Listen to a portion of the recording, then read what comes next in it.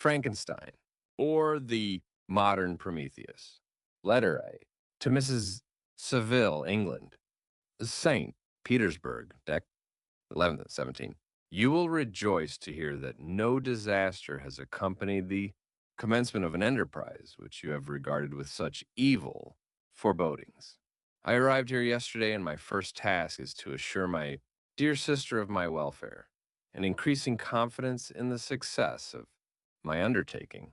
I am already far north of London, and as I walk in the streets of Petersburg, I feel a cold northern breeze play upon my cheeks, which braces my nerves and fills me with delight. Do you understand this feeling? This breeze, which has traveled from the regions towards which I am advancing, gives me a foretaste of those icy climes. Inspirited by this wind of promise, my daydreams become more fervent and vivid. I try, in vain, to be persuaded that the pole is the seat of frost and desolation. It ever presents itself to my imagination as the region of beauty and delight. There, Margaret, the sun is forever visible, its broad disk just skirting the horizon and diffusing a perpetual splendor. Therefore, with your leave, my sister, I will put some trust in preceding navigators. Their snow and frost are banished, and sailing over a calm sea, we may be wafted to a land surpassing in wonders and in beauty every region hitherto discovered on the habitable globe. Its productions and features may be without example, as the phenomena of the heavenly bodies undoubtedly are in those undiscovered solitudes. What may not be expected in a country of eternal light, I may there discover the wondrous power which attracts the needle and may regulate a thousand celestial observations that require only this voyage to render their seeming eccentricities consistent forever. I shall satiate my ardent curiosity with the sight of a part of the world never before visited, and may tread a land never before imprinted by the foot of man. These are my enticements, and they are sufficient to conquer all fear of danger or death, and to induce me to commence this laborious voyage with the joy a child feels when he embarks in a little boat with his holiday mates on an expedition of discovery up his native river. But supposing all these conjectures to be false, you cannot contest the inestimable benefit which I shall confer on all mankind to the last generation by discovering a passage near the pole to those countries, to reach which at present so many months are requisite, or by ascertaining the secret of the magnet, which, if at all possible, can only be effected by an undertaking such as mine. These reflections have dispelled the agitation with which I began my letter, and I feel my heart glow with an enthusiasm which elevates me to heaven, for nothing contributes so much to tranquilize the mind as a steady purpose, a point on which the soul may fix its intellectual eye. This expedition has been the favorite dream of my early years. I have read with ardor the accounts of the various voyages which have been made in the prospect of arriving at the North Pacific Ocean through the seas which surround the pole. You may remember that a history of all the voyages made for purposes of discovery composed the whole of our good Uncle Thomas's library. My education was neglected, yet I was passionately fond of reading. These volumes were my study day and night, and my familiarity with them increased that regret which I had felt as a child on learning that my father's dying injunction had forbidden my uncle to allow me to embark in a seafaring life. These visions faded when I perused for the first time those poets, whose effusions entranced my soul and lifted it to heaven. I also became a poet, and for 1 year lived in a paradise of my own creation. I imagined that I also might obtain a niche in the temple where the names of Homer and Shakespeare are consecrated. You are well acquainted with my failure and how heavily I bore the disappointment. But just at that time I inherited the fortune of my cousin, and my thoughts were turned into the channel of their earlier bent. 6 years have passed since I resolved on my present undertaking.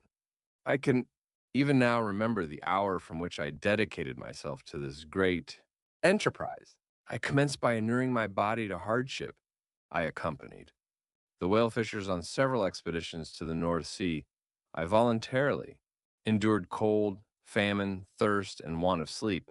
I often worked harder than the common sailors during the day and devoted my nights to the study of mathematics, the theory of medicine, and those branches of physical science from which a naval adventurer might derive the greatest practical advantage. Twice I actually hired myself as an undermate in a Greenland whaler and acquitted myself to admiration. I must own I felt a little proud when my captain offered me the second dignity in the vessel and entreated me to remain with the greatest earnestness, so valuable did he consider my services. And now, dear Margaret, do I not deserve to accomplish some great purpose? My life might have been passed in ease and luxury, but I preferred glory to every enticement that wealth placed in my path. Oh, that some encouraging voice would answer in the affirmative. My courage and my resolution is firm, but my hopes fluctuate and my spirits are often depressed. I am about to proceed on a long and difficult voyage, the emergencies of which will demand all my fortitude. I am required not only to raise the spirits of others, but sometimes to sustain my own when theirs are failing. This is the most favorable period for traveling in Russia. They fly quickly over the snow in their sledges. The motion is pleasant and, in my opinion, far more agreeable than that of an English stagecoach. The cold is not excessive if you are wrapped in furs, a dress which I have already adopted, for there is a great difference between walking the deck and remaining seated motionless for hours when no exercise prevents the blood from actually freezing in your veins. I have no ambition to lose my life on the post road between St. Petersburg and Archangel. I shall depart for the latter town in a fortnight or 3 weeks, and my intention is to hire a ship there, which can easily be done by paying the insurance for the owner, and to engage as many sailors as I think necessary among those who are accustomed to the whale fishing. I do not intend to sail until the month of June, and when shall I return? Ah, dear sister, how can I answer this question? If I succeed, many months, perhaps years, will pass before you and I may meet. If I fail, you will see me again soon or never. Farewell, my dear excellent Margaret. Heaven shower down blessings on you and save me, that I may again and again testify my gratitude for all your love and kindness. Your affectionate brother, R. Walton. Letter 2 to Mrs. Saville, England. Archangel, 28th March 17. How slowly the time passes here, encompassed as I am by frost and snow. Yet a second step is taken towards my enterprise. I have hired a vessel and am occupied in collecting my sailors. Those whom I have already engaged appear to be men on whom I can depend, and are certainly possessed of dauntless courage. But I have one want which I have never yet been able to satisfy, and the absence of the object of which I now feel as a most severe evil. I have no friend, Margaret, when I am glowing with the enthusiasm of success. There will be none to participate my joy if I am assailed by disappointment. No one will endeavor to sustain me in dejection. I shall commit my thoughts to paper, it is true, but that is a poor medium for the communication of feeling. I desire the company of a man who could sympathize with me, whose eyes would reply to mine. You may deem me romantic, my dear sister, but I bitterly feel the want of a friend. I have no one near me, gentle yet courageous, possessed of a cultivated as well as of a capacious mind, whose tastes are like my own, to approve or amend my plans. How would such a friend repair the faults of your poor brother? I am too ardent in execution and too impatient of difficulties. But it is a still greater evil to me that I am self-educated. For the first 14 years of my life, I ran wild on a common and read nothing but our Uncle Thomas's books of voyages. At that age, I became acquainted with the celebrated poets of our own country, but it was only when it had ceased to be in my power to derive its most important benefits from such a conviction that I perceived the necessity of becoming acquainted with more languages than that of my native country. Now I am 28 and am in reality more illiterate than many schoolboys of 15. It is true that I have thought more and that my daydreams are more extended and magnificent, but they want, as the painters call it, keeping, and I greatly need a friend who would have sense enough not to despise me as romantic and affection, enough for me to endeavor to regulate my mind. Well, these are useless complaints I shall certainly find no friend on the wide ocean, nor even here in Archangel, among merchants and seamen. Yet some feelings unallied to the dross of human nature beat even in these rugged bosoms. My lieutenant, for instance, is a man of wonderful courage and enterprise. He is madly desirous of glory. He is an Englishman, and in the midst of national and professional prejudices, unsoftened by cultivation, retains some of the noblest endowments of humanity. I first became acquainted with him on board a whale vessel. Finding that he was unemployed in the city, I easily engaged him to assist in my enterprise. The master is a person of an excellent disposition and is remarkable in the ship for his gentleness and the mildness of his discipline. He is, indeed, of so amiable a nature that he will not hunt a favorite and almost the only amusement here because he cannot endure to spill blood. He is, moreover, heroically generous. Some years ago, he loved a young Russian lady of moderate fortune and having amassed a considerable sum in prize money. The father of the girl consented to the match. He saw his mistress once before the destined ceremony, but she was bathed in tears and, throwing herself at his feet, entreated him to spare her, confessing at the same time that she loved another, but that he was poor and that her father would never consent to the union. My generous friend reassured the suppliant, and on being informed of the name of her lover, instantly abandoned his pursuit. He had already bought a farm with his money, on which he had designed to pass the remainder of his life, but he bestowed the whole on his rival, together with the remains of his prize money to purchase stock, and then himself solicited the young woman's father to consent to her marriage with her lover. But the old man decidedly refused, thinking himself bound in honor to my friend who, when he found the father inexorable, quitted his country, nor returned until he heard that his former mistress was married, according to her inclinations. What a noble fellow, you will exclaim. He is so, but then he has passed all his life on board a vessel and has scarcely an idea beyond the rope and the shroud. But do not suppose that because I complain a little, or because I can conceive a consolation for my toils, which I may never know, that I am wavering in my resolutions.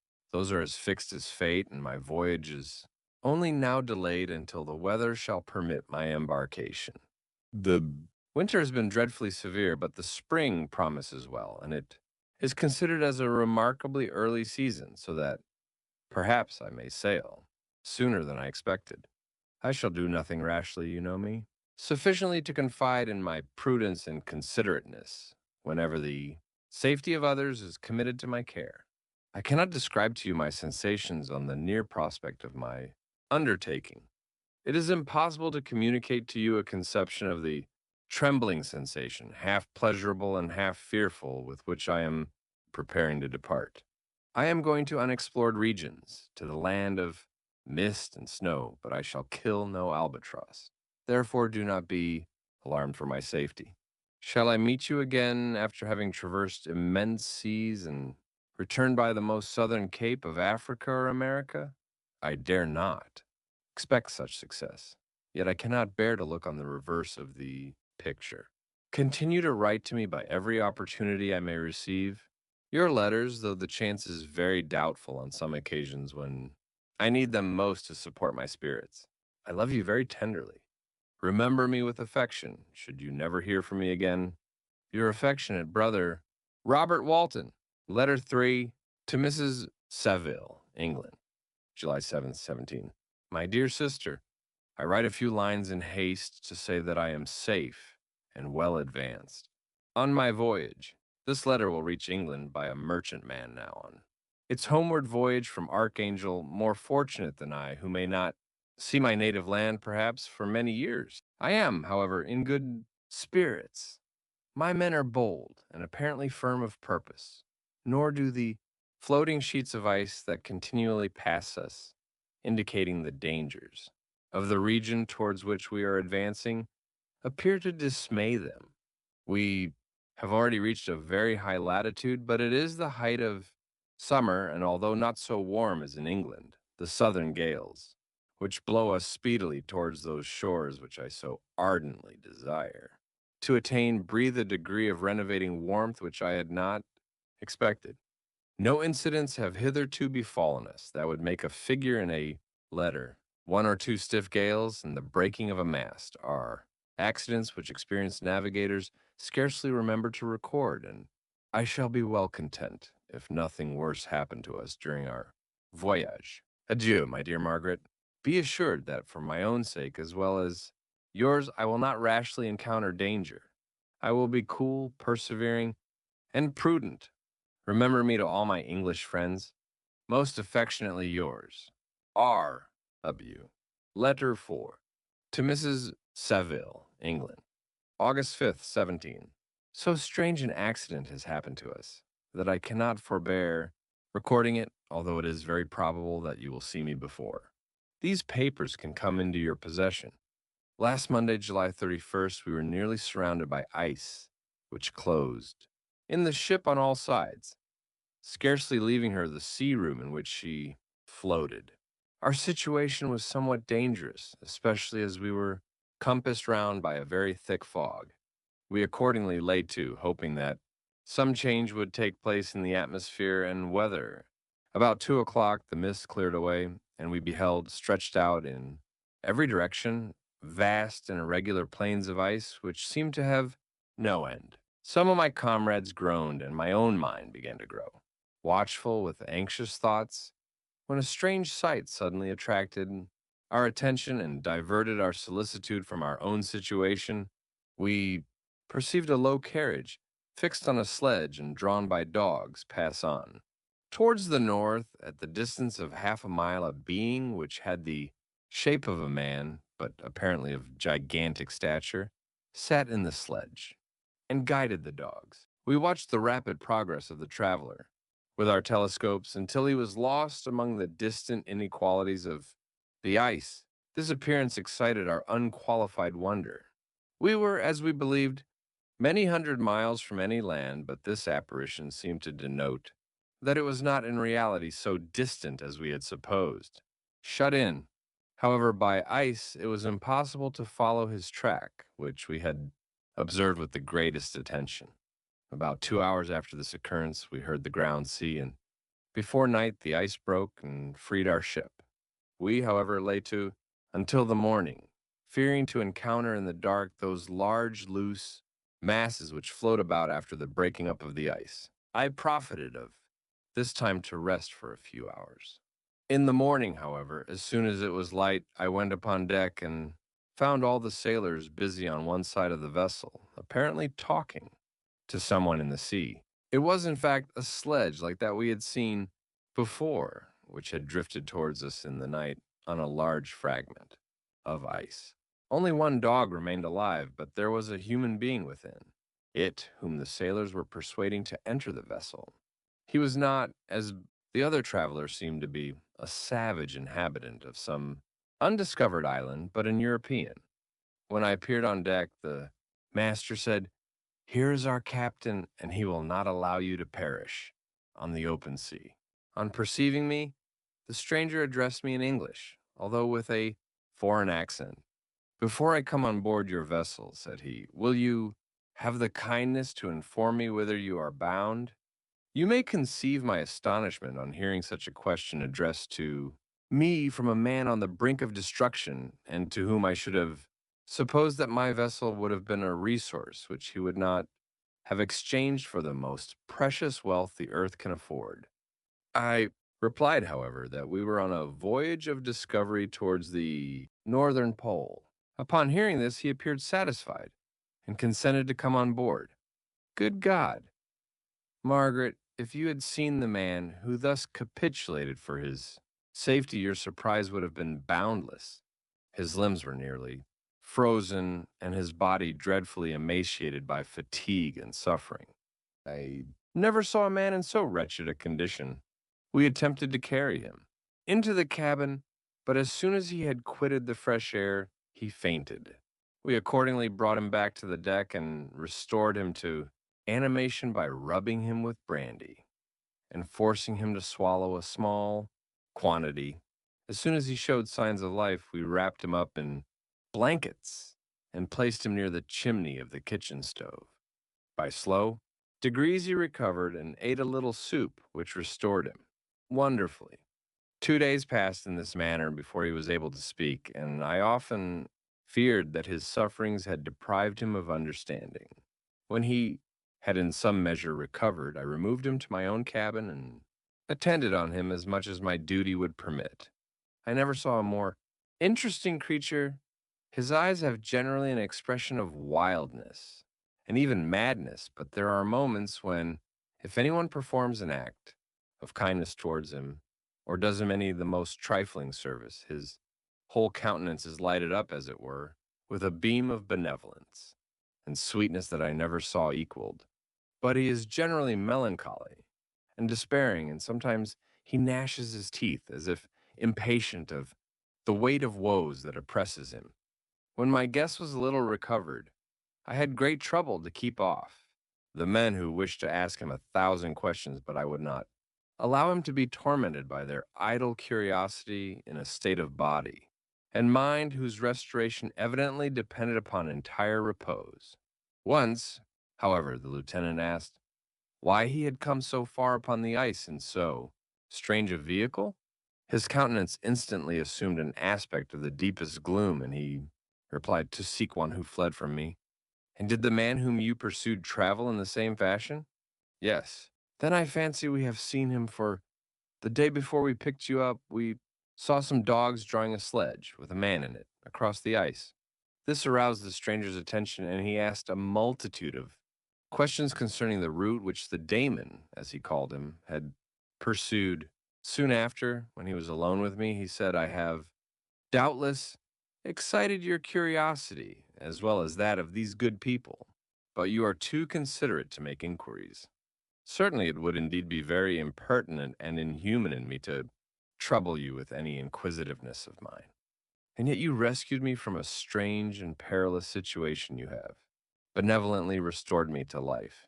Soon after this, he inquired if I thought that the breaking up of the ice had destroyed the other sledge. I replied that I could not answer with any degree of certainty, for the ice had not broken until near midnight, and the traveler might have arrived at a place of safety before that time, but of this I could not judge. From this time, the stranger seemed very eager to be upon deck, to watch for the sledge which had before appeared, but I have persuaded him to remain in the cabin, for he's far too weak to sustain the rawness of the atmosphere. But I have promised that someone should watch for him and give him instant notice if any new object should appear in sight.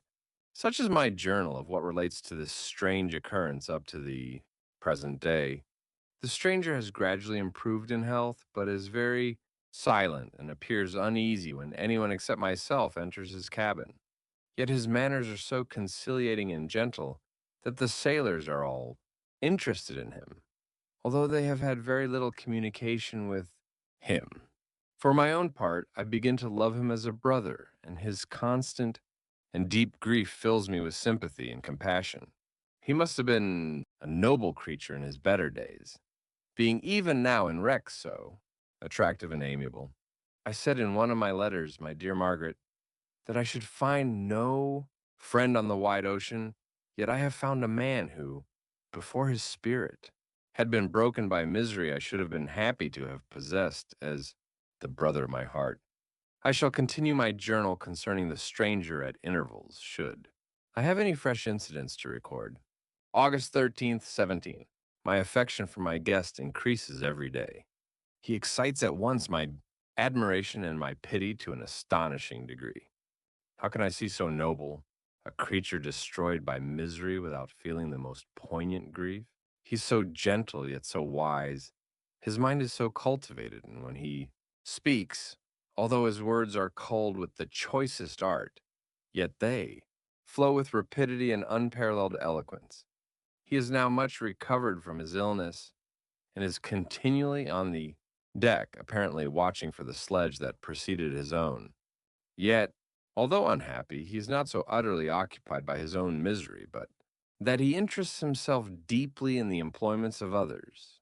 He has asked me many questions concerning my design, and I have related my little history frankly to him. He appeared pleased with the confidence and suggested several alterations in my plan, which I shall find exceedingly useful. There is no pedantry in his manner, but all he does appears to spring solely from the interest he instinctively takes in the welfare of those who surround him. He is often overcome by gloom, and then he sits by himself and tries to overcome all that is sullen or unsocial in his humor.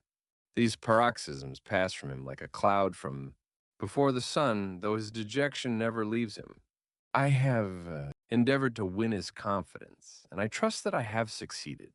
One day I mentioned to him the desire I had always felt of finding a friend who might sympathize with me and direct me by his counsel. I said I did not belong to that class of men who are offended by advice.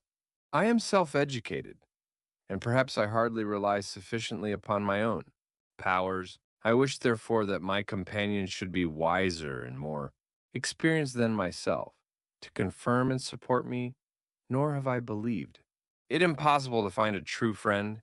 I agree with you, replied the stranger, in believing that friendship is not only a desirable but a possible acquisition. I once had a friend, the most noble of human creatures, and am entitled, therefore, to judge respecting friendship. You have hope and the world before you, and have no cause for despair. But though I have lost everything and cannot begin life anew. As he said this, his countenance became expressive of a calm, settled grief that touched me to the heart. But he was silent and presently retired to his cabin. Even broken in spirit as he is, no one can feel more deeply than he does the beauties of nature, the starry sky, the sea, and every sight afforded by these wonderful regions seems still to have the power of elevating his soul from earth. Such a man has a double existence. He may suffer misery and be overwhelmed by disappointments, yet when he is retired into himself, he will be like a celestial spirit that has a halo around him within whose circle no grief or folly ventures. Will you laugh at the enthusiasm I express concerning this divine wanderer? If you do, you must have certainly lost that simplicity which was once your characteristic charm. Yet, if you will, smile at the warmth of my expressions while I find every day new causes for repeating them. August 19th, 17. Yesterday, the stranger said to me, "You may easily perceive, Captain Walton, that I have suffered great and unparalleled misfortunes. I had determined once that the memory of these evils should die with me, but you have won me to alter my determination. You seek for knowledge and wisdom as I once did, and I ardently hope that the gratification of your wishes may not be a serpent to sting you, as mine has been. I do not know that the relation of my misfortunes will be useful to you, yet, if you are inclined, listen to my tale.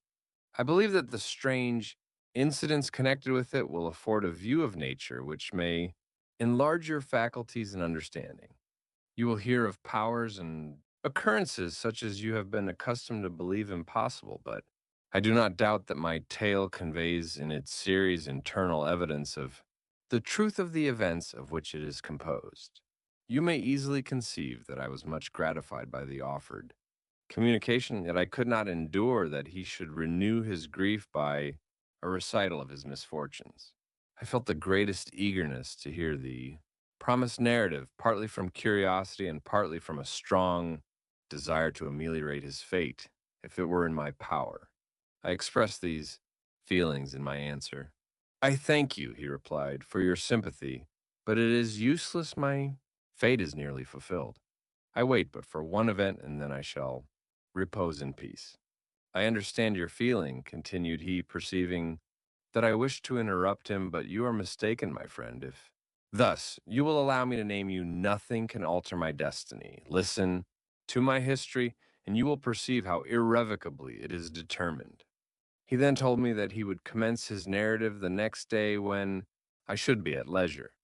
This promise drew from me the warmest thanks. I have resolved every night when I am not engaged to record as nearly as possible in his own words what he has related during the day.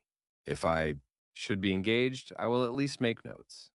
This manuscript will doubtless afford you the greatest pleasure, but to me, who know him and who hear it from his own lips, with what interest and sympathy shall I read it in some future day? Frankenstein, or The Modern Prometheus, Chapter A. I am by birth a Genevese, and my family is one of the most distinguished of that republic. My ancestors had been for many years counselors and syndics, and my father had filled several public situations with honor and reputation. He was respected by all who knew him for his integrity and indefatigable attention to public business. He passed his younger days perpetually occupied by the affairs of his country, and it was not until the decline of life that he thought of marrying and bestowing on the state sons who might carry his virtues and his name down to posterity. As the circumstances of his marriage illustrate his character, I cannot refrain from relating them. One of his most intimate friends was a merchant who, from a flourishing state, fell through numerous missions into poverty. This man, whose name was Beaufort, was of a proud and unbending disposition and could not bear to live in poverty and oblivion in the same country where he had formerly been. Distinguished for his rank and magnificence, having paid his debts, therefore, in the most honorable manner, he retreated with his daughter to the town of Lucerne, where he lived unknown and in wretchedness. My father loved Beaufort with the truest friendship and was deeply grieved by his retreat in these unfortunate circumstances. He grieved also for the loss of his society and resolved to seek him out and endeavor to persuade him to begin the world again through his credit and assistance. Beaufort had taken effectual measures to conceal himself, and it was 10 months before my father discovered his abode. Overjoyed at this discovery, he hastened to the house, which was situated in a mean street near the Ruse. But when he entered, misery and despair alone welcomed him. Beaufort had saved but a very small sum of money from the wreck of his fortunes, but it was sufficient to provide him with sustenance for some months, and in the meantime, he hoped to procure some respectable employment in a merchant's house. The interval was consequently spent in inaction. His grief only became more deep and rankling when he had leisure for reflection, and at length it took so fast hold of his mind that at the end of 3 months he lay on a bed of sickness incapable of any exertion. His daughter attended him with the greatest tenderness, but she saw with despair that their little fund was rapidly decreasing and that there was no other prospect of support. But Caroline Beaufort possessed a mind of an uncommon mold, and her courage rose to support her in her adversity. She procured plain work, she plaited straw, and by various means contrived to earn a pittance scarcely sufficient to support life. Several months passed in this manner. Her father grew worse her time, was more entirely occupied in attending him, her means of subsistence decreased, and in the 10th month her father died in her arms, leaving her an orphan and a beggar. This last blow overcame her, and she knelt by Beaufort's coffin, weeping bitterly. When my father entered the chamber, he came like a protecting spirit to the poor girl, who committed herself to his care. And after the interment of his friend, he conducted her to Geneva and placed her under the protection of a relation. 2 years after this event, Caroline became his wife. When my father became a husband and a parent, he found his time so occupied by the duties of his new situation that he relinquished many of his public employments and devoted himself to the education of his children. Of these I was the eldest and the destined successor to all his labors and utility. No creature could have more tender parents than mine. My improvement in health were their constant care, especially as I remained for several years their only child. But before I continue my narrative, I must record an incident which took place when I was 4 years of age. My father had a sister whom he tenderly loved and who had married. Early in life, an Italian gentleman. Soon after her marriage, she had accompanied her husband into her native country, and for some years my father had very little communication with her. About the time I mentioned she died, and a few months afterwards, he received a letter from her husband acquainting him with his intention of marrying an Italian lady and requesting my father to take charge of the infant, Elizabeth, the only child of his deceased sister.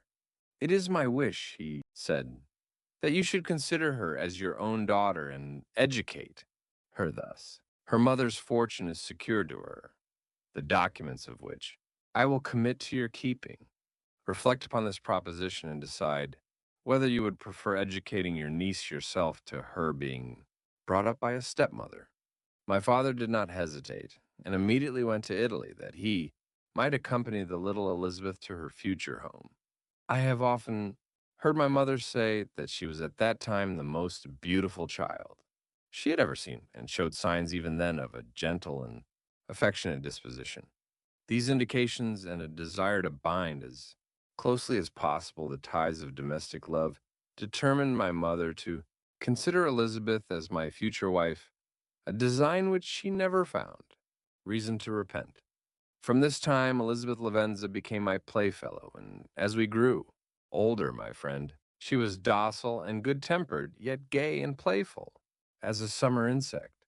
Although she was lively and animated, her feelings were strong and deep, and her disposition uncommonly affectionate. No, one could better enjoy liberty, yet no one could submit with more grace than she did to constraint and caprice. Her imagination was luxuriant, yet her capability of application was great. Her person was the image of her mind. Her hazel eyes, although as lively as a bird's, possessed an attractive softness. Her figure was light and airy, and though capable of enduring great fatigue, she appeared the most fragile creature in the world. While I admired her understanding and fancy, I loved to tend on her as I should on a favorite animal, and I never saw so much grace, both of person and mind, united to so little pretension. Everyone adored Elizabeth. If the servants had any request to make, it was always through her intercession. We were strangers to any species of disunion and dispute, for although there was a great dissimilitude in our characters, there was an harmony in that very dissimilitude. I was more calm and philosophical than my companion, yet my temper was not so yielding. My application was of longer endurance, but it was not so severe whilst it endured. I delighted in investigating the facts. Relative to the actual world, she busied herself in following the aerial creations of the poets. The world was to me a secret which I desired to discover. To her, it was a vacancy which she sought to people with imaginations of her own. My brothers were considerably younger than myself, but I had a friend in one of my schoolfellows who compensated for this deficiency. Henry. Clerval was the son of a merchant of Geneva, an intimate friend of my father. He was a boy of singular talent and fancy.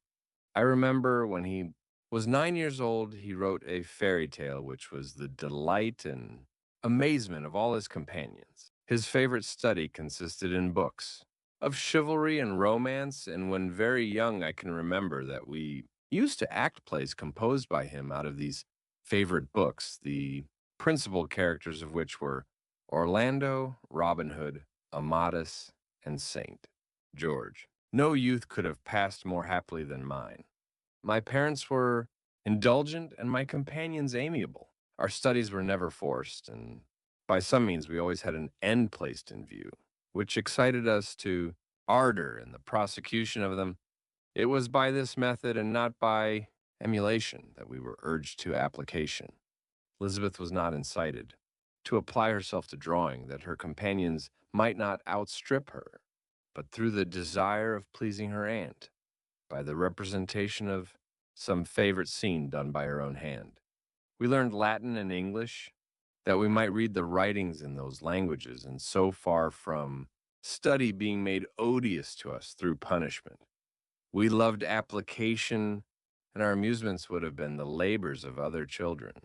Perhaps we did not read so many books or learn languages so quickly as those who are disciplined according to the ordinary methods, but what we learned was impressed the more deeply on our memories. In this description of our domestic circle, I include Henri Clerval, for he was constantly with us. He went to school with me and generally passed the afternoon at our house. For being an only child and destitute of companions at home, his father was well pleased that he should find associates at our house, and we were never completely happy when Clerval was absent. I feel pleasure in dwelling on the recollections of childhood before misfortune had tainted my mind and changed its bright visions of extensive usefulness into gloomy and narrow reflections upon self. But, in drawing the picture of my early days, I must not omit to record those events which led by insensible steps to my after-tale of misery, for when I would account to myself for the birth of that passion which afterwards ruled my destiny, I find it arise, like a mountain river, from ignoble and almost forgotten sources, but swelling as it proceeded, it became the torrent which, in its course, has swept away all my hopes and joys. Natural philosophy is the genius that has regulated my fate I desire. Therefore, in this narration, to state those facts which led to my predilection for that science. When I was 13 years of age, we all went on a party of pleasure to the baths near Thonon. The inclemency of the weather obliged us to remain a day confined to the inn. In this house I chanced to find a volume of the works of Cornelius Agrippa. I opened it with apathy, the theory which he attempts to demonstrate, and the wonderful facts which he relates soon changed this feeling into enthusiasm. A new light seemed to dawn upon my mind, and bounding with joy I communicated my discovery to my father. I cannot help remarking here the many opportunities instructors possess of directing the attention of their pupils to useful knowledge, which they utterly neglect. My father looked carelessly at the title page of my book and said, "Ah, Cornelius Agrippa. My dear Victor, do not waste your time upon this. It is sad trash." If, instead of this remark, my father had taken the pains to explain to me that the principles of Agrippa had been entirely exploded and that a modern system of science had been introduced, which possessed much greater powers than the ancient, because the powers of the latter were chimerical, while those of the former were real and practical under such circumstances, I should certainly have thrown Agrippa aside, and, with my imagination warmed as it was, should probably have applied myself to the more rational theory of chemistry, which has resulted from modern discoveries. It is even possible that the train of my ideas would never have received the fatal impulse that led to my ruin. But the cursory glance my father had taken of my volume by no means assured me that he was acquainted with its contents, and I continued to read with the greatest avidity.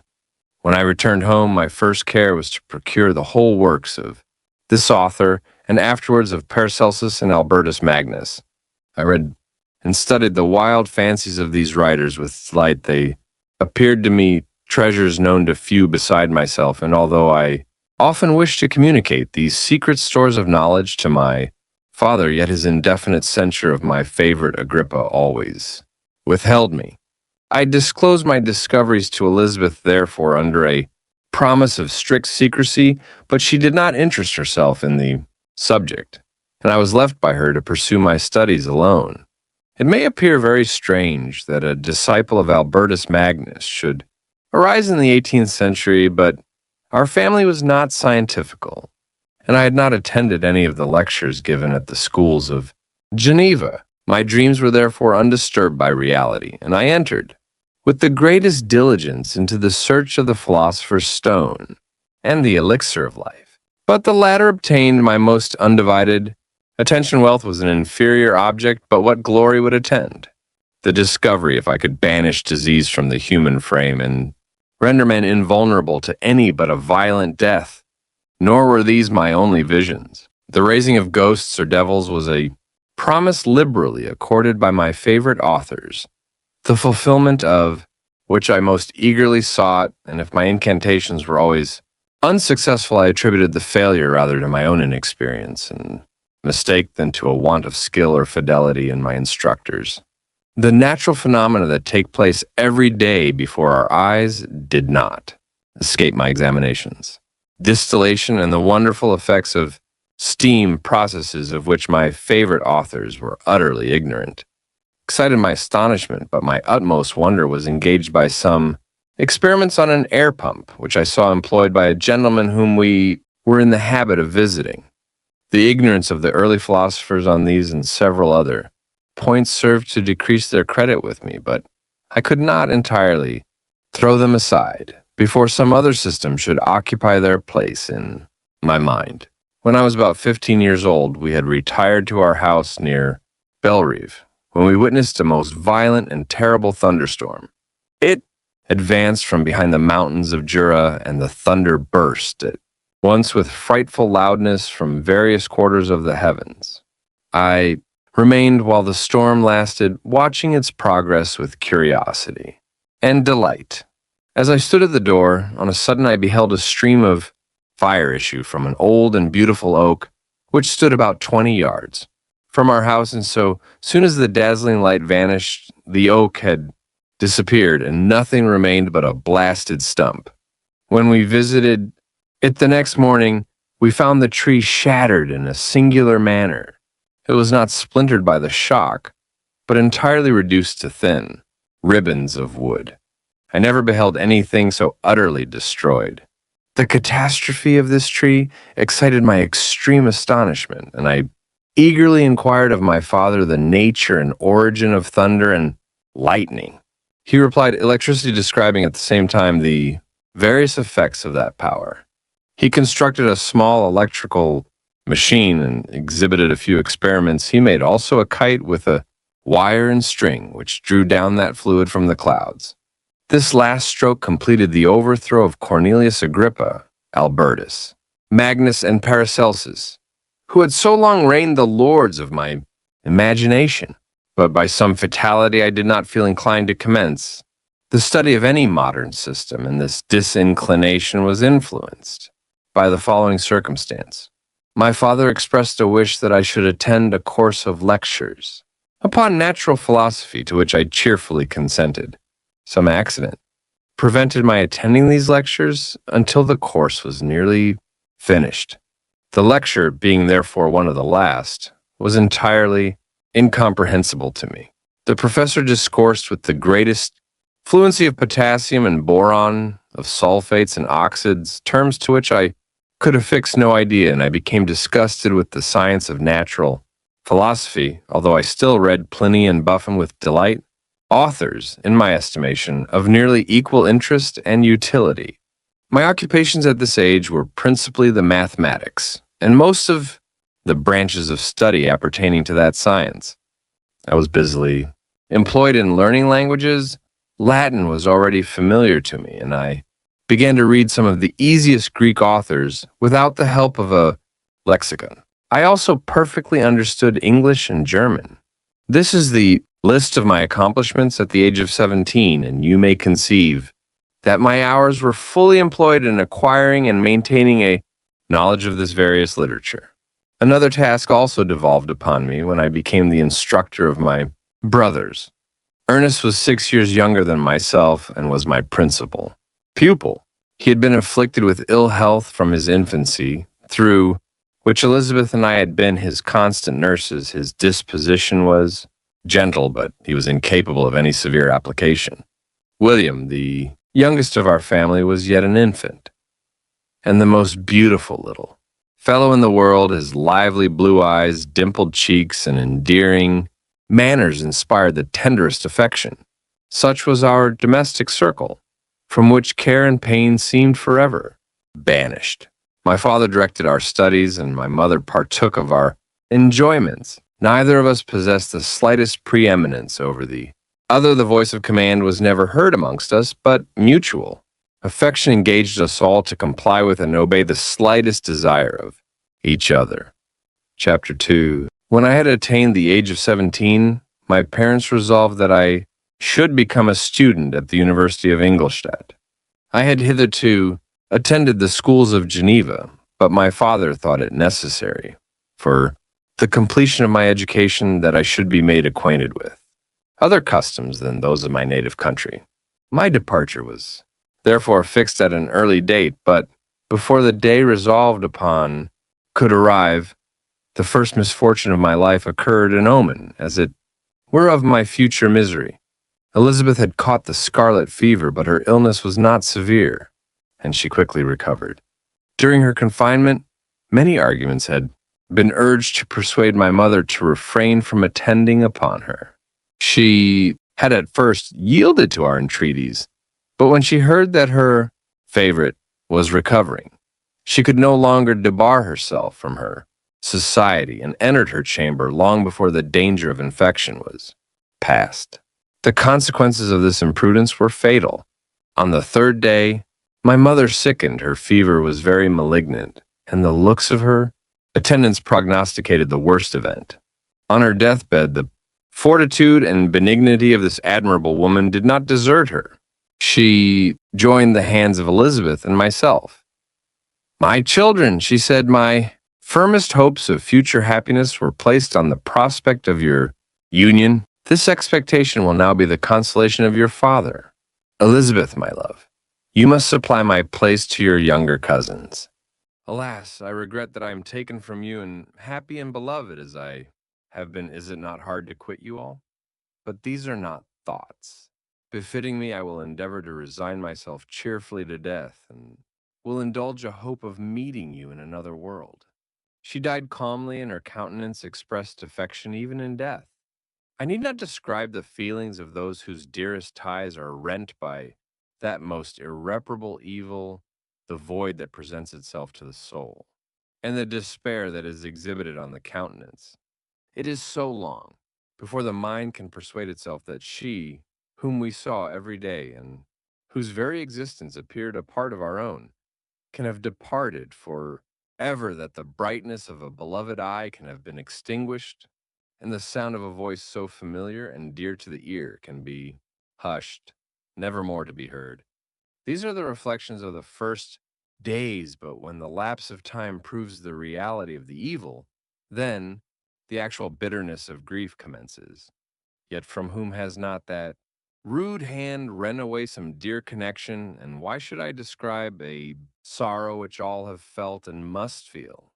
The time at length arrives when grief is rather an indulgence than a necessity, and the smile that plays upon the lips, although it may be deemed a sacrilege, is not banished. My mother was dead, but we had still duties which we ought to perform. We must continue our course with the rest, and learn to think ourselves fortunate whilst one remains whom the spoiler has not seized.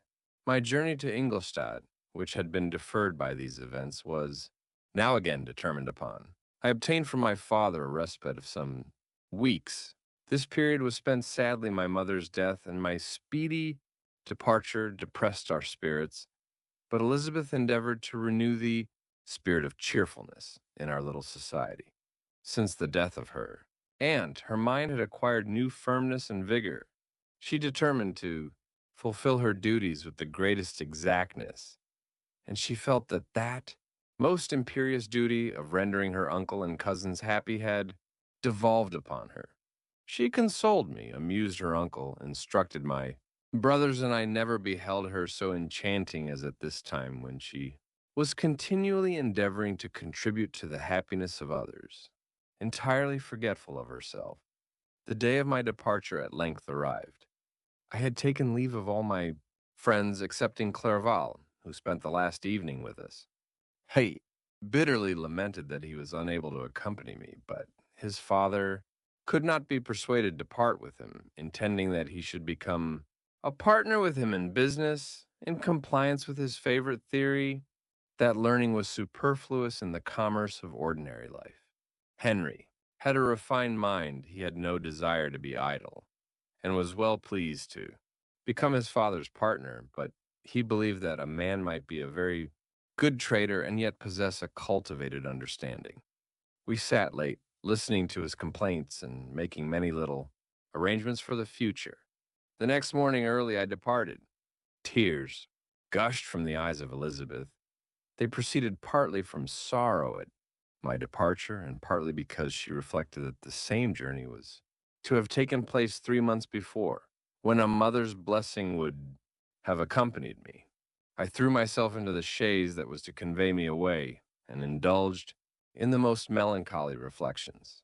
I, who had ever been surrounded by amiable companions, continually engaged in endeavoring to bestow mutual pleasure, I was now alone.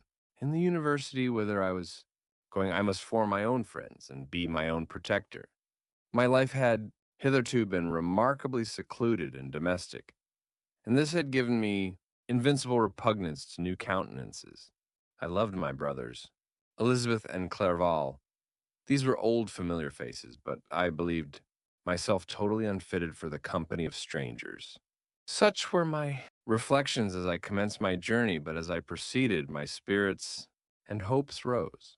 I ardently desired the acquisition of knowledge. I had often, when at home, thought it hard to remain during my youth cooped up in one place, and had longed to enter the world and take my station among other human beings. Now my desires were complied with, and it would indeed have been folly to repent. I had sufficient leisure for these and many other reflections during my journey to Ingolstadt, which was long and fatiguing.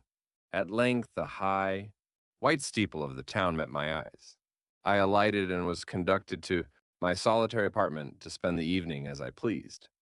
The next morning, I delivered my letters of introduction and paid a visit to some of the principal professors, and among others to M.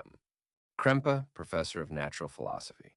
He received me with politeness and asked me several questions concerning my progress in the different branches of science appertaining to natural philosophy. I mentioned it is true with fear and trembling, the only authors I had ever read upon those subjects. The professor stared. Have you, he said, really spent your time in studying such nonsense? I replied in the affirmative. Every minute, continued Krempe with warmth, every instant that you have wasted on those books is utterly and entirely lost. You have burdened your memory with exploded systems and useless names. Good God, in what desert land have you lived where no one was kind enough to inform you that these fancies which you have so greedily imbibed are 1,000 years old and as musty as they are ancient? I little expected in this enlightened and scientific age to find a disciple of Albertus Magnus and Paracelsus. My dear sir, you must begin your studies entirely anew. So saying, he stepped aside and wrote down a list of several books, treating of natural philosophy, which he desired me to procure, and dismissed me, after mentioning that in the beginning of the following week he intended to commence a course of lectures upon natural philosophy and its general relations, and that M. Waldman, a fellow professor, would lecture upon chemistry the alternate days that he missed. I returned home not disappointed, for I had long considered those authors useless whom the professor had so strongly reprobated, but I did not feel much inclined to study the books which I procured at his recommendation. M. Krempe was a little squat man with a gruff voice and repulsive countenance. The teacher, therefore, did not prepossess me in favor of his doctrine. Besides, I had a contempt for the uses of modern natural philosophy. It was very different when the masters of the science sought immortality and power. Such views, although futile, were grand, but now the scene was changed. The ambition of the inquirer seemed to limit itself to the annihilation of those visions on which my interest in science was chiefly founded. I was required to exchange chimeras of boundless grandeur for realities of little worth. Such were my reflections during the first 2 or 3 days spent almost in solitude. But as the ensuing week commenced, I thought of the information which Krempe had given me concerning the lectures, and although I could not consent to go and hear that little conceited fellow deliver sentences out of a pulpit, I recollected what he had said of M. Waldman, whom I had never seen as he had hitherto been out of town. Partly from curiosity and partly from idleness, I went into the lecturing room, which Waldman entered shortly after. This professor was very unlike his colleague.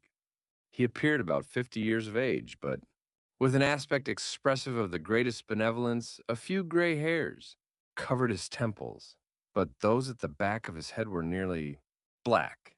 His person was short, but remarkably erect, and his voice the sweetest I'd ever heard. He began his lecture by a recapitulation of the history of chemistry and the various improvements made by different men of learning, pronouncing with fervor the names of the most distinguished discoverers. He then took a cursory view of the present state of the science and explained many of its elementary terms. After having made a few preparatory experiments, he concluded with a panegyric upon modern chemistry, the terms of which I shall never forget. The ancient teachers of this science, said he, promised impossibilities and performed nothing. The modern masters promise very little. They know that metals cannot be transmuted, and that the elixir of life is a chimera. But these philosophers, whose hands seem only made to dabble in dirt, and their eyes to pore over the microscope or crucible, have indeed performed miracles. They penetrate into the recesses of nature and show how she works in her hiding places. They ascend into the heavens. They have discovered how the blood circulates and the nature of the air we breathe. They have acquired new and almost unlimited powers. They can command the thunders of heaven, mimic the earthquake, and even mock the invisible world with its own shadows. I departed highly pleased with the professor and his lecture, and paid him a visit the same evening. His manners in private were even more mild and attractive than in public, for there was a certain dignity in his mien during his lecture, which in his own house was replaced by the greatest affability and kindness. He heard with attention my little narration concerning my studies, and smiled at the names of Cornelius, Agrippa, and Paracelsus, but without the contempt that M. Krempe had exhibited. He said that these were men to whose indefatigable zeal modern philosophers were indebted for most of the foundations of their knowledge. They had left to us as an easier task to give new names and arrange in connected classifications the facts which they, in a great degree, had been the instruments of bringing to light. The labors of men of genius, however erroneously directed, scarcely ever fail in ultimately turning to the solid advantage of mankind. I listened to his statement, which was delivered without any presumption or affectation, and then added that his lecture had removed my prejudices against modern chemists, and I at the same time requested his advice concerning the books I ought to procure. I am happy, said me, Waldman, to have gained a disciple, and if your application equals your ability, I have no doubt of your success. Chemistry is that branch of natural philosophy in which the greatest improvements have been and may be made. It is on that account that I have made it my peculiar study, but at the same time I have not neglected the other branches of science. A man would make but a very sorry chemist if he attended to that department of human knowledge alone. If your wish is to become really a man of science and not merely a petty experimentalist, I should advise you to apply to every branch of natural philosophy, including mathematics. He then took me into his laboratory and explained to me the uses of his various machines, instructing me as to what I ought to procure and promising me the use of his own when I should have advanced far enough in the science not to derange their mechanism. He also gave me the list of books which I had requested, and I took my leave. Thus ended a day memorable to me. It decided my future destiny. Chapter 3. From this day, natural philosophy, and particularly chemistry, in the most comprehensive sense of the term, became nearly my sole occupation. I read with ardor those works, so full of genius and discrimination, which modern inquirers have written on these subjects. I attended the lectures and cultivated the acquaintance of the men of science of the university, and I found even in M. Krempe a great deal of sound sense and real information, combined, it is true, with a repulsive physiognomy and manners but not on that account the less valuable. In M. Waldman, I found a true friend. His gentleness was never tinged by dogmatism, and his instructions were given with an air of frankness and good nature that banished every idea of pedantry. It was perhaps the amiable character of this man that inclined me more to that branch of natural philosophy which he professed than an intrinsic love for the science itself. But this state of mind had place only in the first steps towards knowledge. The more fully I entered into the science, the more exclusively I pursued it for its own sake. That application, which at first had been a matter of duty and resolution, now became so ardent and eager that the stars often disappeared in the light of morning whilst I was yet engaged in my laboratory. As I applied so closely, it may be easily conceived that I improved rapidly. My ardor was indeed the astonishment of the students, and my proficiency that of the masters. Professor Krempe often asked me with a sly smile how Cornelius Agrippa went on, whilst Waldman expressed the most heartfelt exultation in my progress. 2 years passed in this manner, during which I paid no visit to Geneva, but was engaged, heart and soul, in the pursuit of some discoveries which I hope to make. None but those who have experienced them can conceive of the enticements of science. In other studies, you go as far as others have gone before you, and there is nothing more to know. But in a scientific pursuit, there is continual food for discovery and wonder. A mind of moderate capacity, which closely pursues one study, must infallibly arrive at great proficiency in that study, and I, who continually sought the attainment of one object of pursuit and was solely wrapped up in this, improved so rapidly that at the end of 2 years I made some discoveries in the improvement of some chemical instruments, which procured me great esteem and admiration at the university. When I had arrived at this point, and had become as well acquainted with the theory and practice of natural philosophy as depended on the lessons of any of the professors at Ingolstadt, my residence there being no longer conducive to my improvements, I thought of returning to my friends and my native town when an incident happened that protracted my stay. One of the phenomena which had peculiarly attracted my attention was the structure of the human frame, and indeed any animal endued with life. Whence, I often ask myself, did the principle of life proceed? It was a bold question, and one which has ever been considered as a mystery. Yet with how many things are we upon the brink of becoming acquainted, if cowardice or carelessness did not restrain our inquiries? I revolved these circumstances in my mind, and determined thenceforth to apply myself more particularly to those branches of natural philosophy which relate to physiology. Unless I had been animated by an almost supernatural enthusiasm, my application to this study would have been irksome and almost intolerable. To examine the causes of life, we must first have recourse to death. I became acquainted with the science of anatomy, but this was not sufficient. I must also observe the natural decay and corruption of the human body.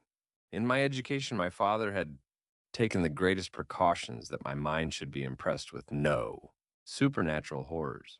I do not ever remember to have trembled at a tale of superstition or to have feared the apparition of a spirit. Darkness had no effect upon my fancy, and a churchyard was to me merely the receptacle of bodies deprived of life, which, from being the seat of beauty and strength, had become food for the worm. Now I was led to examine the cause and progress of this decay, and forced to spend days and nights in vaults and charnel houses. My attention was fixed upon every object the most insupportable to the delicacy of the human feelings.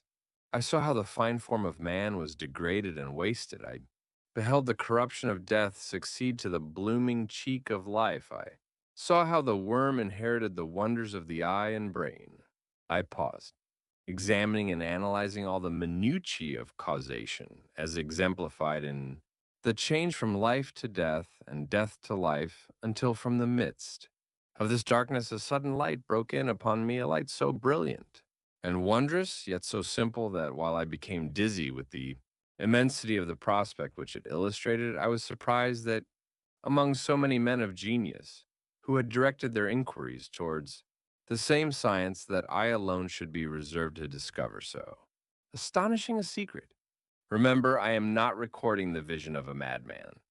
The sun does not more certainly shine in the heavens than that which I now affirm is true. Some miracle might have produced it, yet the stages of the discovery were distinct and probable.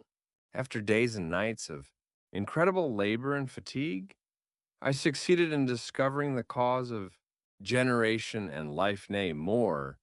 I became myself capable of bestowing animation upon lifeless matter. The astonishment which I had at first experienced on this discovery soon gave place to delight and rapture. After so much time spent in painful labor, to arrive at once at the summit of my desires was the most gratifying consummation of my toils. But this discovery was so great and overwhelming that all the steps by which I had been progressively led to it were obliterated, and I beheld only the result. What had been the study and desire of the wisest men since the creation of the world was now within my grasp. Not that, like a magic scene, it all opened. Upon me at once, the information I had obtained was of a nature rather to direct my endeavors so soon as I should point them towards the object of my search than to exhibit that object already accomplished.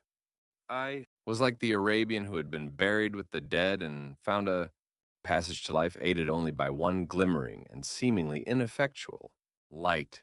I see by your eagerness and the wonder and hope which your eyes express, my friend, that you expect to be informed of the secret with which I am acquainted that cannot be listened patiently until the end of my story, and you will easily perceive why I am reserved upon that subject. I will not lead you on, unguarded and ardent as I then was, to your destruction and infallible misery. Learn from me, if not by my precepts, at least by my example, how dangerous is the acquirement of knowledge, and how much happier that man is who believes his native town to be the world than he who aspires to become greater than his nature. Will allow. When I found so astonishing a power placed within my hands, I hesitated a long time concerning the manner in which I should employ it. Although I possess the capacity of bestowing animation, yet to prepare a frame for the reception of it with all its intricacies of fibers, muscles, and veins still remained a work of inconceivable difficulty and labor. I doubted at first whether I should attempt the creation of a being like myself or one of simpler organization, but my imagination was too much exalted by my first success to permit me to doubt of my ability to give life to an animal as complex and wonderful as man. The materials at present within my command hardly appeared adequate to so arduous an undertaking, but I doubted not that I should ultimately succeed. I prepared myself for a multitude of reverses my operations might be incessantly baffled, and at last my work be imperfect. Yet, when I considered the improvement which every day takes place in science and mechanics, I was encouraged to hope my present attempts would at least lay the foundations of future success. Nor could I consider the magnitude and complexity of my plan as any argument of its impracticability. It was with these feelings that I began the creation of a human being. As the minuteness of the parts formed a great hindrance to my speed, I resolved, contrary to my first intention, to make the being of a gigantic stature, that is to say, about 8 feet in height and proportionably large. After having formed this determination and having spent some months in successfully collecting and arranging my materials, I began. No one can conceive the variety of feelings which bore me onwards like a hurricane in the first enthusiasm of success. Life and death appeared to me ideal bounds which I should first break through and pour a torrent of light into our dark world. A new species would bless me as its creator and source. Many happy and excellent natures would owe their being to me. No father could claim the gratitude of his child so completely as I should deserve theirs.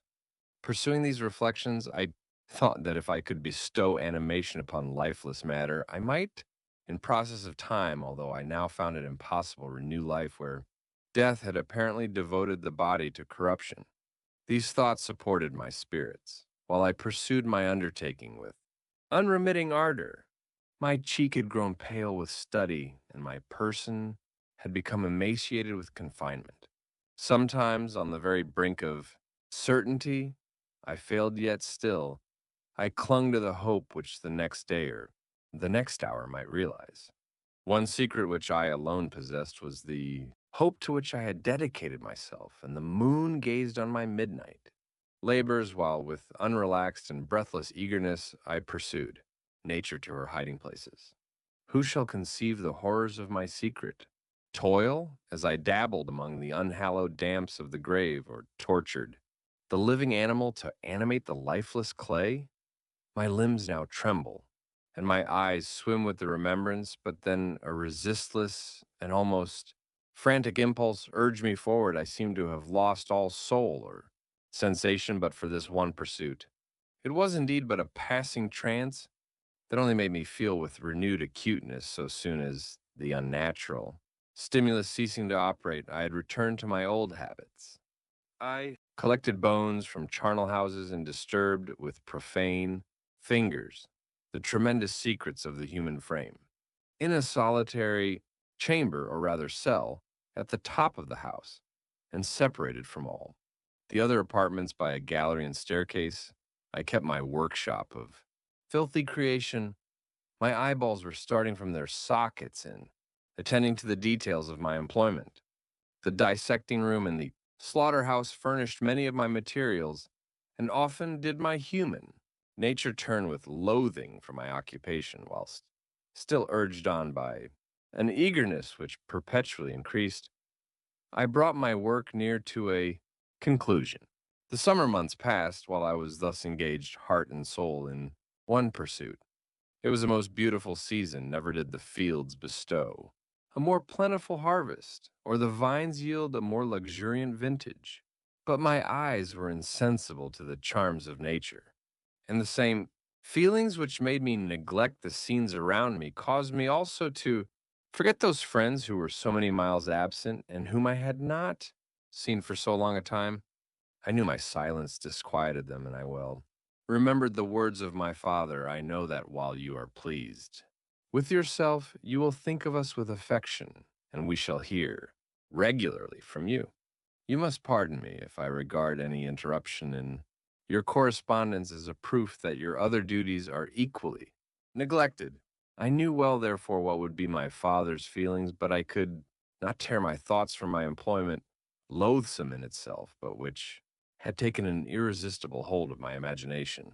I wished, as it were, to procrastinate all that related to my feelings of affection until the great object which swallowed up every habit of my nature should be completed. I then thought that my father would be unjust if he ascribed my neglect to vice or faultiness on my part, but I am now convinced that he was justified in conceiving that I should not be altogether free from blame. A human being in perfection ought always to preserve a calm and peaceful mind, and never to allow passion or transitory desire to disturb his tranquility. I do not think that the pursuit of knowledge is an exception to this rule. If the study to which you apply yourself has a tendency to weaken your affections and to destroy your taste for those simple pleasures in which no alloy can possibly mix, then that study is certainly unlawful, that is to say, not befitting the human mind. If this rule were always observed, if no man allowed any pursuit whatsoever to interfere with the tranquility of his domestic affections, Greece had not been enslaved. Caesar would have spared his country, America would have been discovered more gradually, and the empires of Mexico and Peru had not been destroyed. But I forget that I am moralizing, and the most interesting part of my tale and your looks remind me to proceed. My father made no reproach in his letters and only took notice of my silence by inquiring into my occupations more particularly than before. Winter, spring, and summer passed away during my labors, but I did not watch the blossom or the expanding leaf sights, which before always yielded me supreme delight. So deeply was I engrossed in my occupation. The leaves of that year had withered before my work drew near to a close, and now every day showed me more plainly how well I had succeeded. But my enthusiasm was checked by my anxiety, and I appeared rather like one doomed by slavery to toil in the mines or any other unwholesome trade than an artist occupied by his favorite employment. Every night I was oppressed by a slow fever, and I became nervous to a most painful degree, a disease that I regretted the more because I had hitherto enjoyed most excellent health and had always boasted of the firmness of my nerves. But I believed that exercise and amusement would soon drive away such symptoms, and I promised myself both of these when my creation should be complete. Chapter 4. It was on a dreary night of November that I beheld the accomplishment of my toils. With an anxiety that almost amounted to agony, I collected the instruments of life around me, that I might infuse a spark of being into the lifeless thing that lay at my feet. It was already 1 in the morning, the rain pattered dismally against the panes, and my candle was nearly burnt out when, by the glimmer of the half-extinguished light, I saw the dull yellow eye of the creature open. It breathed hard, and a convulsive motion agitated its limbs. How can I describe my emotions at this catastrophe, or how delineate the wretch whom with such infinite pains and care I had endeavored to form? His limbs were in proportion, and I had selected his features as beautiful. Beautiful, great God! His yellow skin scarcely covered the work of muscles and arteries beneath his hair was of a lustrous black, and flowing his teeth of a pearly whiteness, but these luxuriances only formed a more horrid contrast with his watery eyes that seemed almost of the same color as the dun-white sockets in which they were set, his shriveled complexion and straight black lips. The different accidents of life are not so changeable as the feelings of human nature. I had worked hard for nearly 2 years for the sole purpose of infusing life into an inanimate body. For this I had deprived myself of rest and health. I had desired it with an ardor that far exceeded moderation, but now that I had finished, the beauty of the dream vanished, and breathless horror and disgust filled my heart. Unable to endure the aspect of the being I had created, I rushed out of the room and continued a long time traversing my bedchamber, unable to compose my mind to sleep. At length, lassitude succeeded to the tumult I had before endured, and I threw myself on the bed in my clothes, endeavoring to seek a few moments of forgetfulness. But it was in vain. I slept indeed, but I was disturbed by the wildest dreams. I thought I saw Elizabeth in the bloom of health, walking in the streets of Ingolstadt. Delighted and surprised, I embraced her, but as I imprinted the first kiss on her lips, they became livid with the hue of death. Her features appeared to change, and I thought that I held the corpse of my dead mother in my arms. A shroud enveloped her form, and I saw the grave worms crawling in the folds of the flannel. I started from my sleep with horror. A cold dew covered my forehead, my teeth chattered, and every limb became convulsed when, by the dim and yellow light of the moon as it forced its way through the window shutters, I beheld the wretch, the miserable monster whom I had created. He held up the curtain of the bed, and his eyes, if eyes they may be called, were fixed on me. His jaws opened, and he muttered some inarticulate sounds, while a grin wrinkled his cheeks. He might have spoken, but I did not. Here one hand was stretched out, seemingly to detain me, but I escaped and rushed downstairs. I took refuge in the courtyard belonging to the house which I inhabited, where I remained during the rest of the night, walking up and down in the greatest agitation, listening attentively, catching and fearing each sound as if it were to announce the approach of the demoniacal corpse to which I had so miserably given life. Oh, no mortal could support the horror of that countenance. A mummy, again endued with animation, could not be so hideous as that wretch. I had gazed on him while unfinished. He was ugly then, but when those muscles and joints were rendered capable of motion, it became a thing, such as even Dante could not have conceived. I passed the night wretchedly. Sometimes my pulse beat so quickly and hardly that I felt the palpitation of every artery at others.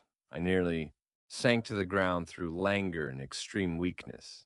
Mingled with this horror, I felt the bitterness of disappointment. Dreams that had been my food and pleasant rest for so long a space were now become a hell to me, and the change was so rapid, the overthrow so complete. Morning, dismal and wet, at length dawned, and discovered to my sleepless and aching eyes the church of Ingolstadt, its white steeple and clock which indicated the 6th hour. The porter opened the gates of the court, which had that night been my asylum, and I issued into the streets, pacing them with quick steps, as if I sought to avoid the wretch whom I feared every turning of the street would present to my view. I did not dare return to the apartment which I inhabited, but felt impelled to hurry on, although wetted by the rain, which poured from a black and comfortless sky. I continued walking in this manner for some time, endeavoring by bodily exercise to ease the load that weighed upon my mind. I traversed the streets without any clear conception of where I was or what I was doing. My heart palpitated in the sickness of fear, and I hurried on with irregular steps, not daring to look about me, like one who, on a lonely road, doth walk in fear and dread, and having once turned round, walks on, and turns no more his head, because he knows a frightful fiend doth close behind him tread. Continuing thus, I came at length opposite to the inn at which the various diligences and carriages usually stopped. Here I paused, I knew not why, but I remained some minutes with my eyes fixed on a coach that was coming towards me from the other end of the street. As it drew nearer, I observed that it was the Swiss diligence. It stopped just where I was standing, and on the door being opened, I perceived Henry Clerval, who, on seeing me, instantly sprung out. "My dear Frankenstein," exclaimed he, "how glad I am to see you! How fortunate that you should be here at the very moment of my alighting. Nothing could equal my delight on seeing Clerval. His presence brought back to my thoughts my father, Elizabeth, and all those scenes of home, so dear to my recollection. I grasped his hand and in a moment forgot. My horror and misfortune I felt suddenly, and for the first time during many months, calm and serene joy. I welcomed my friend, therefore, in the most cordial manner, and we walked towards my college. Clerval continued talking for some time about our mutual friends and his own good fortune in being permitted to come to Ingolstadt. "You may easily believe," said he, "how great was the difficulty to persuade my father that it was not absolutely necessary for a merchant not to understand anything except bookkeeping, and indeed, I believe I left him, incredulous to the last, for his constant answer to my unwearied entreaties was the same as that of the Dutch schoolmaster and the vicar of Wakefield. I have 10,000 florins a year without Greek. I eat heartily without Greek. But his affection for me at length overcame his dislike of learning, and he has permitted me to undertake a voyage of discovery to the land of knowledge. It gives me the greatest delight to see you, but tell me how you left.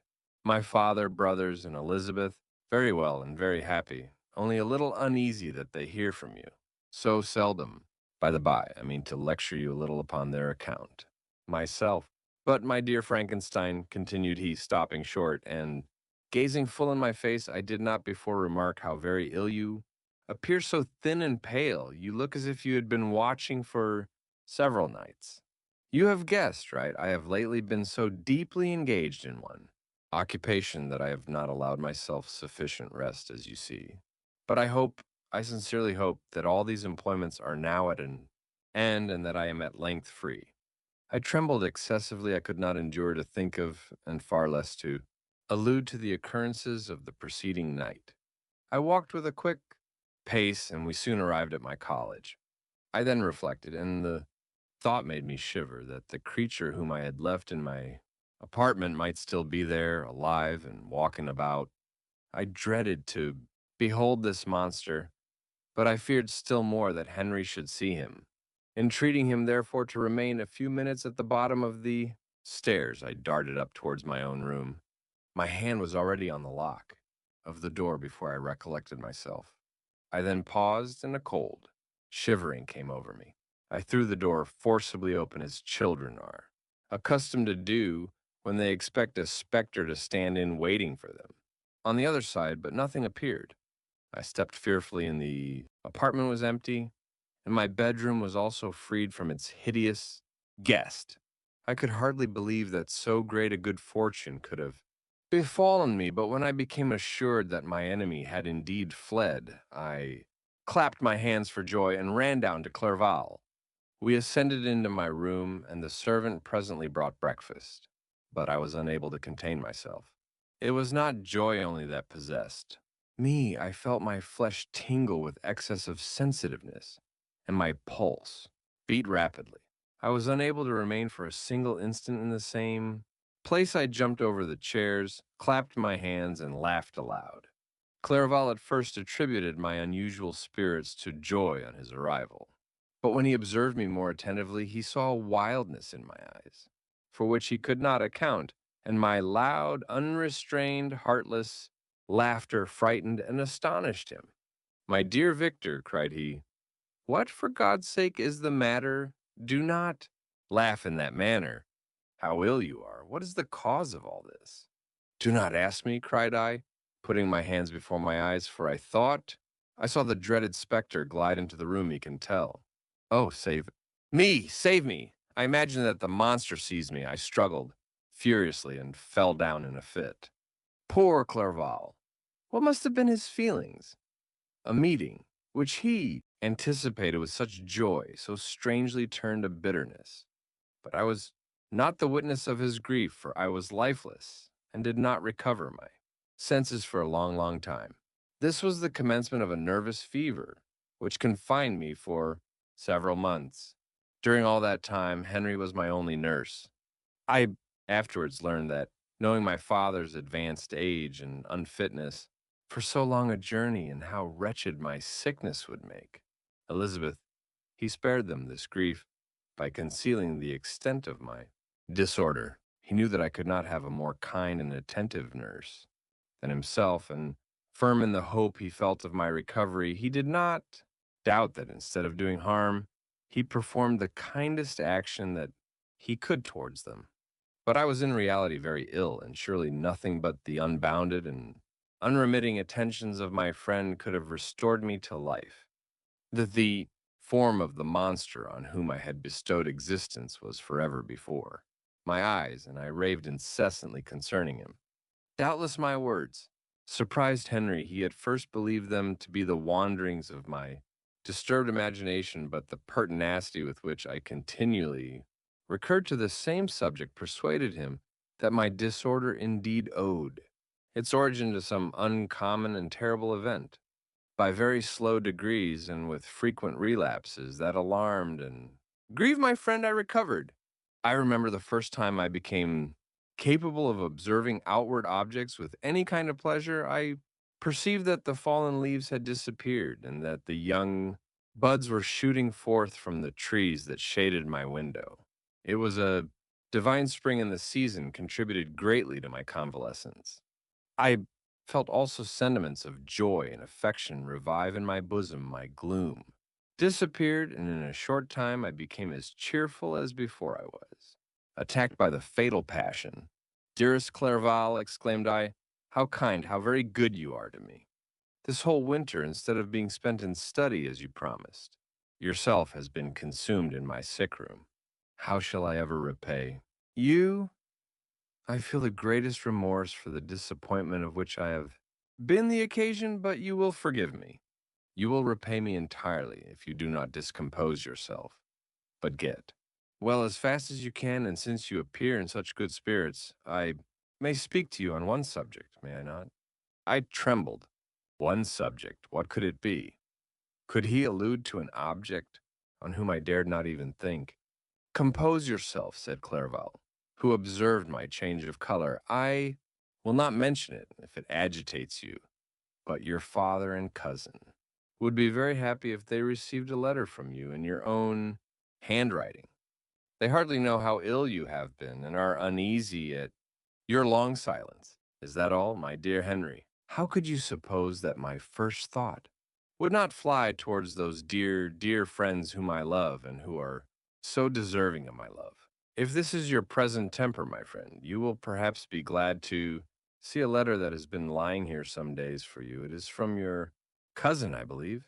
Chapter Fee. Clerval then put the following letter into my hands. To V. Frankenstein.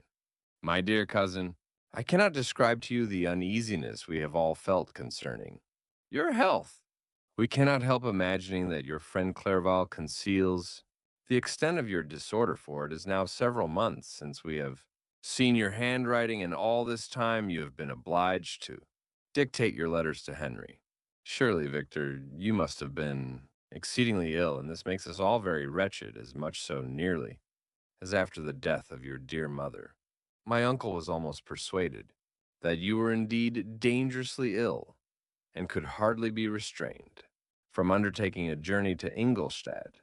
Clerval always writes that you are getting better. I eagerly hope that you will confirm this intelligence soon in your own handwriting, for indeed, Victor, we are all very miserable on this account.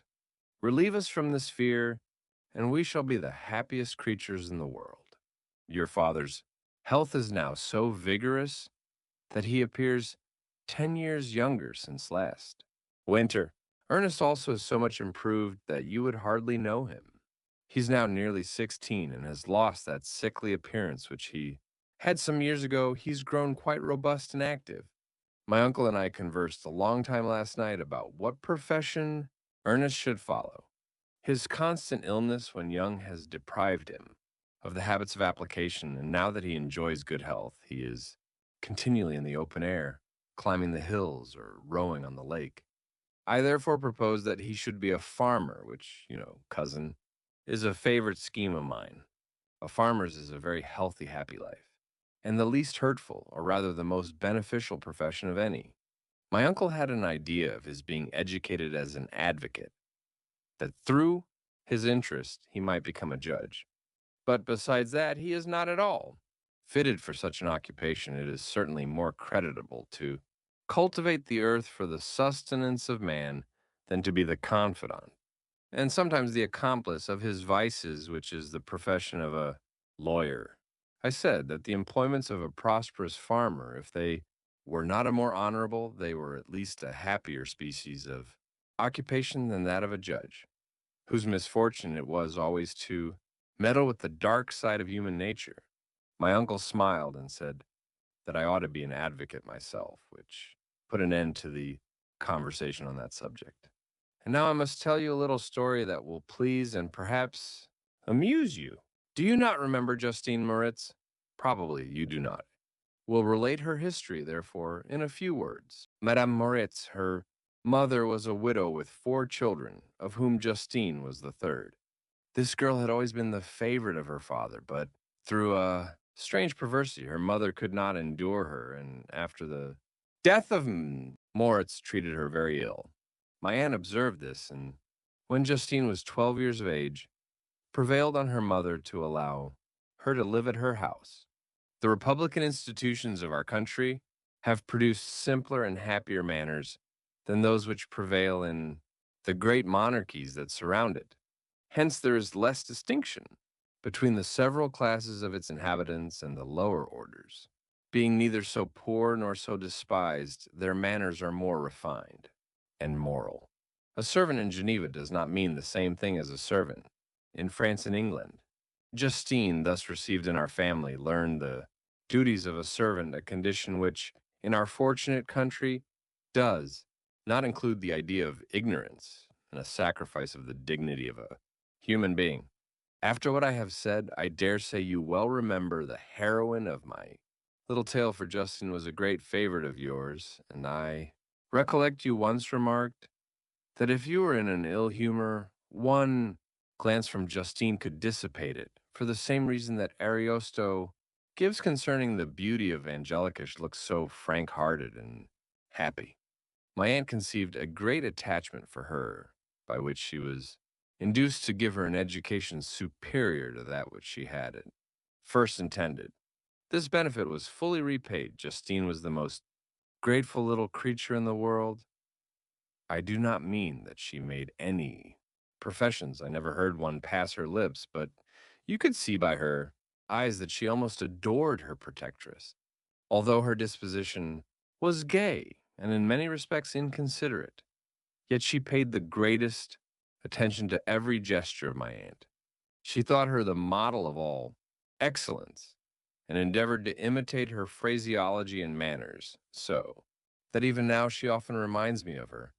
When my dearest aunt died, everyone was too much occupied in their own grief to notice poor Justine, who had attended her during her illness with the most anxious affection. Poor Justine was very ill, but other trials were reserved for her.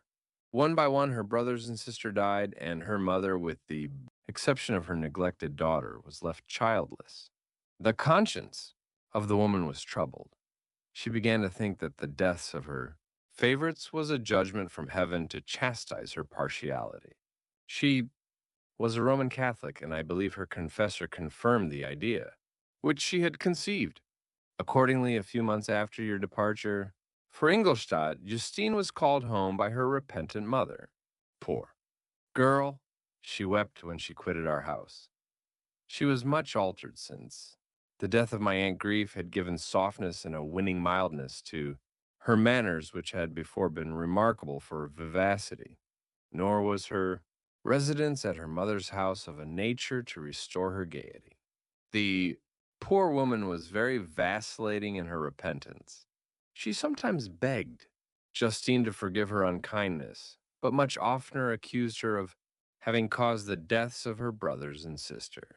Perpetual fretting at length threw Madame Moritz into a decline, which at first increased her irritability, but she is now at peace forever. She died on the first approach of cold weather, at the beginning of this last winter. Justine has returned to us, and I assure you I love her tenderly. She is very clever and gentle, and extremely pretty, as I mentioned before. Her mien and her expressions continually remind me of my dear aunt. I must say also a few words to you, my dear cousin of Little Darling. William, I wish you could see him. He is very tall of his age, with sweet laughing blue eyes, dark eyelashes, and curling hair. When he smiles, two little dimples appear on each cheek, which are rosy with health. He has already had one or two little wives, but Louisa Baron is his favorite, a pretty little girl of 5 years of age. Now, dear Victor, I dare say you wish to be indulged in a little gossip concerning the good people of Geneva. The pretty Miss Mansfield has already received the congratulatory visits on her approaching marriage with a young Englishman, John Melbourne, Eskin. Her ugly sister, Manon, married M. Duvillard, the rich banker, last autumn. Your favorite schoolfellow Louis Manoir has suffered several misfortunes since the departure of Clerval from Geneva, but he has already recovered his spirits and is reported to be on the point of marrying a very lively, pretty Frenchwoman, Madame Tavernier. She is a widow and much older than Manoir, but she is very much admired and a favorite with every body. I have written myself into good spirits, dear cousin, yet I cannot conclude without again anxiously inquiring concerning your health. Dear Victor, if you are not very ill, write yourself and make your father, and all of us happy, or I cannot bear to think of the other side of the question. My tears already flow. Adieu, my dearest cousin, Elizabeth Lavenza. Geneva, March 18th, 17. Dear, dear Elizabeth, I exclaimed when I had read her letter, I will write instantly and relieve them from the anxiety they must feel. I wrote, and this exertion greatly fatigued me, but my convalescence had commenced and proceeded regularly. In another fortnight, I was able to leave my chamber. One of my first duties on my recovery was to introduce Clerval to the several professors of the university. In doing this, I underwent a kind of rough usage, ill befitting the wounds that my mind had sustained. Ever since the fatal night, the end of my labors, and the beginning of my misfortunes, I had conceived a violent antipathy even to the name of natural philosophy. When I was otherwise quite restored to health, the sight of a chemical instrument would renew all the agony of my nervous symptoms. Henry saw this and had removed all my apparatus from my view. He had also changed my apartment, for he perceived that I had acquired a dislike for the room which had previously been my laboratory. But these cares of Clerval were made of no avail when I visited the professors. M. Waldman inflicted torture when he praised, with kindness and warmth, the astonishing progress I had made in the sciences. He soon perceived that I disliked the subject, but not guessing the real cause, he attributed my feelings to modesty and changed the subject from my improvement to the science itself with a desire, as I evidently saw, of drawing me out. What could I do? He meant to please, and he tormented me. I felt as if he had placed carefully, one by one, in my view, those instruments, which were to be afterwards used in putting me to a slow and cruel death. I writhed under his words, yet dared not exhibit the pain I felt. Clerval, whose eyes and feelings were always quick in discerning the sensations of others, declined the subject, alleging in excuse his total ignorance, and the conversation took a more general turn. I thanked my friend from my heart, but I did not speak. I saw plainly that he was surprised, but he never attempted to draw my secret from me, and although I loved him with a mixture of affection and reverence that knew no bounds, yet I could never persuade myself to confide to him that event which was so often present to my recollection, but which I feared. The detail to another would only impress more deeply. M. Krempe was not equally docile, and in my condition at that time of almost insupportable sensitiveness, his harsh, blunt encomiums gave me even more pain than the benevolent approbation of M. Waldman. In the fellow, cried he, Wyman, Clerval, I assure you he has outstripped us all. I stare if you please, but it is nevertheless true. A youngster who, but a few years ago, believed Cornelius Agrippa as firmly as the gospel, has now set himself at the head of the university, and if he is not soon pulled down, we shall all be out of countenance. I continued he, observing my face expressive of suffering. Frankenstein is modest and excellent quality in a young man. Young men should be diffident of themselves, M. Clerval, I was myself, when young, but that wears out in a very short time. M. Krempe had now commenced an eulogy on himself, which happily turned the conversation from a subject that was so annoying to me. Clerval was no natural philosopher. His imagination was too vivid for the minutiae of science. Languages were his principal study, and he sought, by acquiring their elements, to open a field for self-instruction on his return to Geneva. Persian, Arabic, and Hebrew gained his attention after he had made himself perfectly master of Greek and Latin. For my own part, idleness had ever been irksome to me, and now that I wished to fly from reflection and hated my former studies, I felt great relief in being the fellow pupil with my friend, and found not only instruction but consolation in the works of the Orientalists. Their melancholy is soothing and their joy elevating to a degree I never experienced in studying the authors of any other country. When you read their writings, life appears to consist in a warm sun and garden of roses, in the smiles and frowns of a fair enemy, and the fire that consumes your own heart. How different from the manly and heroical poetry of Greece and Rome. Summer passed away in these occupations, and my return to Geneva was fixed for the latter end of autumn, but being delayed by several accidents, winter and snow arrived. The roads were deemed impassable, and my journey was retarded until the ensuing spring. I felt this delay very bitterly, for I longed to see my native town and my beloved friends. My return had only been delayed so long from an unwillingness to leave Clerval in a strange place before he had become acquainted with any of its inhabitants. The winter, however, was spent cheerfully, and although the spring was uncommonly late when it came, its beauty compensated for its dilatoriness. The month of May had already commenced, and I expected the letter daily, which was to fix the date of my departure, when Henry proposed a pedestrian tour in the environs of Ingolstadt, that I might bid a personal farewell to the country I had so long inhabited. I acceded with pleasure to this proposition. I was fond of exercise, and Clerval had always been my favorite companion in the rambles of this nature that I had taken among the scenes of my native country. We passed a fortnight in these perambulations. My health and spirits had long been restored, and they gained additional strength from the salubrious air I breathed, the natural incidents of our progress, and the conversation of my friend. Study had before secluded me from the intercourse of my fellow creatures and rendered me unsocial, but Clerval called forth the better feelings of my heart. He again taught me to love the aspect of nature and the cheerful faces of children. Excellent friend, how sincerely did you love me and endeavor to elevate my mind until it was on a level with your own. A selfish pursuit had cramped and narrowed me until your gentleness and affection warmed and opened my senses. I became the same happy creature who, a few years ago, loving and beloved by all, had no sorrow or care. When happy, inanimate nature had the power of bestowing on me the most delightful sensations.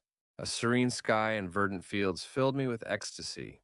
The present season was indeed divine. The flowers of spring bloomed in the hedges, while those of summer were already in bud. I was undisturbed by thoughts which during the preceding year had pressed upon me, notwithstanding my endeavors to throw them off, with an invincible burden.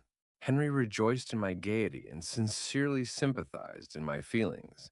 He exerted himself to amuse me, while he expressed the sensations that filled his soul.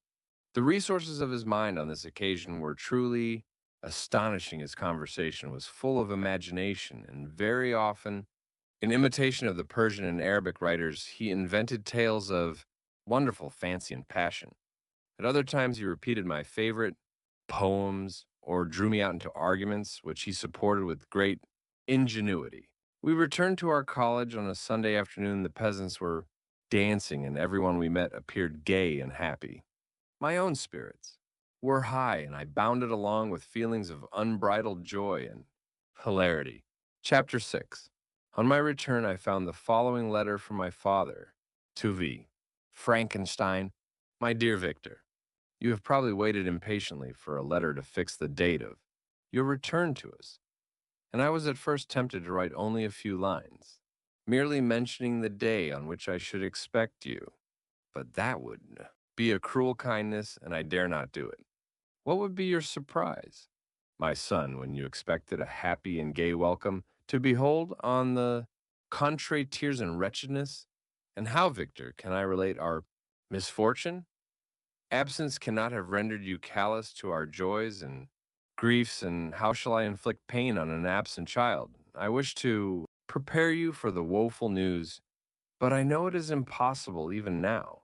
Your eye skims over the page to seek the words which are to convey to you the horrible tidings. William is dead, that sweet child whose smiles delighted and warmed my heart, who was so gentle yet so gay. Victor, he is murdered. I will not attempt to console you, but will simply relate the circumstances of the transaction. Last Thursday, May 7th, I, my niece, and your two brothers went to walk in Plainpalais. The evening was warm and serene, and we prolonged our walk farther than usual. It was already dusk before we thought of returning, and then we discovered that William and Ernest, who had gone on before, were not to be found. We accordingly rested on a seat until they should return. Presently Ernest came and inquired if we had seen his brother. He said that they had been playing together, that William had run away to hide himself, and that he vainly sought for him and afterwards waited for him a long time, but that he did not return. This account rather alarmed us, and we continued to search for him until night fell, when Elizabeth conjectured that he might have returned to the house. He was not there. We returned again with torches, for I could not rest when I thought that my sweet boy had lost himself and was exposed to all the damps and dews of night. Elizabeth also suffered extreme anguish. About 5 in the morning, I discovered my lovely boy, whom the night before I had seen blooming and active in health, stretched on the grass, livid and motionless. The print of the murderer's finger was on his neck. He was conveyed home, and the anguish that was visible in my countenance betrayed the secret to Elizabeth. She was very earnest to see the corpse. At first I attempted to prevent her, but she persisted, and entering the room where it lay, hastily examined the neck of the victim and clasping her hands exclaimed, "Oh God, I have murdered my darling infant." She fainted and was restored with extreme difficulty. When she again lived, it was only to weep and sigh. She told me that that same evening, William had teased her to let him wear a very valuable miniature that she possessed of your mother. This picture's gone and was doubtless the temptation which urged the murderer to the deed. We have no trace of him at present, although our exertions to discover him are unremitted. But they will not restore my beloved William. Come, dearest Victor, you alone can console Elizabeth. She weeps continually and accuses herself unjustly as the cause of his death. Her words pierce my heart. We are all unhappy, but will not that be an additional motive for you, my son, to return and be our comforter? Your dear mother, alas, Victor, I now say, thank God she did not live to witness the cruel, miserable death of her youngest darling. Come, Victor, not brooding thoughts of vengeance against the assassin, but with feelings of peace and gentleness that will heal instead of festering the wounds of our minds. Enter the house of mourning, my friend, but with kindness and affection for those who love you and not with hatred for your enemies. Your affectionate and afflicted father, Alphonse Frankenstein. Geneva, May 12th, 17. Clerval, who had watched my countenance as I read this letter, was surprised to observe the despair that succeeded to the joy I at first expressed on receiving news from my friends. I threw the letter on the table and covered my face with my hands. "My dear Frankenstein," exclaimed Henry when he perceived me weep with bitterness, "are you always to be unhappy? My dear friend, what has happened?" I motioned to him to take up the letter while I walked up and down the room in the extremest agitation. Tears also gushed from the eyes of Clerval as he read the account of my misfortune. "I can offer you no consolation, my friend," said he. "Your disaster is irreparable. What do you intend to do?" "To go instantly to Geneva. Come with me, Henry, to order the horses." During our walk, Clerval endeavored to raise my spirits. He did not do this by common topics of consolation, but by exhibiting the truest sympathy. "Poor William," said he, "that dear child he now sleeps with, his angel mother. His friends mourn and weep, but he is at rest, he does. Not now feel the murderer's grasp, a sod covers his gentle form, and he knows no pain. He can no longer be a fit subject for pity. The survivors are the greatest sufferers, and for them time is the only consolation. Those maxims of the Stoics, that death was no evil, and that the mind of man ought to be superior to despair on the eternal absence of a beloved object, ought not to be urged. Even Cato wept over the dead body of his brother." Clerval spoke thus as we hurried through the streets. The words impressed themselves on my mind, and I remembered them afterwards in solitude. But now, as soon as the horses arrived, I hurried into a cabriole and bade farewell to my friend. My journey was very melancholy. At first I wished to hurry on, for I longed to console and sympathize with my loved and sorrowing friends. But when I drew near my native town, I slackened my progress. I could hardly sustain the multitude of feelings that crowded into my mind. I passed through scenes familiar to my youth, but which I had not seen for nearly 6 years. How altered everything might be during that time. 1. Sudden and desolating change had taken place, but 1,000 little circumstances might have by degrees worked other alterations, which, although they were done more tranquilly, might not be the less decisive. Fear overcame me. I dared not advance, dreading 1,000 nameless evils that made me tremble, although I was unable to define them. I remained 2 days at Lausanne in this painful state of mind. I contemplated the lake.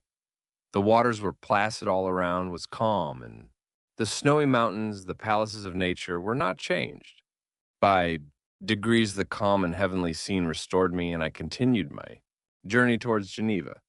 The road ran by the side of the lake, which became narrower as I approached my native town. I discovered more distinctly the black sides of Jura and the bright summit of Mont Blanc. I wept like a child.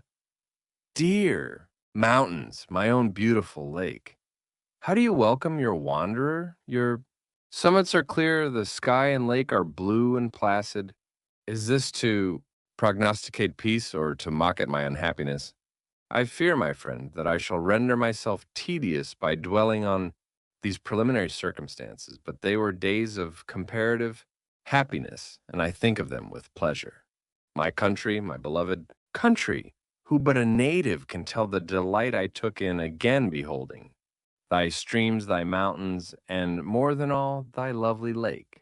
Yet as I drew nearer home, grief and fear again overcame me. Night also closed around, and when I could hardly see the dark mountains, I felt still more gloomily. The picture appeared a vast and dim scene of evil, and I foresaw obscurely that I was destined to become the most wretched of human beings. Alas, I prophesied truly and failed only in one single circumstance, that in all the misery I imagined and dreaded, I did not conceive the 100th part of the anguish I was destined to endure. It was completely dark when I arrived in the environs of Geneva. The gates of the town were already shut, and I was obliged to pass the night at Secheron, a village half a league to the east of the city. The sky was serene, and as I was unable to rest, I resolved to visit the spot where my poor William had been murdered. As I could not pass through the town, I was obliged to cross the lake in a boat to arrive at Plainpalais.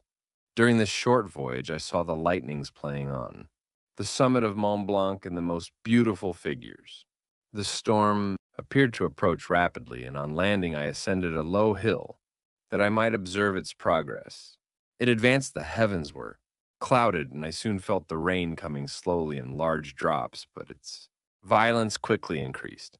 I quitted my seat and walked on, although the darkness and storm increased every minute, and the thunder burst with a terrific crash over my head. It was echoed from Salève, the Jura, and the Alps of Savoy. Vivid flashes of lightning dazzled my eyes, illuminating the lake, making it appear like a vast sheet of fire. Then, for an instant, everything seemed of a pitchy darkness until the eye recovered itself from the preceding flash. The storm, as is often the case in Switzerland, appeared at once in various parts of the heavens. The most violent storm hung exactly north of the town, over that part of the lake, which lies between the promontory of Bellerive and the village of Coppet. Another storm enlightened Jura with faint flashes, and another darkened, and sometimes disclosed the mole, a peaked mountain to the east of the lake. While I watched the storm, so beautiful yet terrific, I wandered on with a hasty step. This noble war in the sky elevated my spirits. I clasped my hands and exclaimed aloud, "William, dear angel, this is thy funeral, this thy dirge." As I said these words, I perceived in the gloom a figure which stole from behind a clump of trees near me. I stood fixed, gazing intently. I could not be mistaken. A flash of lightning illuminated the object and discovered its shape plainly to me, its gigantic stature, and the deformity of its aspect, more hideous than belongs to humanity, instantly informed me that it was the wretch, the filthy Damon to whom I had given life. What had he there? Could he be I? Shuddered at the conception, the murderer of my brother. No sooner did that idea cross my imagination than I became convinced of its truth. My teeth chattered, and I was forced to lean against a tree for support. The figure passed me quickly, and I lost it in the gloom. Nothing in human shape could have destroyed that fair child. He was the murderer. I could not doubt it. The mere presence of the idea was an irresistible proof of the fact. I thought of pursuing the devil, but it would have been in vain, for another flash discovered him to me hanging among the rocks of the nearly perpendicular ascent of Mont Salève, a hill that bounds Plainpalais on the south.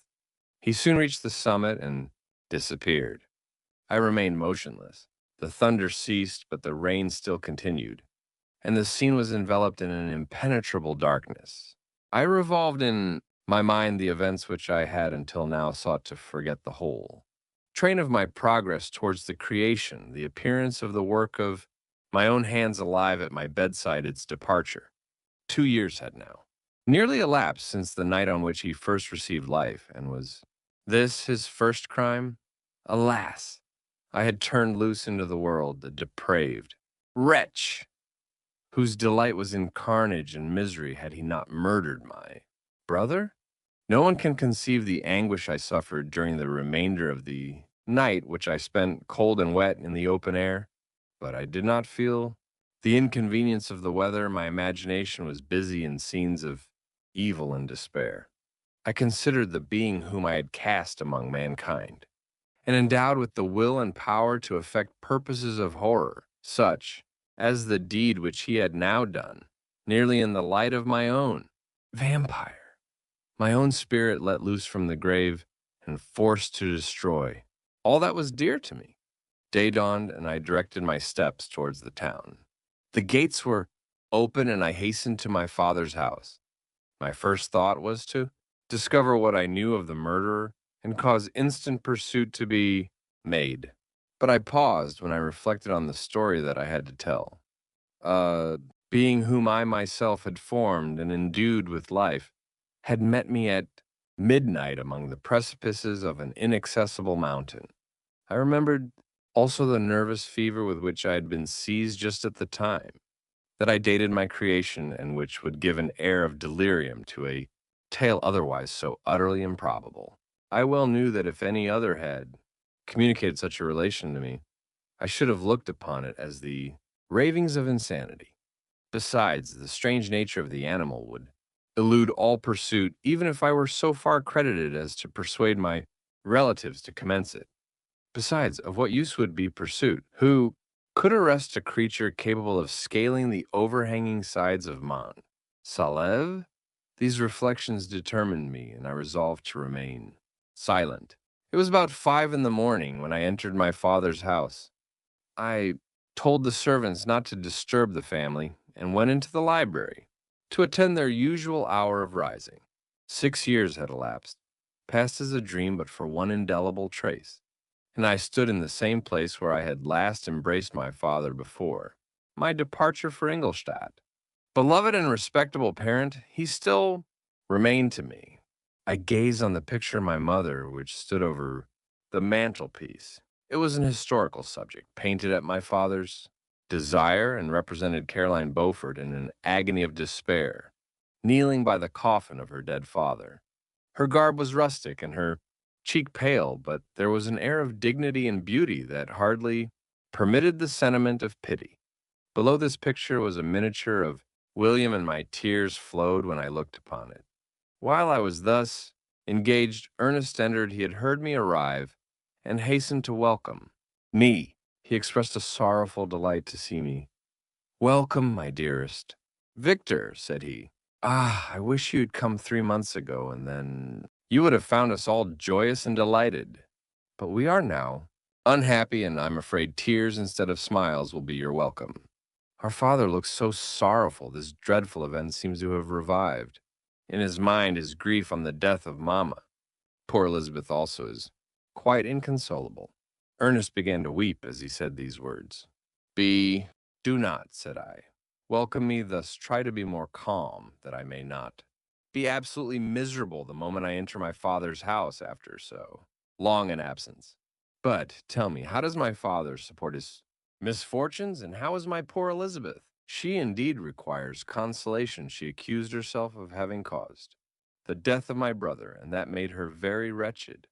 But since the murder has been discovered, the murderer discovered, good God, how can that be? Who could attempt to pursue him? It is impossible. One might as well try to overtake the wines or confine a mountain stream with a straw. I do not know what you mean, but we were all very unhappy when she was discovered. No one would believe it at first, and even now Elizabeth will not be convinced, notwithstanding all the evidence. Indeed, who would credit that Justine Moritz, who was so amiable and fond of all, the family could all at once become so extremely wicked. Justine Moritz. Poor, poor girl. Is she the accused? But it is. Wrongfully, everyone knows that no one believes it. Surely, Ernest. No one did at first, but several circumstances came out that have almost forced conviction upon us, and her own behavior has been so confused as to add to the evidence of facts a weight that, I fear, leaves no hope for doubt. But she will be tried today, and you will then hear all. He related that the morning on which the murder of poor William had been discovered, Justine had been taken ill and confined to her bed, and after several days, one of the servants, happening to examine the apparel she had worn on the night of the murder, had discovered in her pocket the picture of my mother, which had been judged to be the temptation of the murderer. The servant instantly showed it to one of the others, who, without saying a word to any of the family, went to a magistrate, and upon their deposition, Justine was apprehended. On being charged with the fact, the poor girl confirmed the suspicion in a great measure by her extreme confusion of manner. This was a strange tale, but it did not shake my faith, and I replied, "Earnestly, you are all mistaken. I know the murderer. Justine, poor, good Justine, is innocent." At that instant, my father entered. I saw unhappiness deeply impressed on his countenance, but he endeavored to welcome me cheerfully, and after we had exchanged our mournful greeting, would have introduced some other topic than that of our disaster, had not Ernest exclaimed, "Good God! Papa, Victor says that he knows who was the murderer of poor William." "We do also, unfortunately," replied my father, "for indeed I had rather have been forever ignorant than have discovered so much depravity and ingratitude in one I valued so highly. My dear father, you are mistaken. Justine is innocent. If she is, God forbid that she should suffer as guilty. She is to be tried today, and I hope, I sincerely hope, that she will be acquitted." This speech calmed me. I was firmly convinced in my own mind that Justine, and indeed every human being, was guiltless of this murder.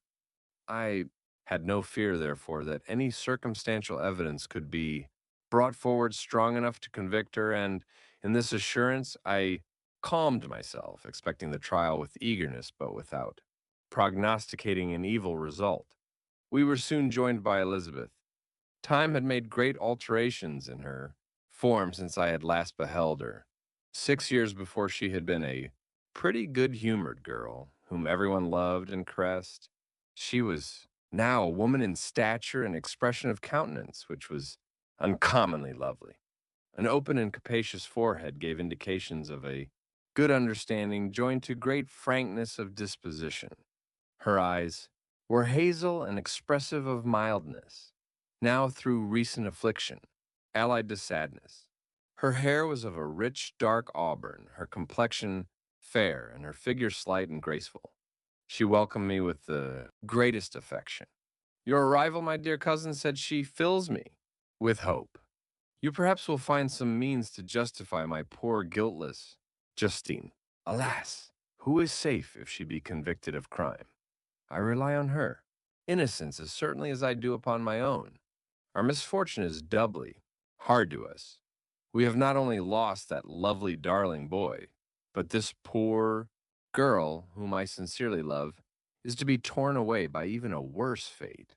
If she is condemned, I never shall know joy more. But she will not, I am sure she will not, and then I shall be happy again, even after the sad death of my little William." "She is innocent, my Elizabeth," said I, "and that shall be proved. Fear nothing, but let your spirits be cheered by the assurance of her acquittal." "How kind you are!"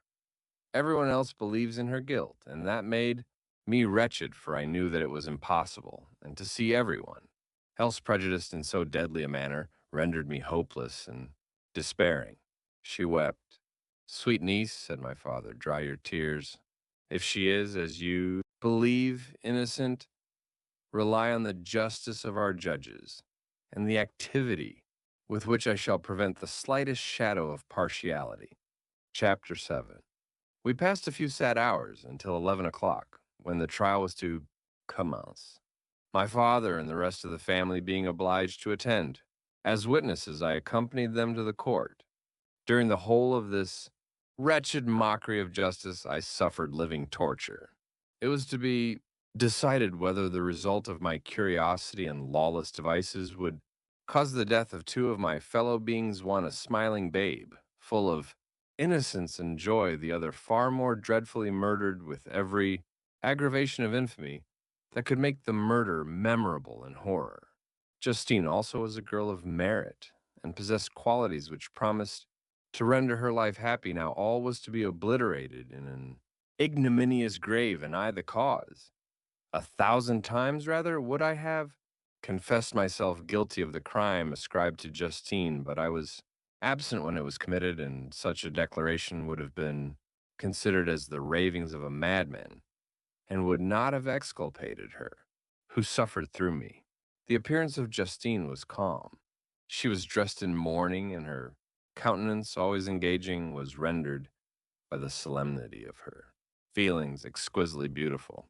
Yet she appeared confident in innocence and did not tremble, although gazed on and execrated by thousands for all the kindness which her beauty might otherwise have. Excited was obliterated in the minds of the spectators by the imagination of the enormity she was supposed to have committed. She was tranquil, yet her tranquility was evidently constrained, and as her confusion had before been adduced as a proof of her guilt, she worked up her mind to an appearance of courage. When she entered the court, she threw her eyes round it and quickly discovered where we were seated. A tear seemed to dim her eye when she saw us, but she quickly recovered herself, and a look of sorrowful affection seemed to attest her utter guiltlessness. The trial began, and after the advocate against her had stated the charge, several witnesses were called, several strange facts combined against her, which might have staggered anyone who had not such proof of her innocence as I had. She had been out the whole of the night on which the murder had been committed, and towards morning had been perceived by a market woman not far from the spot where the body of the murdered child had been afterwards found. The woman asked her what she did there, but she looked very strangely and only returned a confused and unintelligible answer. She returned to the house about 8 o'clock, and when one inquired where she had passed the night, she replied that she had been looking for the child, and demanded earnestly if anything had been heard concerning him. When shown the body, she fell into violent hysterics and kept her bed for several days. The picture was then produced, which the servant had found in her pocket, and when Elizabeth, in a faltering voice, proved that it was the same which, an hour before the child had been missed, she had placed round his neck, a murmur of horror and indignation filled the court. Justine was called on for her defense. As the trial had proceeded, her countenance had altered. Surprise, horror, and misery were strongly expressed. Sometimes she struggled with her tears, but when she was desired to plead, she collected her powers and spoke in an audible, although variable voice. God knows, she said, how entirely I'm innocent, but I do not pretend that my protestations should acquit me. I rest my innocence on a plain and simple explanation of the facts which have been adduced against me, and I hope the character I have always borne will incline my judges to a favorable interpretation, where any circumstance appears doubtful or suspicious. She then related that, by the permission of Elizabeth, she had passed the evening of the night on which the murder had been committed at the house of an aunt at Chen, a village situated at about a league from Geneva. On her return at about 9 o'clock, she met a man who asked her if she had seen anything of the child who was lost. She was alarmed by this account and passed several hours in looking for him when the gates of Geneva were shut, and she was forced to remain several hours of the night in a barn belonging to a cottage, being unwilling to call up the inhabitants to whom she was well known. Unable to rest or sleep, she quitted her asylum early, that she might again endeavor to find my brother. If she had gone near the spot where his body lay, it was without her knowledge. That she had been bewildered when questioned by the market woman was not surprising, since she had passed a sleepless Night and the fate of poor William was yet uncertain. Concerning the picture she could give no account. I know, continued the unhappy victim, how heavily and fatally this one circumstance weighs against me, but I have no power of explaining it, and when I have expressed my utter ignorance, I'm only left to conjecture concerning the probabilities by which it might have been placed in my pocket. But here also I am checked. I believe that I have no enemy on earth, and none surely would have been so wicked as to destroy me wantonly. Did the murderer place it there? I know of no opportunity afforded him for so doing, or if I had, why should he have stolen the jewel to part with it again so soon?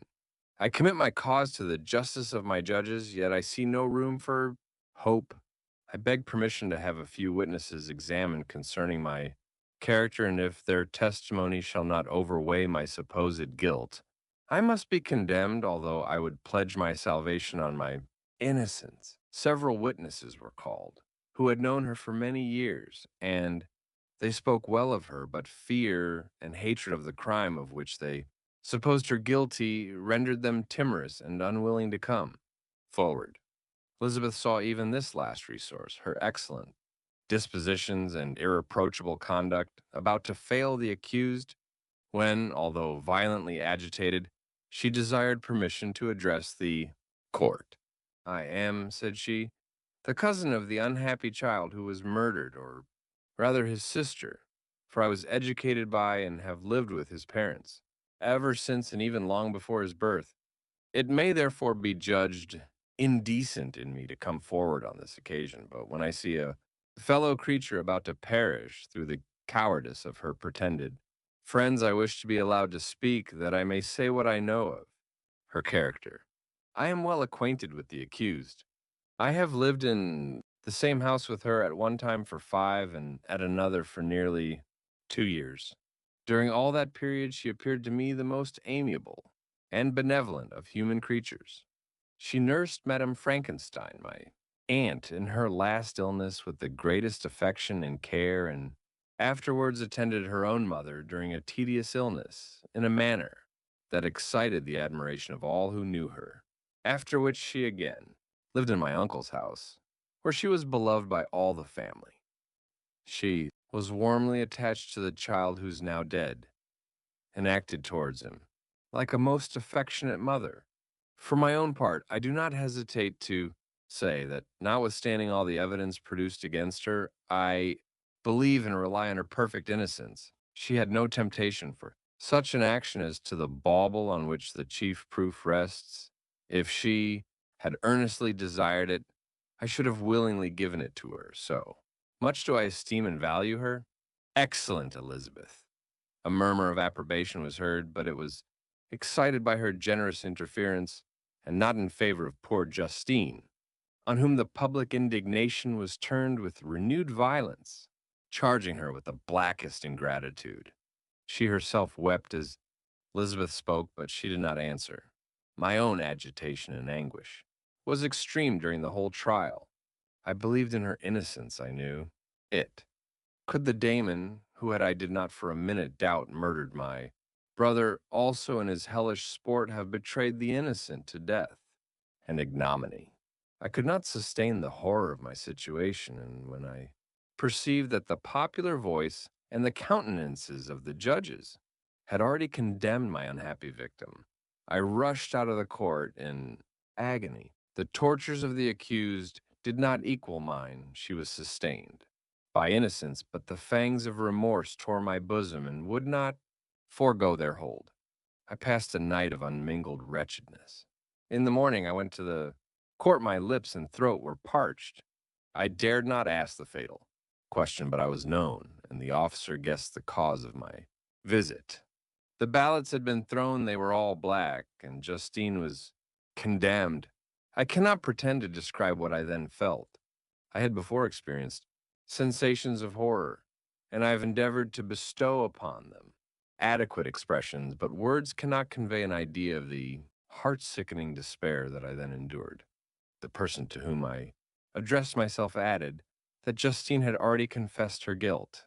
That evidence, he observed, was hardly required in so glaring a case. but I'm glad of it, and indeed, none of our judges like to condemn a criminal upon circumstantial evidence, be it ever so decisive. When I returned home, Elizabeth eagerly demanded the result. My cousin, replied I, it is decided as you may have expected all. Judges had rather that 10 innocent should suffer than that one guilty should escape. But she has confessed. This was a dire blow to poor Elizabeth, who had relied with firmness upon Justine's innocence. Alas, said she, how shall I ever again believe in human benevolence? Justine, whom I loved and esteemed as my sister, how could she put on those smiles of innocence only to betray? Her mild eyes seemed incapable of any severity or ill humor, and yet she has committed a murder. Soon after, we heard that the poor victim had expressed a wish to see my cousin. My father wished her not to go, but said that he left it to her own judgment and feelings to decide. Yes, said Elizabeth, I will go. Although she is guilty and you, Victor, shall accompany me, I cannot go alone. The idea of this visit was torture to me, yet I could not refuse. We entered the gloomy prison chamber and beheld Justine sitting on some straw at the further end. Her hands were manacled and her head rested on her knees. She rose on seeing us enter, and when we were left alone with her, she threw herself at the feet of Elizabeth, weeping bitterly. My cousin wept also. Oh, Justine, said she, why did you rob me of my last consolation? I relied on your innocence, and although I was then very wretched, I was not so miserable as I am now. And do you also believe that I am so very, very wicked? Do you also join with my enemies to crush me? Her voice was suffocated with sobs. Rise, my poor girl, said Elizabeth. Why do you kneel if you are innocent? I am not one of your enemies. I believed you guiltless, notwithstanding every evidence, until I heard that you had yourself declared your guilt. That report, you say, is false, and be assured, dear Justine, that nothing can shake my confidence in you for a moment but your own confession. I did confess, but I confessed a lie. I confessed that I might obtain absolution, but now that falsehood lies heavier at my heart than all my other sins. The God of heaven forgive me. Ever since I was condemned, my confessor has besieged me. He threatened and menaced until I almost began to think that I was the monster that he said I was. He threatened excommunication and hellfire in my last moments if I continued obdurate. Dear lady, I had none to support me. All looked on me as a wretch doomed to ignominy and perdition. What could I do? In an evil hour I subscribed to a lie, and now only am I truly miserable. She paused, weeping, and then continued, I thought, with horror. My sweet lady, that you should believe your Justine, whom your blessed aunt had so highly honored and whom you loved, was a creature capable of a crime which none but the devil himself could have perpetrated. Dear William, dearest blessed child, I soon shall see you again in heaven, where we shall all be happy, and that consoles me, going as I am to suffer ignominy and death. Oh, Justine, forgive me for having for one moment distrusted you. Why, did you confess? But do not mourn, my dear girl. I will everywhere proclaim your innocence and force belief. Yet you must die, you, my playfellow, my companion, my more than sister. I never can survive so horrible a misfortune. Dear, sweet Elizabeth, do not weep. You ought to raise me with thoughts of a better life and elevate me from the petty cares of this world of injustice and strife. Do not you, excellent friend, drive me to despair. I will try to comfort you, but this, I fear, is an evil too deep and poignant to admit of consolation, for there is no hope. Yet heaven, bless thee, my dearest Justine, with resignation and a confidence, elevated beyond this world. Oh, how I hate its shoes and mockeries when one creature's murdered, another is immediately deprived of life in a slow, torturing manner. Then the executioners, their hands yet reeking with the blood of innocence, believe that they have done a great deed. They call this retribution. Hateful name, when that word is pronounced, I know greater and more horrid punishments are going to be inflicted than the gloomiest tyrant has ever invented to satiate his utmost revenge. Yet this is not consolation for you, my Justine, unless, indeed, that you may glory in escaping from so miserable a den. Alas, would I were in peace with my aunt and my lovely William, escaped from a world which is hateful to me, and the visages of men which I abhor. Justine smiled languidly. This, dear lady, is despair and not resignation. I must not learn the lesson that you would teach me. Talk of something else, something that will bring peace and not increase of misery. During this conversation, I had retired to a corner of the prison room, where I could conceal the horrid anguish that possessed me. Despair, who dared talk of that? The poor victim, who on the morrow was to pass the dreary boundary between life and death, felt not as I did, such deep and bitter agony. I gnashed my teeth and ground them together, uttering a groan that came from my inmost soul. Justine started. When she saw who it was, she approached me and said, "Dear sir, you are very kind to visit me. You, I hope, do not believe that I am guilty." I could not answer. "No, Justine," said Elizabeth. "He is more convinced of your innocence than I was, for even when he heard that you had confessed, he did not credit it. I truly thank him. In these last moments, I feel the sincerest gratitude towards those who think of me with kindness. How sweet is the affection of others to such a wretch as I am. It removes more than half my misfortune, and I feel as if I could die in peace, now that my innocence is acknowledged by you, dear lady, and your cousin." Thus, the poor sufferer tried to comfort others and herself. She, indeed, gained the resignation she desired. But I, the true murderer, felt the never-dying worm alive in my bosom, which allowed of no hope or consolation. Elizabeth also wept and was unhappy, but hers also was the misery of innocence, which, like a cloud that passes over the fair moon for a while hides, but cannot tarnish its brightness. Anguish and despair had penetrated into the core of my heart. I bore a hell within me, which nothing could extinguish. We stayed several hours with Justine, and it was with great difficulty that Elizabeth could tear herself away. "I wish," cried she, "that I were to die with you. I cannot live in this world of misery." Justine assumed an air of cheerfulness, while she with difficulty repressed her bitter tears. She embraced Elizabeth and said in a voice of half-suppressed emotion, "Farewell, sweet lady. Dearest Elizabeth, my beloved and only friend, may heaven in its bounty bless and preserve. You may this be the last misfortune that you will ever suffer. Live, and be happy and make others so." As we returned, Elizabeth said, "You know not, my dear Victor, how much I am relieved now that I trust in the innocence of this unfortunate girl. I never could again have known peace if I had been deceived in my reliance on her. For the moment that I did believe her guilty, I felt an anguish that I could not have long sustained. Now my heart is lightened. The innocent suffers, but she whom I thought amiable and good has not betrayed the trust I reposed in her, and I am consoled. Amiable cousin, such were your thoughts, mild and gentle as your own, dear eyes and voice. But Tui was a wretch, and none ever conceived of the misery that I then endured. End of vol. Frankenstein, or the Modern Prometheus, in 3 volumes. Vol. 2. London. Printed for Lackington, Hughes, Harding, Maver, and Jones, Finsbury Square, 1818. Did I request thee, maker from my clay, to mold me, man? Did I solicit thee? From darkness to promote me? Paradise Lost. Chapter: Nothing is more painful to the human mind than, after the feelings have been worked up by a quick succession of events, the dead calmness of inaction and certainty which follows, and deprives the soul both of hope and fear. Justine died, she rested, and I was alive.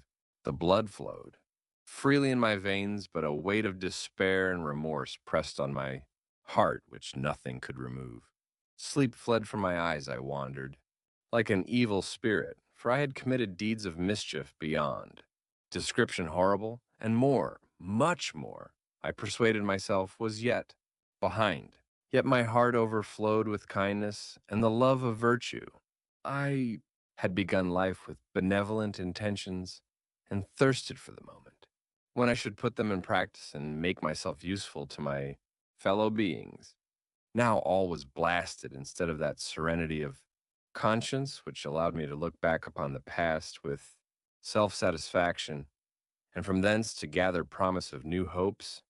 I was seized by remorse and the sense of guilt, which hurried me away to a hell of intense tortures such as no language can describe. This state of mind preyed upon my health, which had entirely recovered from the first shock it had sustained. I shunned the face of man. All sound of joy or complacency was torture to me. Solitude was my only consolation, deep, dark, death-like solitude. My father observed with pain the alteration perceptible in my disposition and habits, and endeavored to reason with me on the folly of giving way to immoderate grief. "Do you think, Victor," said he, "that I do not suffer also? No one could love a child more than I loved." Your brother tears came into his eyes as he spoke, but is it not a duty to the survivors that we should refrain from augmenting their unhappiness by an appearance of immoderate grief? It is also a duty owed to yourself, for excessive sorrow prevents improvement or enjoyment or even the discharge of daily usefulness, without which no man is fit for society. This advice, although good, was totally inapplicable to my case. I should have been the first to hide my grief and console my friends if remorse had not mingled its bitterness with my other sensations. Now I could only answer my father with a look of despair and endeavor to hide myself from his view. About this time we retired to our house at Belrive. This change was particularly agreeable to me. The shutting of the gates regularly at 10 o'clock and the impossibility of remaining on the lake after that hour had rendered our residence within the walls of Geneva very irksome to me.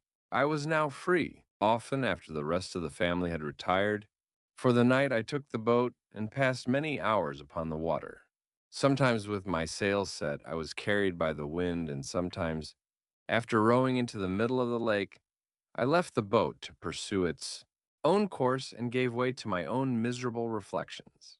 I was often tempted when all was at peace around me, and I the only unquiet thing that wandered restless in a scene so beautiful and heavenly, if I except some bat or the frogs, whose harsh and interrupted croaking was heard.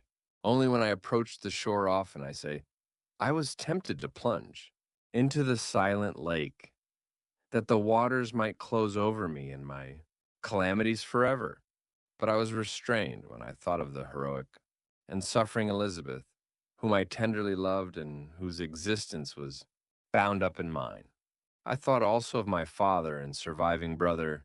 Should I, by my base desertion, leave them exposed and unprotected to the malice of the fiend whom I had let loose among them? At these moments I wept bitterly and wished that peace would revisit my mind, only that I might afford them consolation and happiness. But that could not be. Remorse extinguished every hope. I had been the author of unalterable evils, and I lived in daily fear, lest the monster whom I had created should perpetrate some new wickedness. I had an obscure feeling that all was not over, and that he would still commit some signal crime which by its enormity should almost efface the recollection of the past. There was always scope for fear so long as anything I loved remained behind. My abhorrence of this fiend cannot be conceived. When I thought of him, I gnashed my teeth, my eyes became inflamed, and I ardently wished to extinguish that life which I had so thoughtlessly bestowed. When I reflected on his crimes and malice, my hatred and revenge burst all bounds of moderation. I would have made a pilgrimage to the highest peak of the Andes, could I, when there, have precipitated him to their base. I wished to see him again, that I might wreak the utmost extent of anger on his head and avenge the deaths of William and Justine. Our house was the house of mourning. My father's health was deeply shaken by the horror of the recent events. Elizabeth was sad and desponding. She no longer took delight in her ordinary occupations. All pleasure seemed to her sacrilege toward the dead, eternal woe and tears. she then thought was the just tribute she should pay to innocence, so blasted and destroyed. She was no longer that happy creature who in earlier youth wandered with me on the banks of the lake and talked with ecstasy of our future prospects. She had become grave and often conversed of the inconstancy of fortune and the instability of human life. When I reflect, my dear cousin, said she, on the miserable death of Justine Moritz, I no longer see the world and its works as they before appeared to me. Before I looked upon the accounts of vice and injustice that I read in books or heard from others as tales of ancient days or imaginary evils. At least they were remote and more familiar to reason than to the imagination, but now misery has come. Home and men appear to me as monsters thirsting for each other's blood. Yet I am certainly unjust.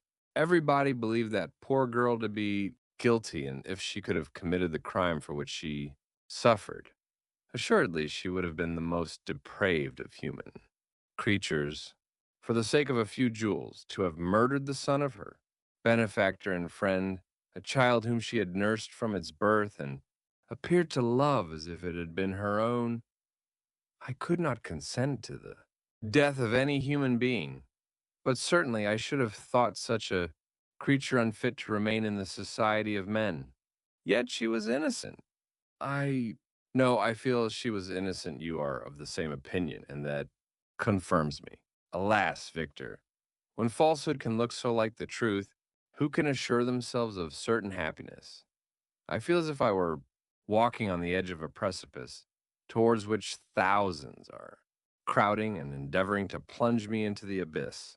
William and Justine were assassinated, and the murderer escapes. He walks about the world free and perhaps respected.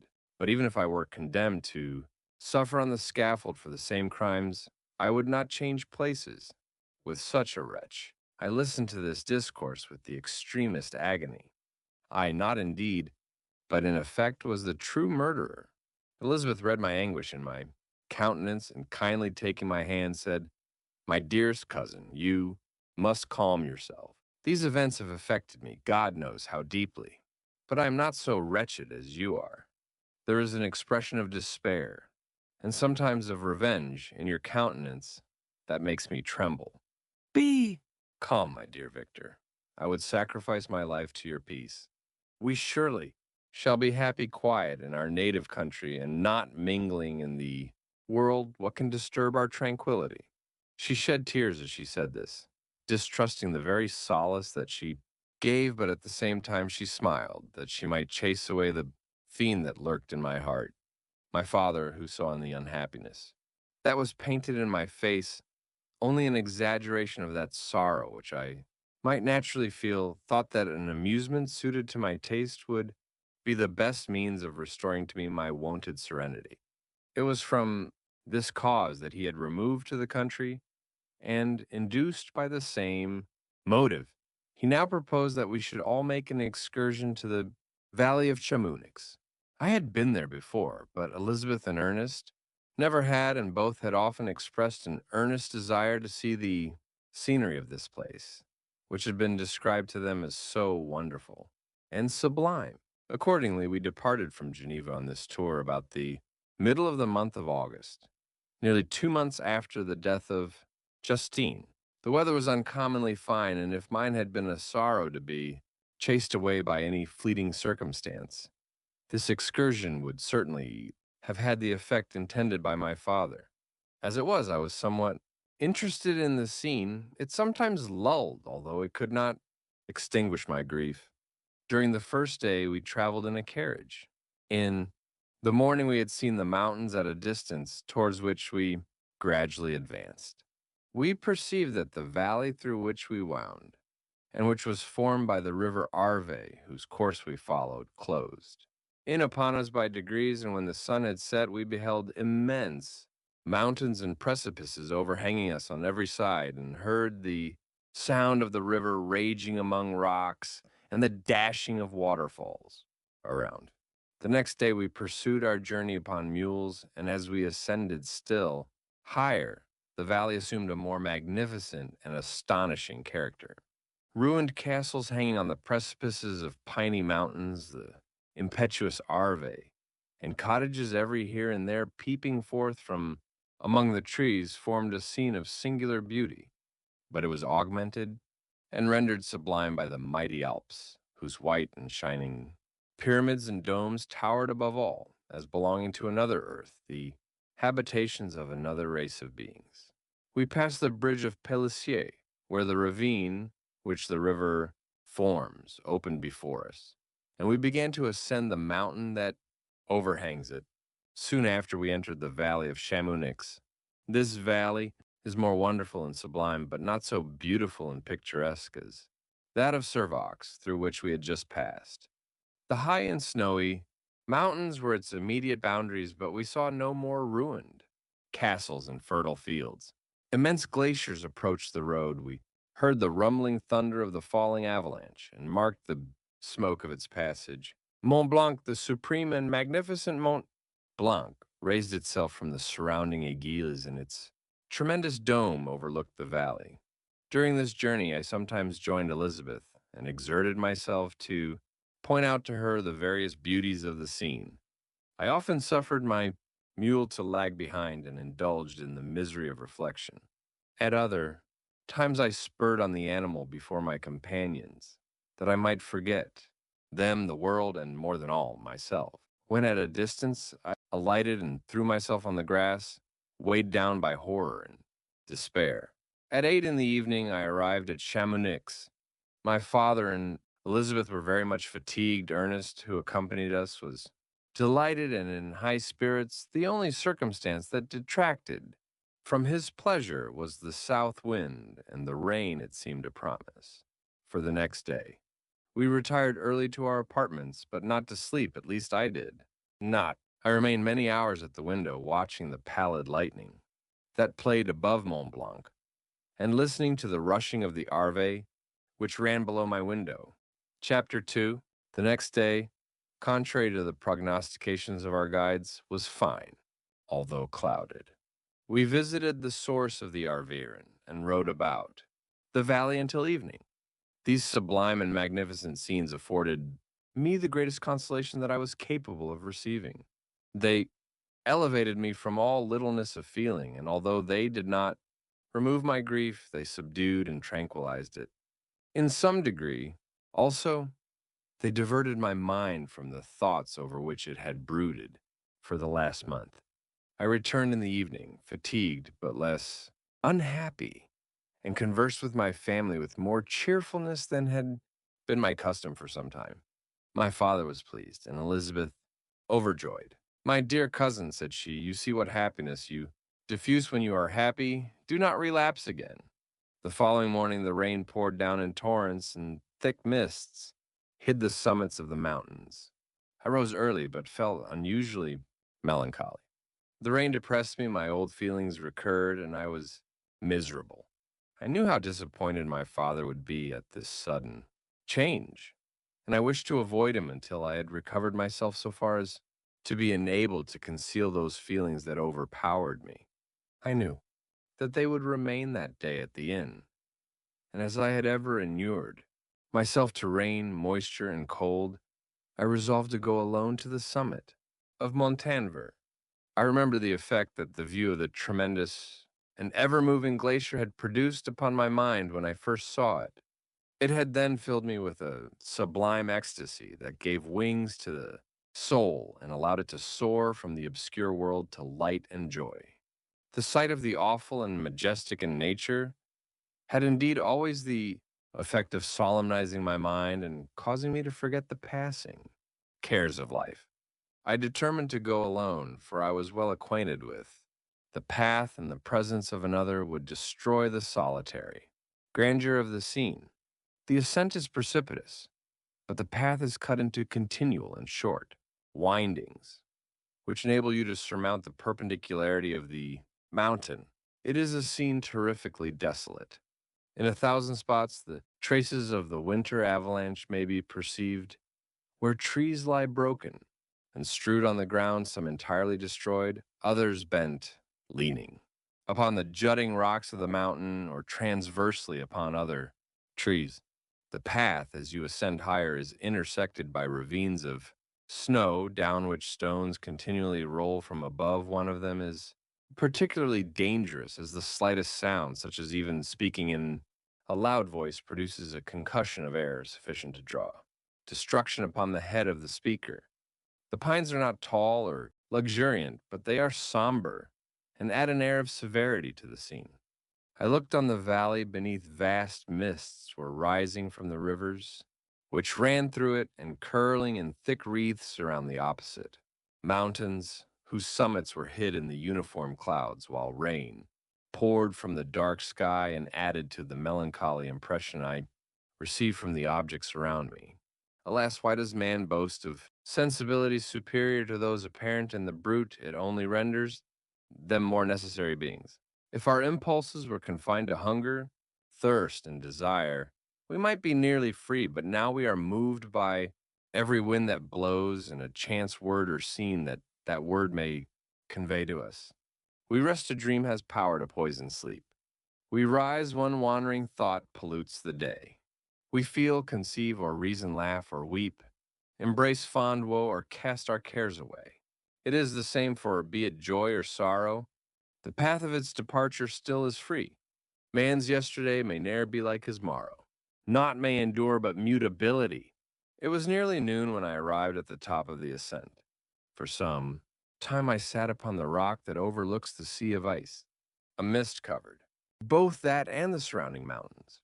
Presently a breeze dissipated the cloud, and I descended upon the glacier. The surface is very uneven, rising like the waves of a troubled sea, descending low and interspersed by rifts that sink deep. The field of ice is almost a league in width, but I spent nearly 2 hours in crossing it. The opposite mountain is a bare, perpendicular rock. From the side where I now stood, Montanvert was exactly opposite, at the distance of a league, and above it rose Mont Blanc in awful majesty. I remained in a recess of the rock, gazing on this wonderful and stupendous scene. The sea, or rather the vast river of ice, wound among its dependent mountains, whose aerial summits hung over its recesses. Their icy and glittering peaks shone in the sunlight over the clouds. My heart, which was before sorrowful, now swelled with something like joy. I exclaimed, wandering spirits, if indeed ye wander and do not rest in your narrow beds, allow me this faint happiness, or take me as your companion away from the joys of life. As I said this, I suddenly beheld the figure of a man at some distance, advancing towards me with superhuman speed. He bounded over the crevices in the ice, among which I had walked with caution. His stature also, as he approached, seemed to exceed that of man. I was troubled. A mist came over my eyes, and I felt a faintness seize me, but I was quickly restored by the cold gale of the mountains. I perceived, as the shape came nearer, sight tremendous, and abhorred, that it was the wretch whom I had created. I trembled with rage and horror, resolving to wait his approach and then close with him in mortal combat. He approached. His countenance bespoke bitter anguish, combined with disdain and malignity, while its unearthly ugliness rendered it almost too horrible for human eyes. But I scarcely observed this anger and hatred had at first deprived me of utterance, and I recovered only to overwhelm him with words expressive of furious detestation and contempt. Devil, I exclaimed, do you dare approach me? And do not you fear the fierce vengeance of my arm wreaked on your miserable head? Begone, vile insect, or rather stay, that I may trample you to dust, and, oh, that could, with the extinction of your miserable existence, restore those victims whom you have so diabolically murdered. I expected this reception, said the daemon. All men hate the wretched. How then must I be hated, who am miserable beyond all living things? Yet, you, my creator, detest and spurn me, thy creature, to whom thou art, bound by ties only dissoluble by the annihilation of one of us. Ah, you purpose to kill me. How dare you sport thus with life? Do your duty towards me, and I will do mine towards you and the rest of mankind. If you will comply with my conditions, I will leave them and you at peace. But if you refuse, I will glut the maw of death until it be satiated with the blood of your remaining friends. Abhorred monster, fiend that thou art, the tortures of hell are too mild a vengeance for thy crimes. Wretched devil, you reproach me with your creation. Come on, then, that I may extinguish the spark which I so negligently bestowed. My rage was without bounds. I sprang on him, impelled by all the feelings which can arm one being against the existence of another. He easily eluded me and said, "Be calm. I entreat you to hear me before you give vent to your hatred on my devoted head. Have I not suffered enough that you seek to increase my misery? Life, although it may only be an accumulation of anguish, is dear to me, and I will defend it. Remember, thou hast made me more powerful than thyself. My height is superior to thine, my joints more supple. But I will not be tempted to set myself in opposition to thee. I am thy creature, and I will be even mild and docile to my natural lord and king, if thou wilt also perform thy part, the which thou owest me. O Frankenstein, be not equitable to every other, and trample upon me alone, to whom thy justice and even thy clemency and affection is most due. Remember that I am thy creature I ought to be, thy Adam, but I am rather the fallen angel, whom thou drivest from joy, for no misdeed. Everywhere I see bliss, from which I alone am irrevocably excluded. I was benevolent, and good misery made me a fiend. Make me happy, and I shall again be virtuous. Begone, I will not hear you. There can be no community between you and me. We are enemies. Begone, or let us try our strength in a fight, in which one must fall. How can I move thee? Will no entreaties cause thee to turn a favorable eye upon thy creature, who implores thy goodness and compassion? Believe me, Frankenstein, I was benevolent, my soul glowed with love and humanity, but am I not alone, miserably alone? You, my creator, abhor. Me, what hope can I gather from your fellow creatures, who owe me nothing? They spurn and hate me. The desert mountains and dreary glaciers are my refuge. I have wandered here many days. The caves of ice, which I only do not fear, are a dwelling to me, and the only one which man does not grudge. These bleak skies I hail, for they are kinder to me than your fellow beings. If the multitude of mankind knew of my existence, they would do as you do and arm themselves for my destruction. Shall I not then hate them who abhor me? I will keep no terms with my enemies. I am miserable, and they shall share my wretchedness. Yet it is in your power to recompense me and deliver them from an evil which it only remains for you to make so great that not only you and your family, but thousands of others shall be swallowed up in the whirlwinds of its rage. Let your compassion be moved, and do not disdain me. Listen to my tale when you have heard that. Abandon or commiserate me as you shall judge that I deserve. But hear me. The guilty are allowed by human laws, bloody as they may be, to speak in their own defense before they are condemned. Listen to me, Frankenstein. You accuse me of murder, and yet you would, with a satisfied conscience, destroy your own creature. Oh, praise the eternal justice of man, yet I ask you not to spare me. Listen to me. And then, if you can, and if you will, destroy the work of your hands. Why do you call to my remembrance circumstances of which I shudder to reflect that I have been the miserable origin and author? Cursed be the day, abhorred devil, in which you first saw light. Cursed, although I curse myself, be the hands that formed you. You have made me wretched beyond expression. You have left me no power to consider whether I am just to you or not. Begone, relieve me from the sight of your detested form. Thus I relieve thee, my creator, he said, and placed his hated hands before my eyes, which I flung from me with violence. Thus I take from thee a sight which you abhor. Still thou canst listen to me, and grant me thy compassion. By the virtues that I once possessed, I demand this from you. Hear my tale, it is long and strange, and the temperature of This place is not fitting to your fine sensations. Come to the hut upon the mountain. The sun is yet high in the heavens before it descends to hide itself behind yon snowy precipices and illuminate another world. You will have heard my story and can decide. On you it rests whether I quit forever the neighborhood of man and lead a harmless life, or become the scourge of your fellow creatures and the author of your own speedy ruin. As he said this, he led the way across the ice. I followed.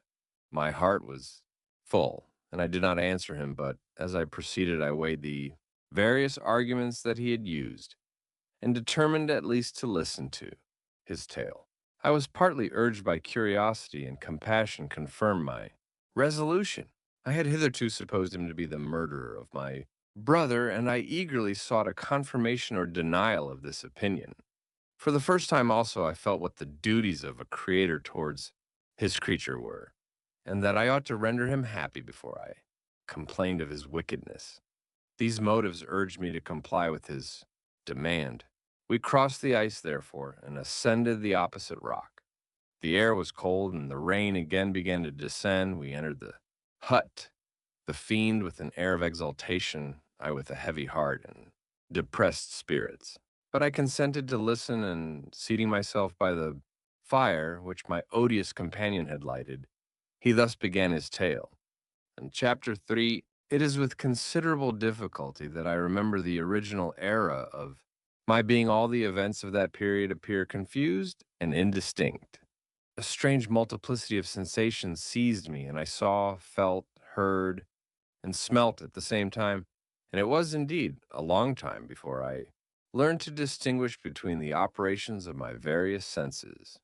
By degrees, I remember, a stronger light pressed upon my nerves so that I was obliged to shut my eyes. Darkness then came over me and troubled me, but hardly had I felt this, when, by opening my eyes, as I now suppose, the light poured in upon me again. I walked, and, I believe, descended, but I presently found a great alteration in my sensations. Before, dark and opaque bodies had surrounded me, impervious to my touch or sight, but I now found that I could wander on at liberty with no obstacles which I could not either surmount or avoid. The light became more and more oppressive to me, and the heat wearying me as I walked, I sought a place where I could receive shade. This was the forest near Ingolstadt, and here I lay by the side of a brook, resting from my fatigue until I felt tormented by hunger and thirst. This roused me from my nearly dormant state, and I ate some berries which I found hanging on the trees or lying on the ground. I slaked my thirst at the brook, and then lying down was overcome by sleep. It was dark when I woke. I felt cold also, and half frightened as it were, instinctively finding myself so desolate. Before I had quitted your apartment on a sensation of cold, I had covered myself with some clothes, but these were insufficient to secure me from the dews of night. I was a poor, helpless, miserable wretch, I knew, and could distinguish nothing, but feeling pain invade me on all sides. I sat down and wept. Soon a gentle light stole over the heavens and gave me a sensation of pleasure. I started up and beheld a radiant form rise from among the trees. I gazed with a kind of wonder. It moved slowly, but it enlightened my path, and I again went out in search of berries. I was still cold when under one of the trees I found a huge cloak with which I covered myself and sat down upon the ground. No distinct ideas occupied my mind, all was confused. I felt light and hunger and thirst and darkness. Innumerable sounds rung in my ears, and on all sides various scents saluted me. The only object that I could distinguish was the bright moon, and I fixed my eyes on that with pleasure. Several changes of day and night passed, and the orb of night had greatly lessened when I began to distinguish my sensations from each other. I gradually saw plainly the clear stream that supplied me with drink and the trees that shaded me with their foliage.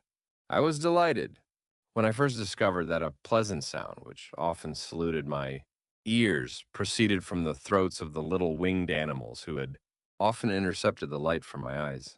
I began also to observe with greater accuracy the forms that surrounded me, and to perceive the boundaries of the radiant roof of light which canopied me. Sometimes I tried to imitate the pleasant songs of the birds, but was unable. Sometimes I wished to express my sensations in my own mode, but the uncouth and inarticulate sounds which broke from me frightened me into silence again. The moon had disappeared from the night, and again, with a lessened form, showed itself while I still remained in the forest. My sensations had by this time become distinct, and my mind received every day additional ideas. My eyes became accustomed to the light and to perceive objects in their right forms. I distinguished the insect from the herb and, by degrees, one herb from another. I found that the sparrow uttered none but harsh notes, whilst those of the blackbird and thrush were sweet and enticing. One day, when I was oppressed by cold, I found a fire which had been left by some wandering beggars and was overcome with delight at the warmth I experienced from it. In my joy, I thrust my hand into the live embers, but quickly drew it out again with a cry of pain. How strange, I thought, that the same cause should produce such opposite effects. I examined the materials of the fire, and to my joy found it to be composed of wood. I quickly collected some branches, but they were wet and would not burn. I was pained at this, and sat still watching the operation of the fire. The wet wood which I had placed near the heat dried and itself became inflamed. I reflected on this, and by touching the various branches, I discovered the cause and busied myself in collecting a great quantity of wood that I might dry it and have a plentiful supply of fire. When night came on and brought sleep with it, I was in the greatest fear lest my fire should be extinguished. I covered it carefully with dry wood and leaves and placed wet branches upon it, and then, spreading my cloak, I lay on the ground and sunk into sleep. It was morning when I awoke, and my first care was to visit the fire. I uncovered it, and a gentle breeze quickly fanned it into a flame. I observed this also, and contrived a fan of branches which roused the embers when they were nearly extinguished. When night came again, I found with pleasure that the fire gave light as well as heat, and that the discovery of this element was useful to me in my food, for I found some of the offals that the travelers had left had been roasted and tasted much more savory than the berries I gathered from the trees. I tried, therefore, to dress my food in the same manner, placing it on the live embers. I found that the berries were spoiled by this operation, and the nuts and roots much improved. Food, however, became scarce, and I often spent the whole day searching, in vain, for a few acorns to assuage the pangs of hunger. When I found this, I resolved to quit the place that I had hitherto inhabited, to seek for one where the few wants I experienced would be more easily satisfied. In this emigration, I exceedingly lamented the loss of the fire which I had obtained through accident, and knew not how to reproduce it. I gave several hours to the serious consideration of this difficulty, but I was obliged to relinquish all attempt to supply it, and wrapping myself up in my cloak, I struck across the wood towards the setting sun. I passed 3 days in these rambles, and at length discovered the open country. A great fall of snow had taken place the night before, and the fields were of one uniform white. The appearance was disconsolate, and I found my feet chilled by the cold, damp substance that covered the ground. It was about 7 in the morning, and I longed to obtain food and shelter. At length, I perceived a small hut on a rising ground, which had doubtless been built for the convenience of some shepherd. This was a new sight to me, and I examined the structure with great curiosity. Finding the door open, I entered. An old man sat in it near a fire, over which he was preparing his breakfast. He turned on hearing a noise, and perceiving me, shrieked loudly, and quitting the hut, ran across the fields with a speed of which his debilitated form hardly appeared capable. His appearance different from any I had ever before seen, and his flight somewhat surprised me. But I was enchanted by the appearance of the hut here. The snow and rain could not penetrate.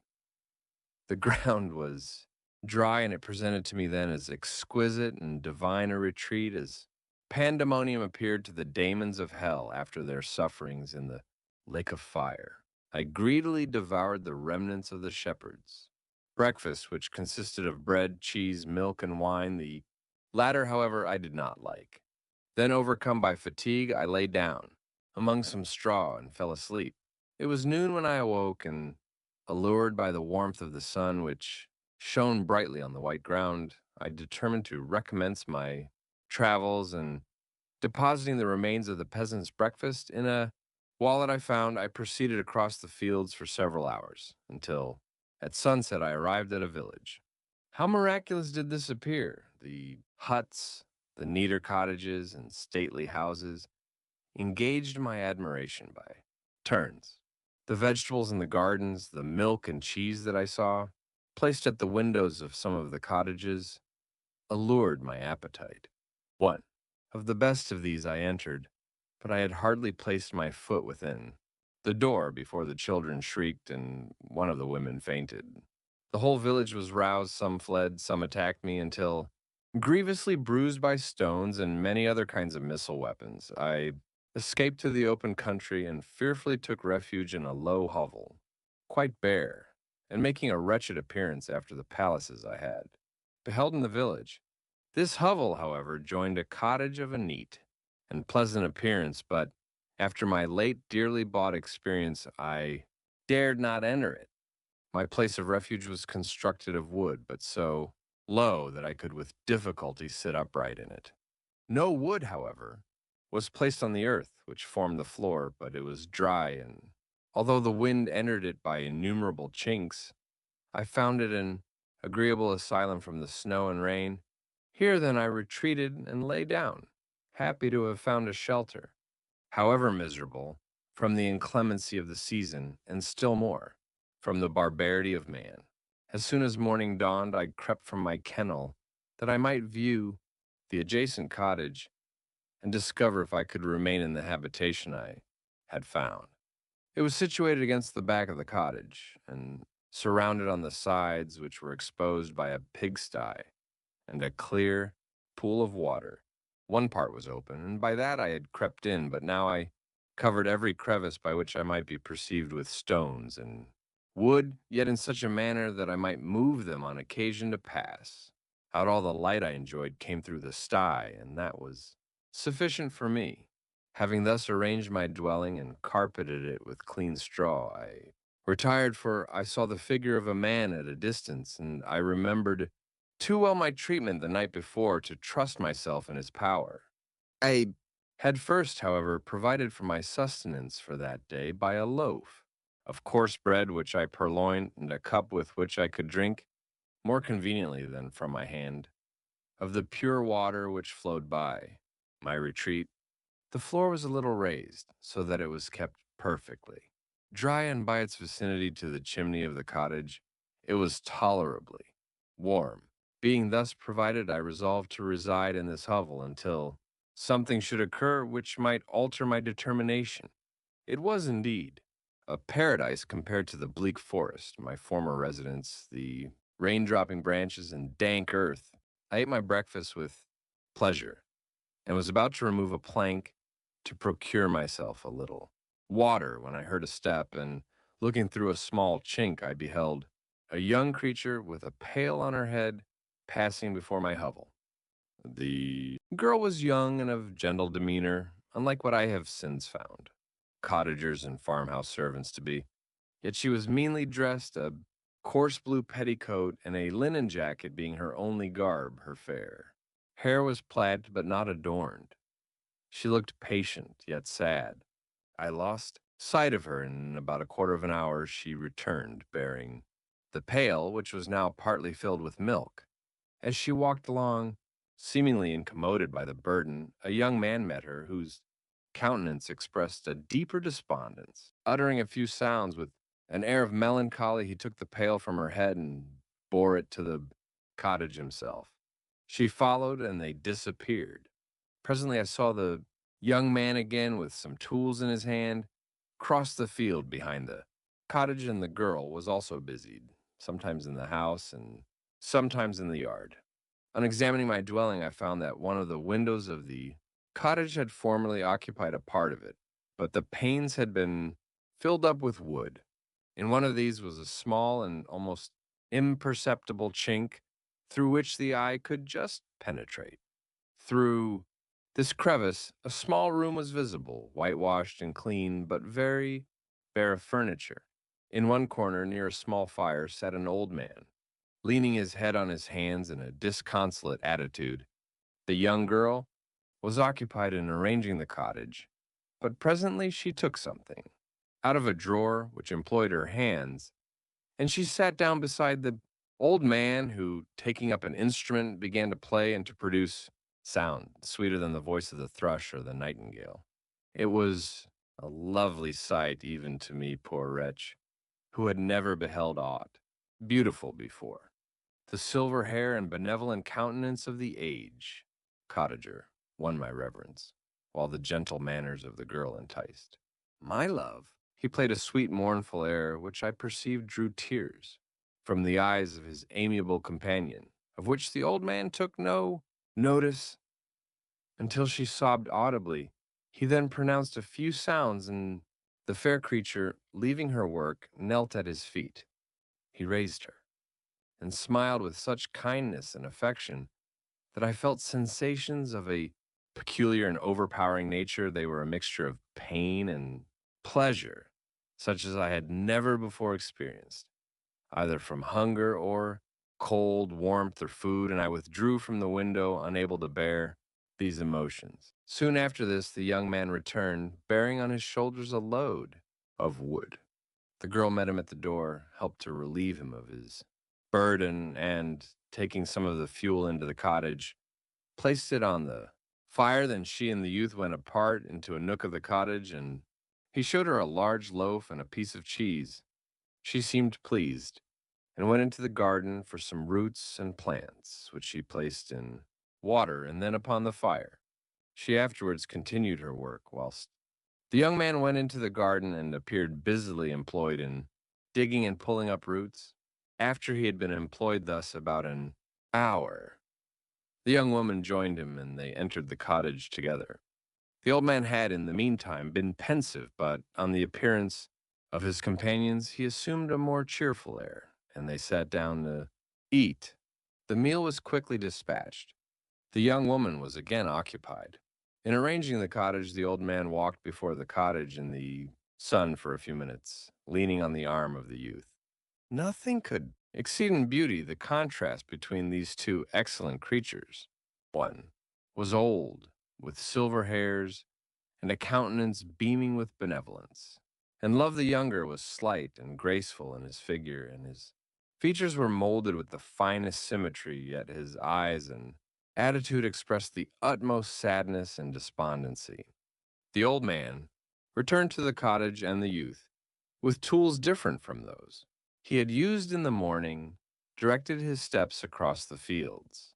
Night quickly shut in, but to my extreme wonder, I found that the cottagers had a means of prolonging light by the use of tapers, and was delighted to find that the setting of the sun did not put an end to the pleasure I experienced in watching my human neighbors.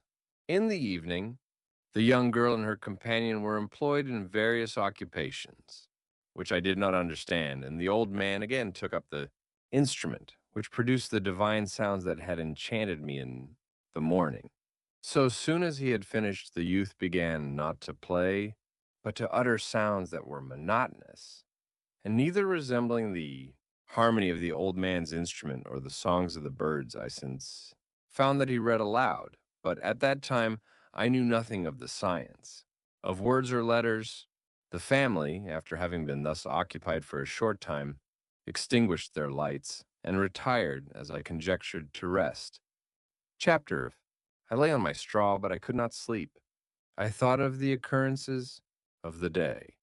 What chiefly struck me was the gentle manners of these people, and I longed to join them, but dared not.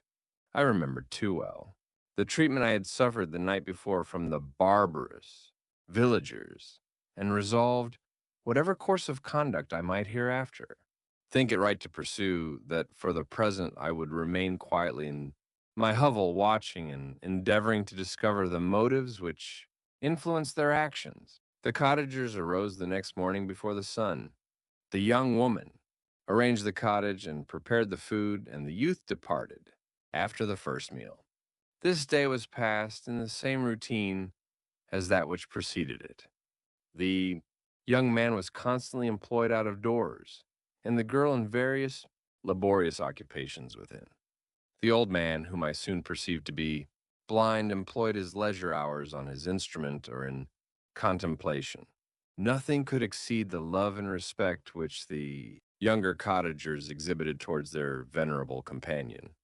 They performed towards him every little office of affection and duty with gentleness, and he rewarded them by his benevolent smiles. They were not entirely happy.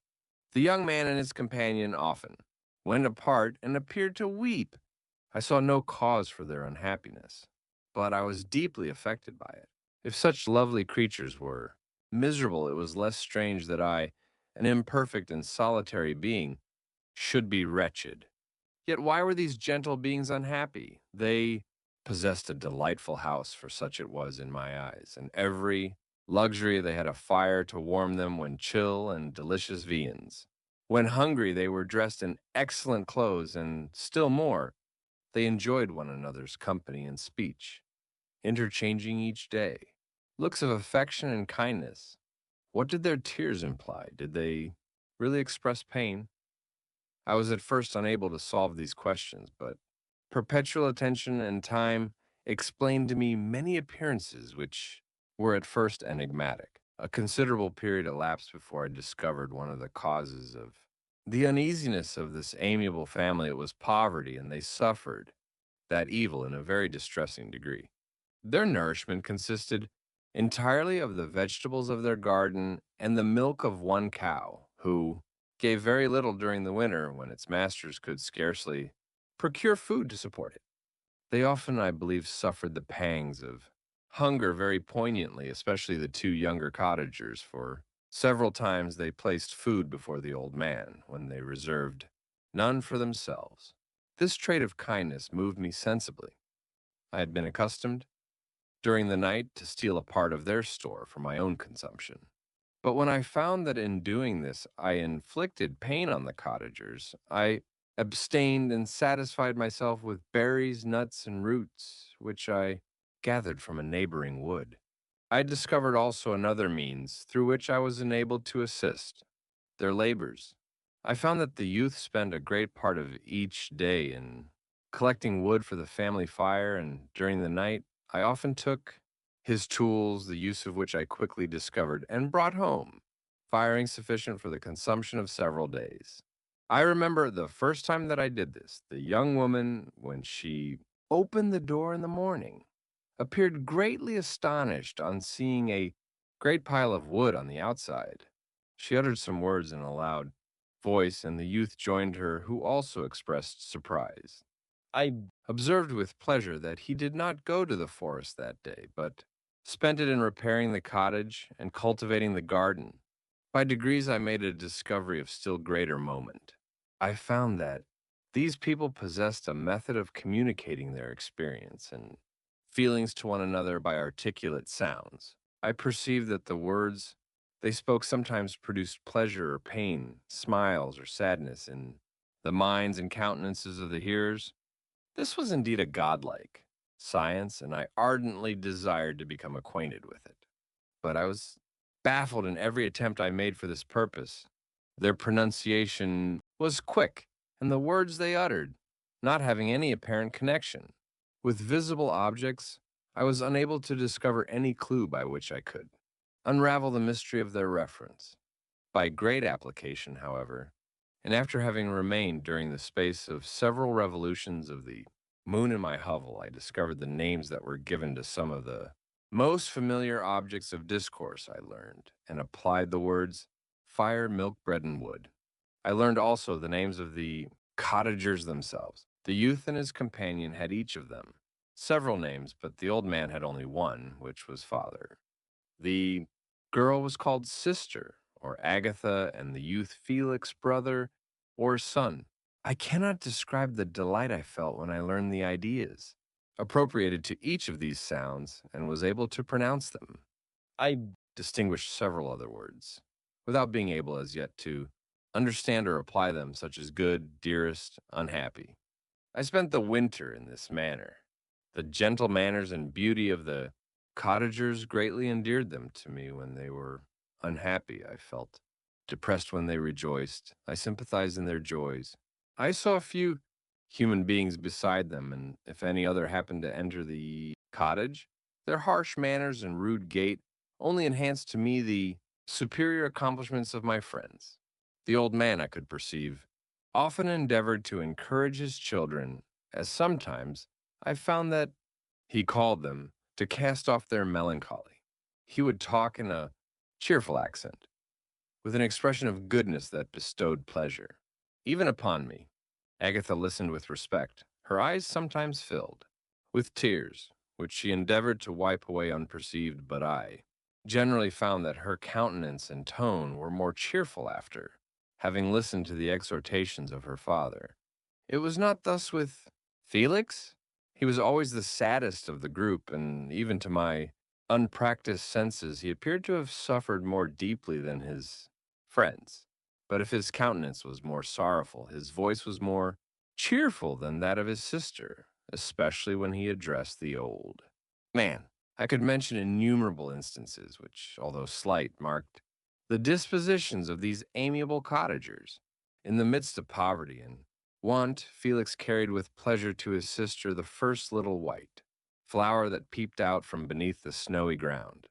Early in the morning, before she had risen, he cleared away the snow that obstructed her path to the milk house, drew water from the well, and brought the wood from the outhouse, where, to his perpetual astonishment, he found his store always replenished by an invisible hand.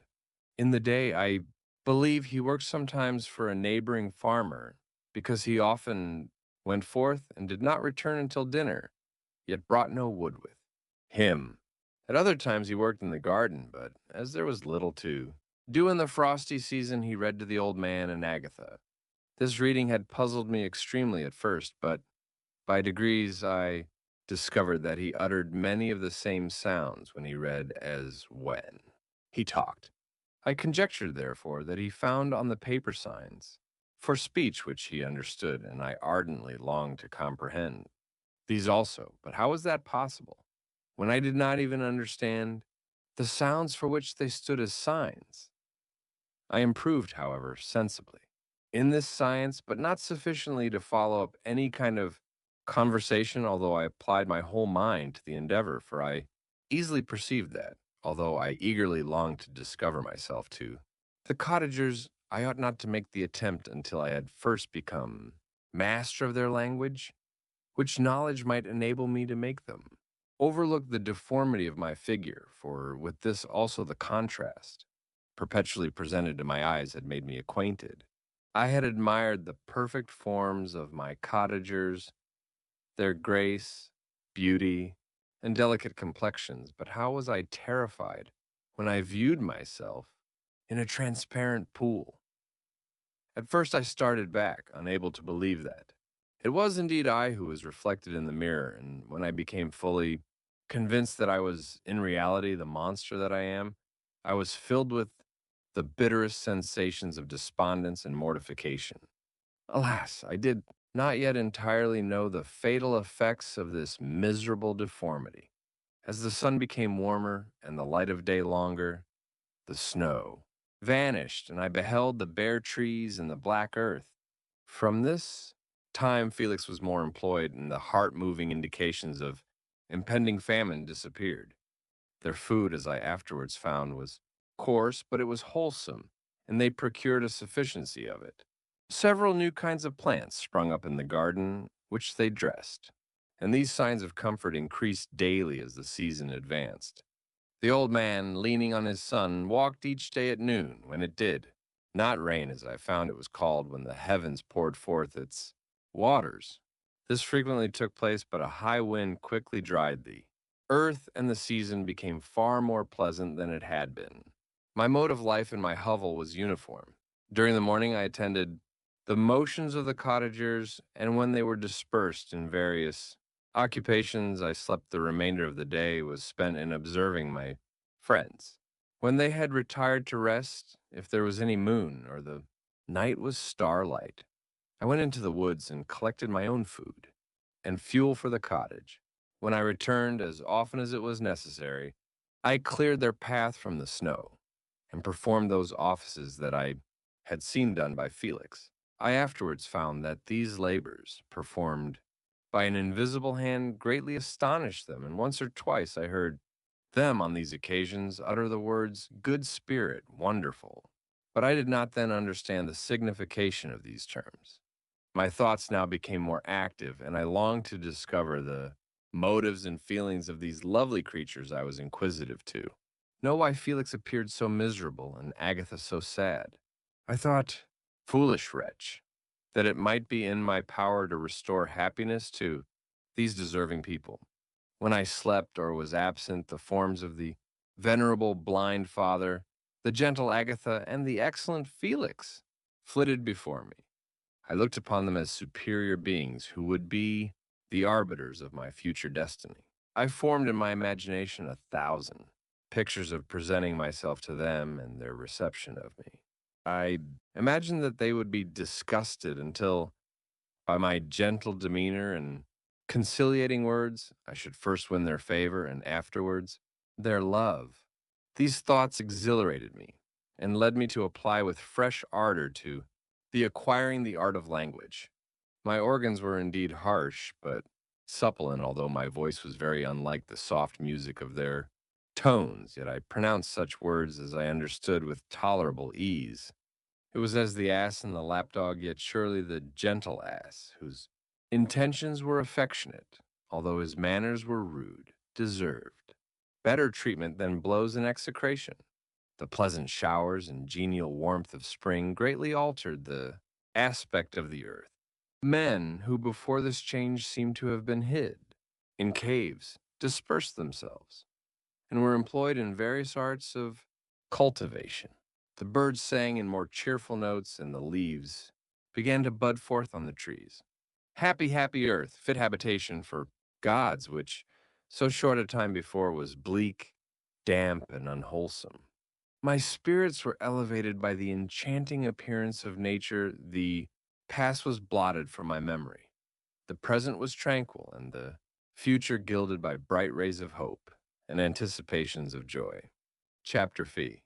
I now hasten to the more moving part of my story. I shall relate events that impressed me with feelings which, from what I was, have made me what I am. Spring advanced rapidly, the weather became fine, and the skies cloudless. It surprised me that what before was desert and gloomy should now bloom with the most beautiful flowers and verdure. My senses were gratified and refreshed by 1,000 scents of delight and 1,000 sights of beauty. It was on one of these days, when my cottagers periodically rested from labor, the old man played on his guitar, and the children listened to him. I observed that the countenance of Felix was melancholy beyond expression. He sighed frequently, and once his father paused in his music, and I conjectured by his manner that he inquired the cause of his son's sorrow. Felix replied in a cheerful accent, and the old man was recommencing his music when someone tapped at the door. It was a lady on horseback, accompanied by a countryman as a guide. The lady was dressed in a dark suit and covered with a thick black veil. Agatha asked a question to which the stranger only replied by pronouncing in a sweet accent the name of Felix. Her voice was musical, but unlike that of either of my friends. On hearing this word, Felix came up hastily to the lady, who, when she saw him, threw up her veil, and I beheld a countenance of angelic beauty and expression. Her hair of a shining raven black, and curiously braided her eyes were dark but gentle, although animated her features of irregular proportion, and her complexion wondrously fair, each cheek tinged with a lovely pink. Felix seemed ravished with delight when he saw her. Every trait of sorrow vanished from his face, and it instantly expressed a degree of ecstatic joy, of which I could hardly have believed it capable. His eyes sparkled as his cheek flushed with pleasure, and at that moment I thought him as beautiful as the stranger. She appeared affected by different feelings, wiping a few tears from her lovely eyes. She held out her hand to Felix, who kissed it rapturously and called her, as well as I could distinguish, his sweet Arabian. She did not appear to understand him, but smiled. He assisted her to dismount, and dismissing her guide, conducted her into the cottage. Some conversation took place between him and his father, and the young stranger knelt at the old man's feet and would have kissed his hand, but he raised her and embraced her affectionately. I soon perceived that although the stranger uttered articulate sounds and appeared to have a language of her own, she was neither understood by or herself understood the cottagers. They made many signs which I did not comprehend, but I saw that her presence diffused gladness through the cottage, dispelling their sorrow as the sun dissipates the morning mists. Felix seemed peculiarly happy, and with smiles of delight, welcomed his Arabian. Agatha, the ever gentle Agatha, kissed the hands of the lovely stranger, and pointing to her brother, made signs which appeared to me to mean that he had been sorrowful until she came. Some hours passed thus, while they, by their countenances, expressed joy, the cause of which I did not comprehend. Presently I found, by the frequent recurrence of one sound which the stranger repeated after them, that she was endeavoring to learn their language, and the idea instantly occurred to me that I should make use of the same instructions to the same end. The stranger learned about 20 words at the first lesson. Most of them, indeed, were those which I had before understood, but I profited by the others. As night came on, Agatha and the Arabian retired early. When they separated, Felix kissed the hand of the stranger and said, "Good night, sweet Safie." He sat up much longer, conversing with his father, and by the frequent repetition of her name, I conjectured that their lovely guest was the subject of their conversation. I ardently desired to understand them and bent every faculty towards that purpose, but found it utterly impossible. The next morning, Felix went out to his work, and after the usual occupations of Agatha were finished, the Arabian sat at the feet of the old man and, taking his guitar, played some airs so entrancingly beautiful that they at once drew tears of sorrow and delight from my eyes. She sang, and her voice flowed in a rich cadence, swelling or dying away like a nightingale of the woods. When she had finished, she gave the guitar to Agatha, who at first declined it. She played a simple air, and her voice accompanied it in the sweet accents, but unlike the wondrous strain of the stranger. The old man appeared enraptured and said some words, which Agatha endeavored to explain to Safie, and by which he appeared to wish to express that she bestowed on him the greatest delight by her music. The days now passed as peaceably as before, with the sole alteration that joy had taken place of sadness in the countenances of my friends. Safie was always gay and happy. She and I improved rapidly in the knowledge of language, so that in 2 months I began to comprehend most of the words uttered by my protectors.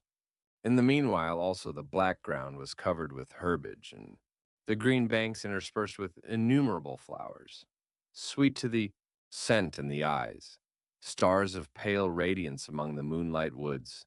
The sun became warmer, the nights clear and balmy, and my nocturnal rambles were an extreme pleasure to me, although they were considerably shortened by the late setting and early rising of the sun, for I never ventured abroad during daylight, fearful of meeting with the same treatment as I had formerly endured in the first village which I entered.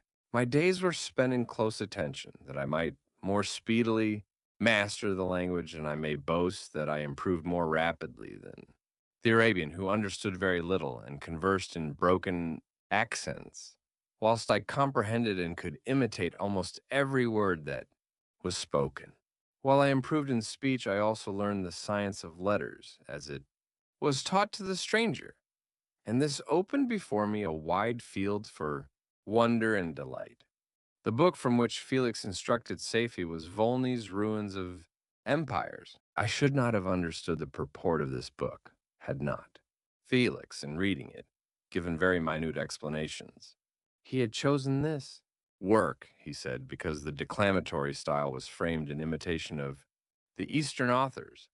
Through this work, I obtained a cursory knowledge of history and a view of the several empires at present existing in the world. It gave me an insight into the manners, governments, and religions of the different nations of the earth. I heard of the slothful Asiatics, of the stupendous genius and mental activity of the Grecians, of the wars and wonderful virtue of the early Romans, of their subsequent degeneration, of the decline of that mighty empire of chivalry, Christianity, and kings. I heard of the discovery of the American hemisphere and wept with Sapphi over the hapless fate of its original inhabitants. These wonderful narrations inspired me with strange feelings. Fassmann, indeed, at once so powerful, so virtuous and magnificent, yet so vicious and base? He appeared at one time a mere scion of the evil principle, and at another as all that can be conceived of noble and godlike. To be a great and virtuous man appeared the highest honor that can befall a sensitive being. To be base and vicious, as many on record have been, appeared the lowest degradation, a condition more abject than that of the blind mole or harmless worm. For a long time I could not conceive how one man could go forth to murder his fellow, or even why. There were laws and governments, but when I heard details of vice and bloodshed, my wonder ceased, and I turned away with disgust and loathing. Every conversation of the cottagers now opened new wonders to me.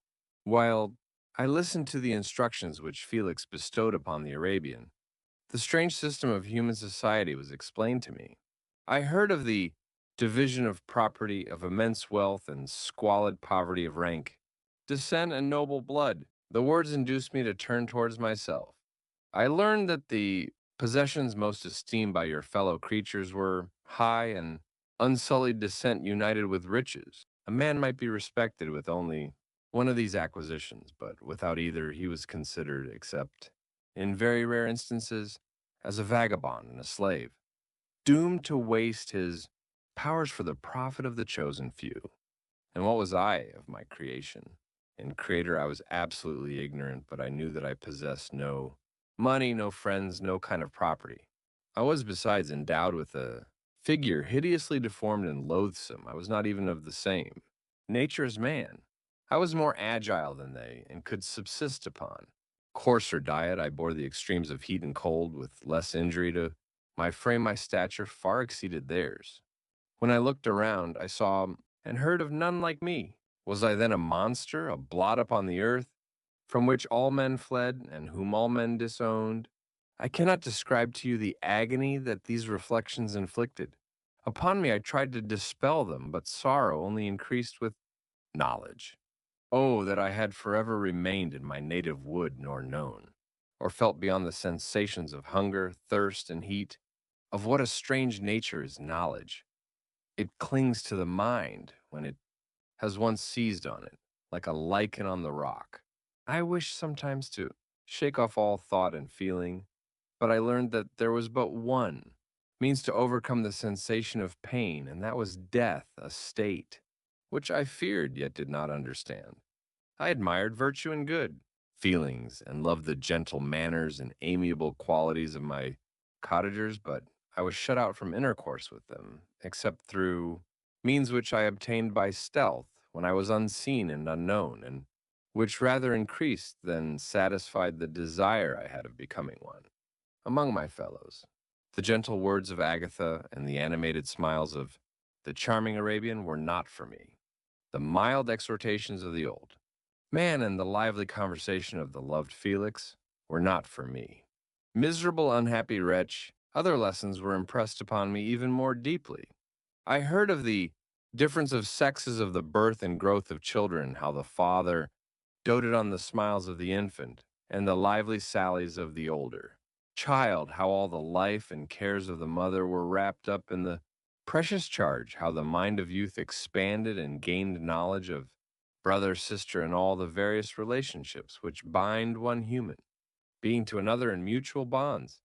But where were my friends and relations? No father had watched my infant days. No mother had blessed me with smiles and caresses, or if they had, all my past life was now a blot, a blind vacancy in which I distinguished nothing. From my earliest remembrance, I had been as I then was in height and proportion. I had never yet seen a being resembling me or who claimed any intercourse with me. What was I? The question again recurred to be answered only with groans. I will soon explain to what these feelings tended, but allow me now to return to the cottagers, whose story excited in me such various feelings of indignation, delight, and wonder, but which all terminated in additional love and reverence for my protectors, for so I loved in an innocent, half painful self deceit to call them. Chapter 6. Some time elapsed before I learned the history of my friends. It was one which could not fail to impress itself deeply on my mind, unfolding, as it did, a number of circumstances, each interesting and wonderful to one so utterly inexperienced as I was. The name of the old man was De Lacy. He was descended from a good family in France, where he had lived for many years in affluence, respected by his superiors and beloved by his equals. His son was bred in the service of his country, and Agatha had ranked with ladies of the highest distinction. A few months before my arrival, they had lived in a large and luxurious city called Paris, surrounded by friends and possessed of every enjoyment which virtue, refinement of intellect, or taste accompanied by a moderate fortune could afford. The father of Safie had been the cause of their ruin. He was a Turkish merchant and had inhabited Paris for many years when, for some reason, which I could not learn, he became obnoxious to the government. He was seized and cast into prison the very day that Safie arrived from Constantinople to join him. He was tried and condemned to death. The injustice of his sentence was very flagrant. All Paris was indignant, and it was judged that his religion and wealth, rather than the crime alleged against him, had been the cause of his condemnation. Felix had been present at the trial. His horror and indignation were uncontrollable when he heard the decision of the court. He made at that moment a solemn vow to deliver him, and then looked around for the means. After many fruitless attempts to gain admittance to the prison, he found a strongly grated window in an unguarded part of the building, which lighted the dungeon of the unfortunate Mohammedan who, loaded with chains, waited in despair the execution of the barbarous sentence. Felix visited the grate at night and made known to the prisoner his intentions in his favor. The Turk, amazed and delighted, endeavored to kindle the zeal of his deliverer by promises of reward and wealth. Felix rejected his offers with contempt, yet when he saw the lovely Safie, who was allowed to visit her father, and who, by her gestures, expressed her lively gratitude, the youth could not help owning to his own mind that the captive possessed a treasure which would fully reward his toil and hazard. The Turk quickly perceived the impression that his daughter had made on the heart of Felix, and endeavored to secure him more entirely in his interest by the promise of her hand in marriage, so soon as he should be conveyed to a place of safety. Felix was too delicate to accept this offer, yet he looked forward to the probability of that event as to the consummation of his happiness. During the ensuing days, while the preparations were going forward for the escape of the merchant, the zeal of Felix was warmed by several letters that he received from this lovely girl, who found means to express her thoughts in the language of her lover by the aid of an old man, a servant of her father's, who understood French.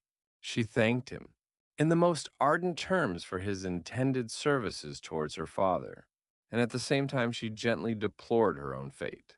I have copies of these letters, for I found means, during my residence in the hovel, to procure the implements of writing, and the letters were often in the hands of Felix or Agatha.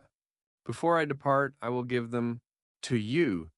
They will prove the truth of my tale, but at present, as the sun is already far declined, I shall only have time to repeat the substance of them to you. Safie related that her mother was a Christian Arab, seized and made a slave by the Turks recommended by her beauty, she had won the heart of the father of Safi, who married her. The young girl spoke in high and enthusiastic terms of her mother, who, born in freedom, spurned the bondage to which she was now reduced. She instructed her daughter in the tenets of her religion and taught her to aspire to higher powers of intellect and an independence of spirit forbidden to the female followers of Mahomet. This lady died, but her lessons were indelibly impressed on the mind of Safi, who sickened at the prospect of again returning to Asia and the being immured within the walls of a harem, allowed only to occupy herself with puerile amusements, ill-suited to the temper of her soul, now accustomed to grand ideas and a noble emulation for virtue. The prospect of marrying a Christian and remaining in a country where women were allowed to take a rank in society was enchanting to her. Duh. The day for the execution of the Turk was fixed, but on the night previous to it he had quitted prison, and before morning was distant, many leagues from Paris. Felix had procured passports in the name of his father, sister, and himself. He had previously communicated his plan to the former, who aided the deceit by quitting his house under the pretense of a journey and concealed himself with his daughter in an obscure part of Paris. Felix conducted the fugitives through France to Lyons and across Mont Cenis to Leghorn, where the merchant had decided to wait a favorable opportunity of passing into some part of the Turkish dominions. Safi resolved to remain with her father until the moment of his departure, before which time the Turk renewed his promise that she should be united to his deliverer, and Felix remained with them in expectation of that event, and in the meantime he enjoyed the society of the Arabian, who exhibited towards him the simplest and tenderest affection. They conversed with one another through the means of an interpreter, and sometimes with the interpretation of looks, and Safi sang to him the divine airs of her native country. The Turk allowed this intimacy to take place and encouraged the hopes of the youthful lovers, while in his heart he had formed far other plans. He loathed the idea that his daughter should be united to a Christian, but he feared the resentment of Felix if he should appear lukewarm, for he knew that he was still in the power of his deliverer. If he should choose to betray him to the Italian state which they inhabited, he revolved 1,000 plans by which he should be enabled to prolong the deceit until it might be no longer necessary, and secretly to take his daughter with him when he departed. His plans were greatly facilitated by the news which arrived from Paris. The government of France were greatly enraged at the escape of their victim and spared no pains to detect and punish his deliverer. The plot of Felix was quickly discovered, and De Lacy and Agatha were thrown into prison. The news reached Felix and roused him from his dream of pleasure. His blind and aged father and his gentle sister lay in a noisome dungeon, while he enjoyed the free air and the society of her whom he loved. This idea was torture to him. He quickly arranged with the Turk that if the latter should find a favorable opportunity for escape before Felix could return to Italy, Safi should remain as a boarder at a convent at Leghorn, and then, quitting the lovely Arabian, he hastened to Paris and delivered himself up to the vengeance of the law, hoping to free De Lacy and Agatha by this proceeding. He did not succeed. They remained confined for 5 months before the trial took place, the result of which deprived them of their fortune and condemned them to a perpetual exile from their native country. They found a miserable asylum in the cottage in Germany where I discovered them. Felix soon learned that the treacherous Turk, for whom he and his family endured such unheard of oppression on discovering that his deliverer was thus reduced to poverty and impotence, became a traitor to good feeling and honor, and had quitted Italy with his daughter, insultingly sending Felix a pittance of money to aid him, as he said, in some plan of future maintenance. Such were the events that preyed on the heart of Felix and rendered him, when I first saw him, the most miserable of his family. He could have endured poverty And when this distress had been the meed of his virtue, he would have gloried in it, but the ingratitude of the Turk and the loss of his beloved Safie were misfortunes more bitter and irreparable. The arrival of the Arabian now infused new life into his soul. When the news reached Leghorn that Felix was deprived of his wealth and rank, the merchant commanded his daughter to think no more of her lover, but to prepare to return with him to her native country. The generous nature of Safi was outraged by this command. She attempted to expostulate with her father, but he left her angrily, reiterating his tyrannical mandate. A few days after, the Turk entered his daughter's apartment and told her hastily that he had reason to believe that his residence at Leghorn had been divulged, and that he should speedily be delivered up to the French government. He had consequently hired a vessel to convey him to Constantinople, for which city he should sail in a few hours. He intended to leave his daughter under the care of a confidential servant to follow at her leisure with the greater part of his property, which had not yet arrived at Leghorn. When alone, Safie resolved in her own mind the plan of conduct that it would become her to pursue in this emergency. A residence in Turkey was abhorrent to her. Her religion and feelings were alike adverse to it. By some papers of her father's, which fell into her hands, she heard of the exile of her lover, and learnt the name of the spot where he then resided. She hesitated some time, but at length she formed her determination. Taking with her some jewels that belonged to her and a small sum of money, she quitted Italy with an attendant, a native of Leghorn, but who understood the common language of Turkey, and departed for Germany. She arrived in safety at a town about 20 leagues from the cottage of De Lacy when her attendant fell dangerously ill. Safie nursed her with the most devoted affection. But the poor girl died, and the Arabian was left alone, unacquainted with the language of the country and utterly ignorant of the customs of the world. She fell, however, into good hands. The Italian had mentioned the name of the spot for which they were bound, and after her death, the woman of the house in which they had lived took care that Safie should arrive in safety at the cottage of her lover. Chapter 7. Such was the history of my beloved cottagers. It impressed me deeply. I learned from the views of social life which it developed to admire their virtues and to deprecate the vices of mankind. As yet I looked upon crime as a distant evil. Benevolence and generosity were ever present before me, inciting within me a desire to become an actor in the busy scene where so many admirable qualities were called forth and displayed. But in giving an account of the progress of my intellect, I must not omit a circumstance which occurred in the beginning of the month of August of the same year. One night during my accustomed visit to the neighboring wood, where I collected my own food and brought home firing for my protectors, I found on the ground a leathern portmanteau containing several articles of dress and some books. I eagerly seized the prize and returned with it to my hovel.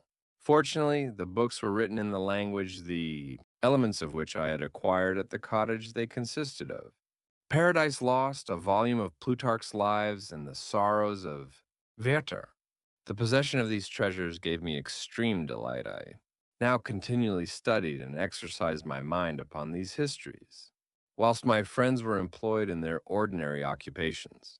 I can hardly describe to you the effect of these books. They produced in me an infinity of new images and feelings that sometimes raised me to ecstasy, but more frequently sunk me into the lowest dejection.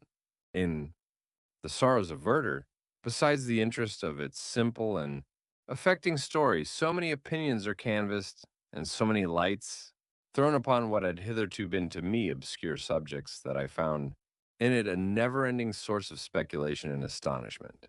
The gentle and domestic manners it described, combined with lofty sentiments and feelings which had for their object something out of self, accorded well with my experience among my protectors, and with the wants which were forever alive in my own bosom. But I thought Werter himself a more divine being than I had ever beheld or imagined his character contained. No pretension, but it sunk deep. The disquisitions upon death and suicide were calculated to fill me with wonder. I did not pretend to enter into the merits of the case, yet I inclined towards the opinions of the hero whose extinction I wept without precisely understanding it. As I read, however, I applied much personally to my own feelings and condition. I found myself similar, yet at the same time strangely unlike the beings concerning whom I read and to whose conversation I was a listener. I sympathized with and partly understood them, but I was unformed in mind. I was dependent on none and related to none. The path of my departure was free, and there was none to lament my annihilation. My person was hideous, and my stature gigantic. What did this mean? Who was I? What was I? Whence did I come? What was my destination? These questions continually recurred, but I was unable to solve them. The volume of Plutarch's Lives which I possessed contained the histories of the first founders of the ancient republics. This book had a far different effect upon me from the sorrows of Werther. I learned from Werther's imaginations despondency and gloom, but Plutarch taught me high thoughts. He elevated me above the wretched sphere of my own. Reflections to admire and love the heroes of past ages. Many things I read surpassed my understanding and experience. I had a very confused knowledge of kingdoms, wide extents of country, mighty rivers, and boundless seas, but I was perfectly unacquainted with towns and large assemblages of men. The cottage of my protectors had been the only school in which I had studied human nature, but this book developed new and mightier scenes of action. I read of men concerned in public affairs, governing or massacring their species. I felt the greatest ardor for virtue rise within me and abhorrence for vice, as far as I understood. The signification of those terms, relative as they were, as I applied them to pleasure and pain alone. Induced by these feelings, I was of course led to admire peaceable lawgivers, Numa, Solon, and Lycurgus, in preference to Romulus and Theseus. The patriarchal lives of my protectors caused these impressions to take a firm hold on my mind. Perhaps if my first introduction to humanity had been made by a young soldier burning for glory and slaughter, I should have been imbued with different sensations. But Paradise Lost excited different and far deeper emotions. I read it as I had read the other volumes which had fallen into my hands as a true history. It moved every feeling of wonder and awe that the picture of an omnipotent God warring with his creatures was capable of exciting. I often referred the several situations, as their similarity struck me, to my own. Like Adam, I was created apparently united by no link to any other being in existence, but his state was far different from mine in every other respect. He had come forth from the hands of God, a perfect creature, happy and prosperous, guarded by the especial care of his Creator. He was allowed to converse with and acquire knowledge from beings of a superior nature. But I was wretched, helpless, and alone. Many times I considered Satan as the fitter emblem of my condition, for often, like him, when I viewed the bliss of my protectors, the bitter gall of envy rose within me. Another circumstance strengthened and confirmed these feelings. Soon after my arrival in the hovel, I discovered some papers in the pocket of the dress which I had taken from your laboratory. At first I had neglected them, but now that I was able to decipher the characters in which they were written, I began to study them with diligence. It was your journal of the 4 months that preceded my creation.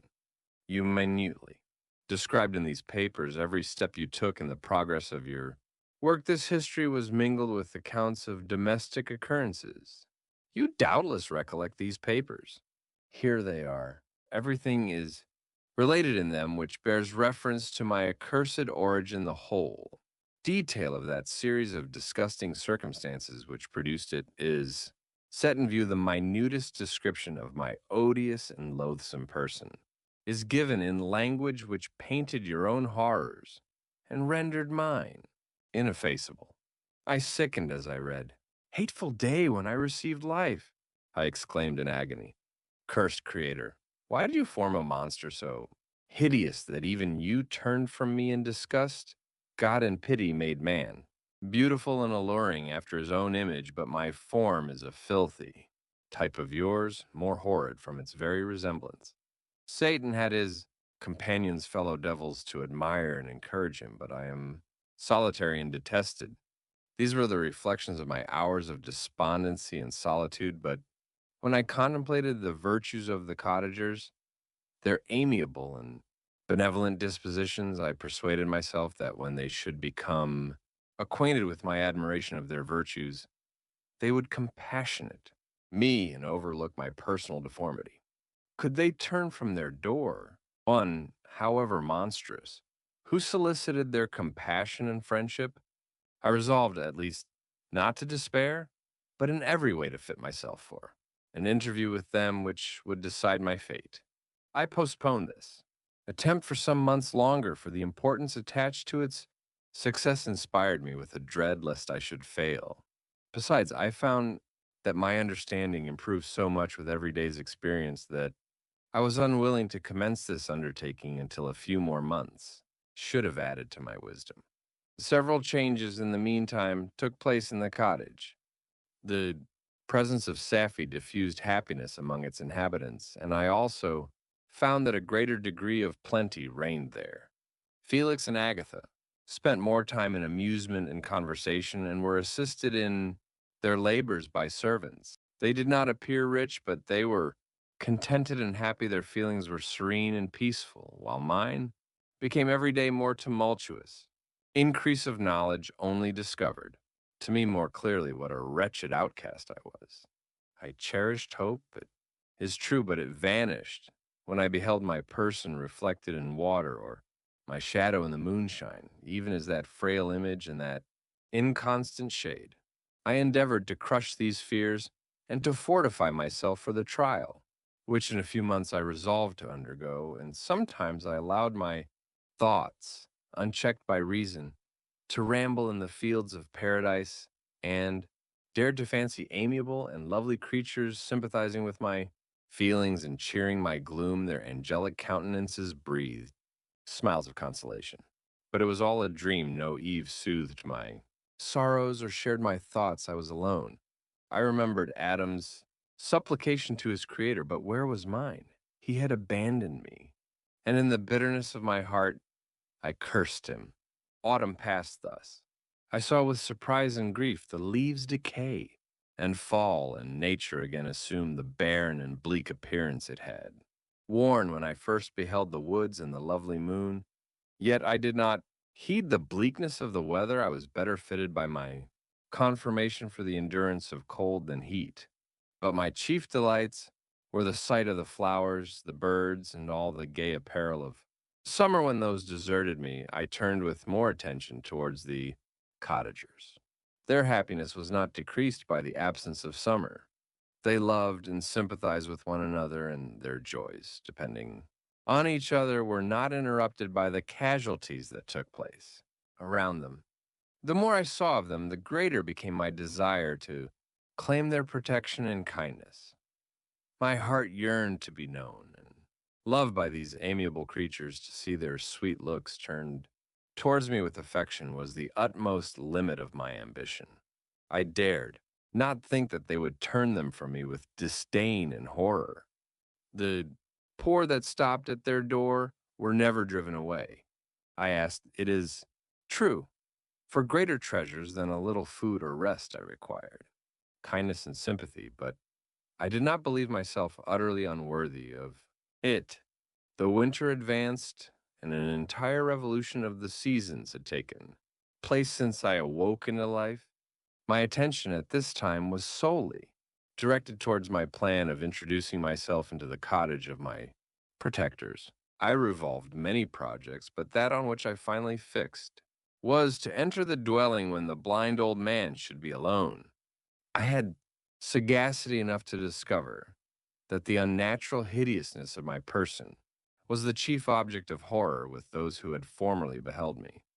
My voice, although harsh, had nothing terrible in it, I thought, therefore, that if, in the absence of his children, I could gain the goodwill and mediation of the old De Lacy, I might, by his means, be tolerated by my younger protectors. One day, when the sun shone on the red leaves that strewed the ground, and diffused cheerfulness, although it denied warmth, Safie, Agatha, and Felix departed on a long country walk, and the old man at his own. Desire was left alone in the cottage. When his children had departed, he took up his guitar and played several mournful but sweet airs, more sweet and mournful than I had ever heard him play before. At first his countenance was illuminated with pleasure, but as he continued, thoughtfulness and sadness succeeded at length. Laying aside the instrument, he sat absorbed in reflection. My heart beat quick. This was the hour and moment of trial which would decide my hopes or realize my fears. The servants were gone to a neighboring fair. All was silent in and around the cottage. It was an excellent opportunity yet when I proceeded to execute my plan. My limbs failed me, and I sunk to the ground. Again I rose, and exerting all the firmness of which I was master, removed the planks which I had placed before my hovel to conceal my retreat. The fresh air revived me, and, with renewed determination, I approached the door of their cottage. I knocked. "Who is there?" said the old man. "Come in." I entered. "Pardon this intrusion," said I. "I am a traveler in want. Of a little rest you would greatly oblige me if you would allow me to remain a few minutes before the fire." "Enter," said De Lacy, "and I will try in what manner I can relieve your wants, but unfortunately, my children are from home, and as I am blind, I am afraid I shall find it difficult to procure food for you. Do not trouble yourself, my kind host. I have food, it is warmth, and rest only that I need." I sat down, and a silence ensued. I knew that every minute was precious to me, yet I remained irresolute in what manner to commence the interview when the old man addressed me. "By your language, stranger, I suppose you are my countryman, are you? French?" "No, but I was educated by a French family and understand that language only. I am now going to claim the protection of some friends, whom I sincerely love and of whose favor I have some hopes. Are these Germans?" "No, they are French. But let us change the subject. I am an unfortunate and deserted creature. I look around, and I have no relation or friend upon earth. These amiable people to whom I go have never seen me and know little of me. I am full of fears, for if I fail there, I am an outcast in the world forever.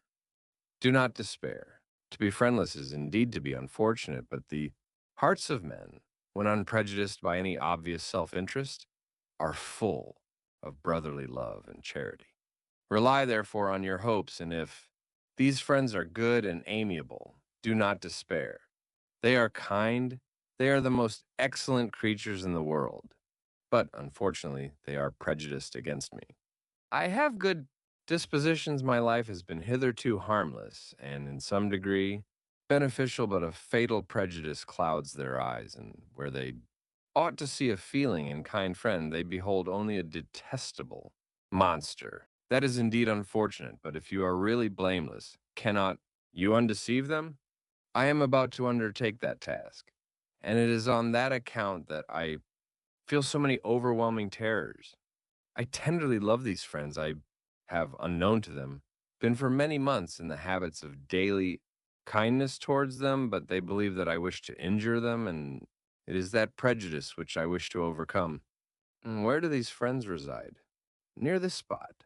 The old man paused and then continued, "If you will unreservedly confide to me the particulars of your tale, I perhaps may be of use in undeceiving them. I am blind and cannot judge of your countenance, but there is something in your words which persuades me that you are sincere. I am poor and an exile, but it will afford me true pleasure to be in any way serviceable to a human creature."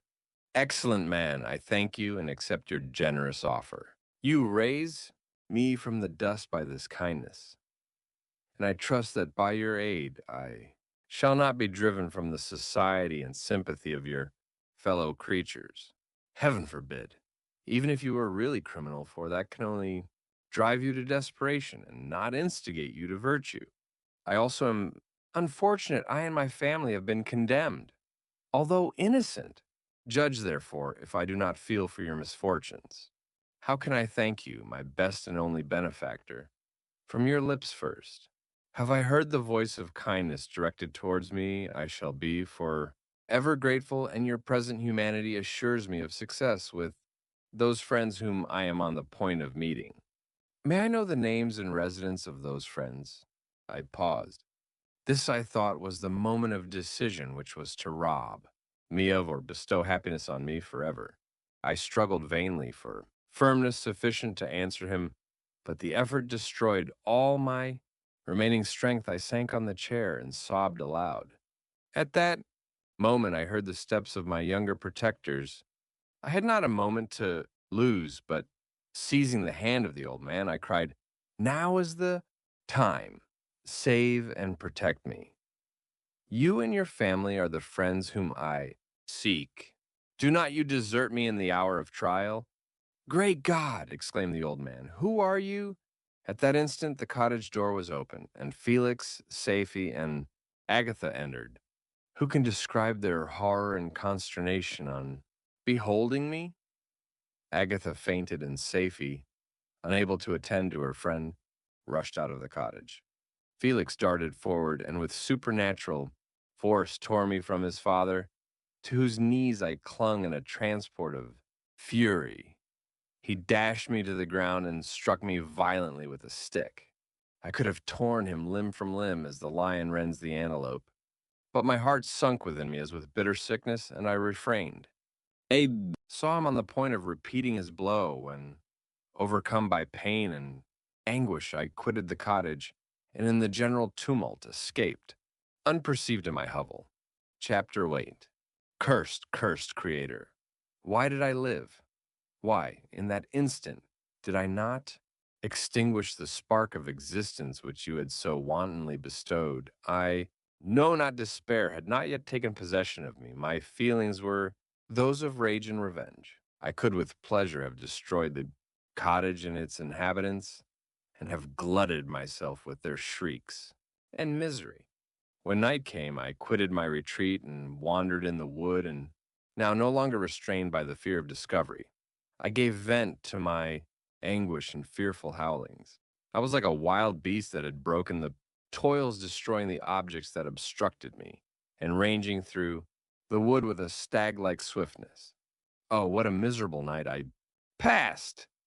The cold stars shone in mockery, and the bare trees waved their branches above me now, and then the sweet voice of a bird burst forth. Amidst the universal stillness, all, save I, were at rest or in enjoyment. I, like the archfiend, bore a hell within me, and finding myself unsympathized with, wished to tear up the trees, spread havoc and destruction around me, and then to have sat down and enjoyed the ruin. But this was a luxury of sensation that could not endure. I became fatigued with excess of bodily exertion and sank on the damp grass in the sick impotence of despair.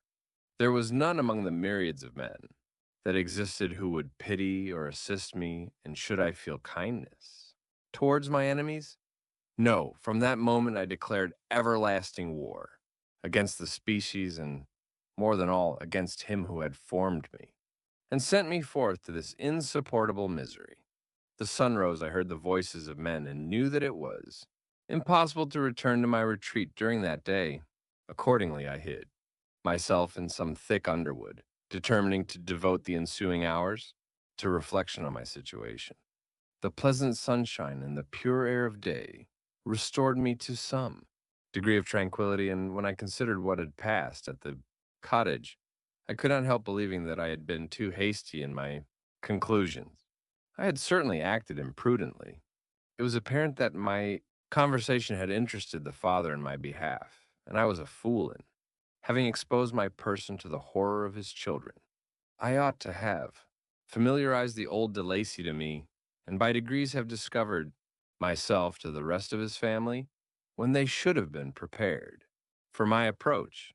But I did not believe my errors to be irretrievable, and, after much consideration, I resolved to return to the cottage, seek the old man and by my representations win him to my party. These thoughts calmed me, and in the afternoon I sank into a profound sleep, but the fever of my blood did not allow me to be visited by peaceful dreams. The horrible scene of the preceding day was forever. Acting before my eyes, the females were flying, and the enraged Felix tearing me from his father's feet. I awoke exhausted, and finding that it was already night, I crept forth from my hiding place and went in search of food. When my hunger was appeased, I directed my steps towards the well-known path that conducted to the cottage. All there was at peace, I crept into my hovel and remained in silent expectation of the accustomed hour when the family arose. That hour passed, the sun mounted high in the heavens, but the cottagers did not appear. I trembled violently, apprehending some dreadful misfortune. The inside of the cottage was dark, and I heard no motion. I cannot describe the agony of the suspense. Presently, two countrymen passed by, but pausing near the cottage, they entered into conversation, using violent gesticulations, but I did not understand what they said, as they spoke the language of the country, which differed from that of my protectors. Soon after, however, Felix approached with another man. I was surprised, as I knew that he had not quitted the cottage that morning, and waited anxiously to discover from his discourse the meaning of these unusual appearances.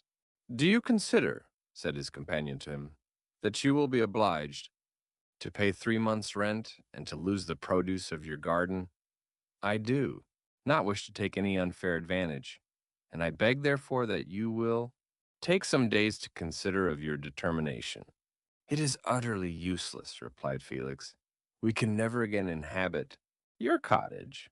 The life of my father is in the greatest danger, owing to the dreadful circumstance that I have related.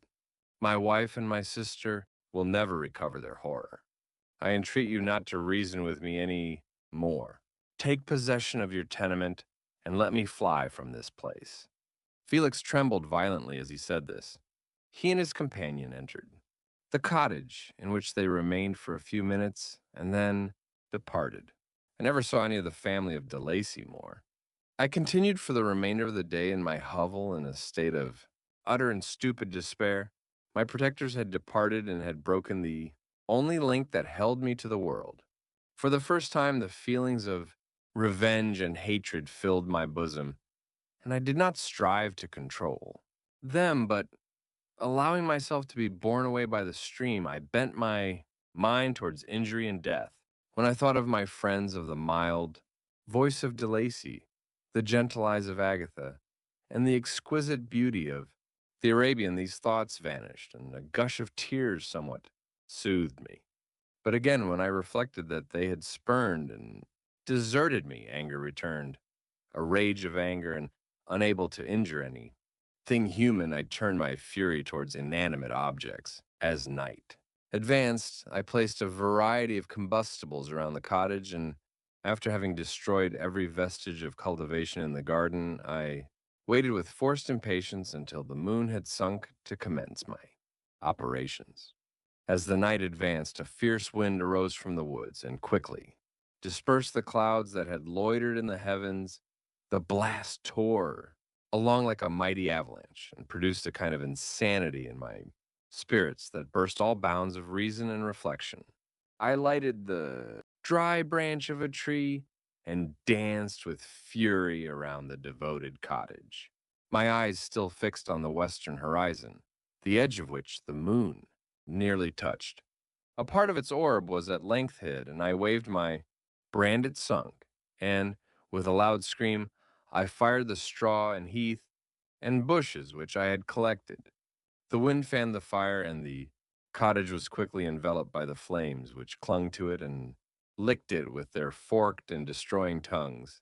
As soon as I was convinced that no assistance could save any part of the habitation, I quitted the scene and sought for refuge in the woods. And now, with the world before me, whither should I bend my steps? I resolved to fly far from the scene of my misfortunes, but to me, hated and despised, every country must be equally horrible. At length, the thought of you crossed my mind. I learned from your papers that you were my Father, my Creator, and to whom could I apply with more fitness than to him who had given me life?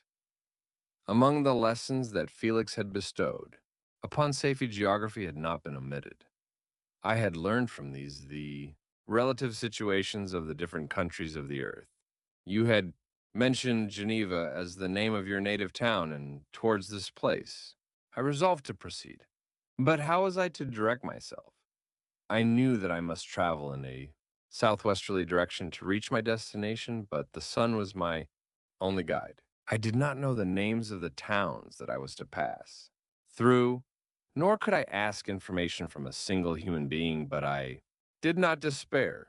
From you only could I hope for succor, although towards you I felt no sentiment but that of hatred, unfeeling, heartless.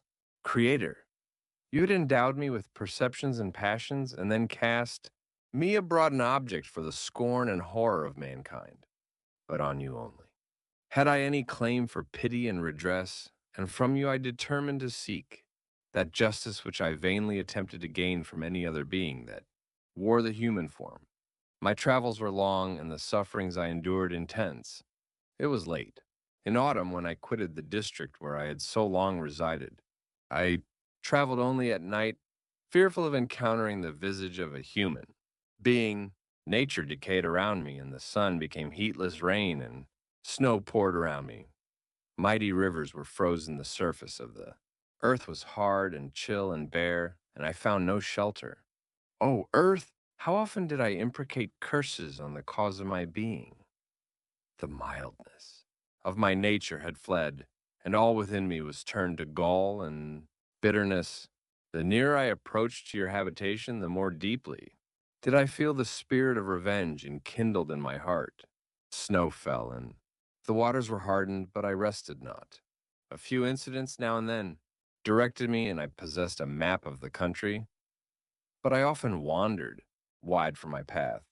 The agony of my feelings allowed me no respite. No incident occurred from which my rage and misery could not extract its food, but a circumstance that happened when I arrived on the confines of Switzerland, when the sun had recovered its warmth, and the earth again began to look green, confirmed in an especial manner the bitterness and horror of my feelings. I generally rested during the day and traveled only when I was secured by night from the view of man. One morning, however, finding that my path lay through a deep wood, I ventured to continue my journey. After the sun had risen, the day, which was one of the first of spring, cheered even me by the loveliness of its sunshine and the balminess of the air. I felt emotions of gentleness and pleasure that had long appeared dead revive within me. Half surprised by the novelty of these sensations, I allowed myself to be borne away by them, and forgetting my solitude and deformity, dared to be happy. Soft tears again bedewed my cheeks, and I even raised my humid eyes with thankfulness towards the blessed sun which bestowed such joy upon me. I continued to wind among the paths of the wood until I came to its boundary, which was skirted by a deep and rapid river, into which many of the trees bent their branches, now budding with the fresh spring. Here I paused, not exactly knowing what path to pursue, when I heard the sound of voices that induced me to conceal myself under the shade of a cypress. I was scarcely hid when a young girl came running towards the spot where I was concealed, laughing as if she ran from someone in sport. She continued her course along the precipitous sides of the river, when suddenly her foot slipped, and she fell into the rapid stream. I rushed from my hiding place, and with extreme labor from the force of the current saved her and dragged her to shore.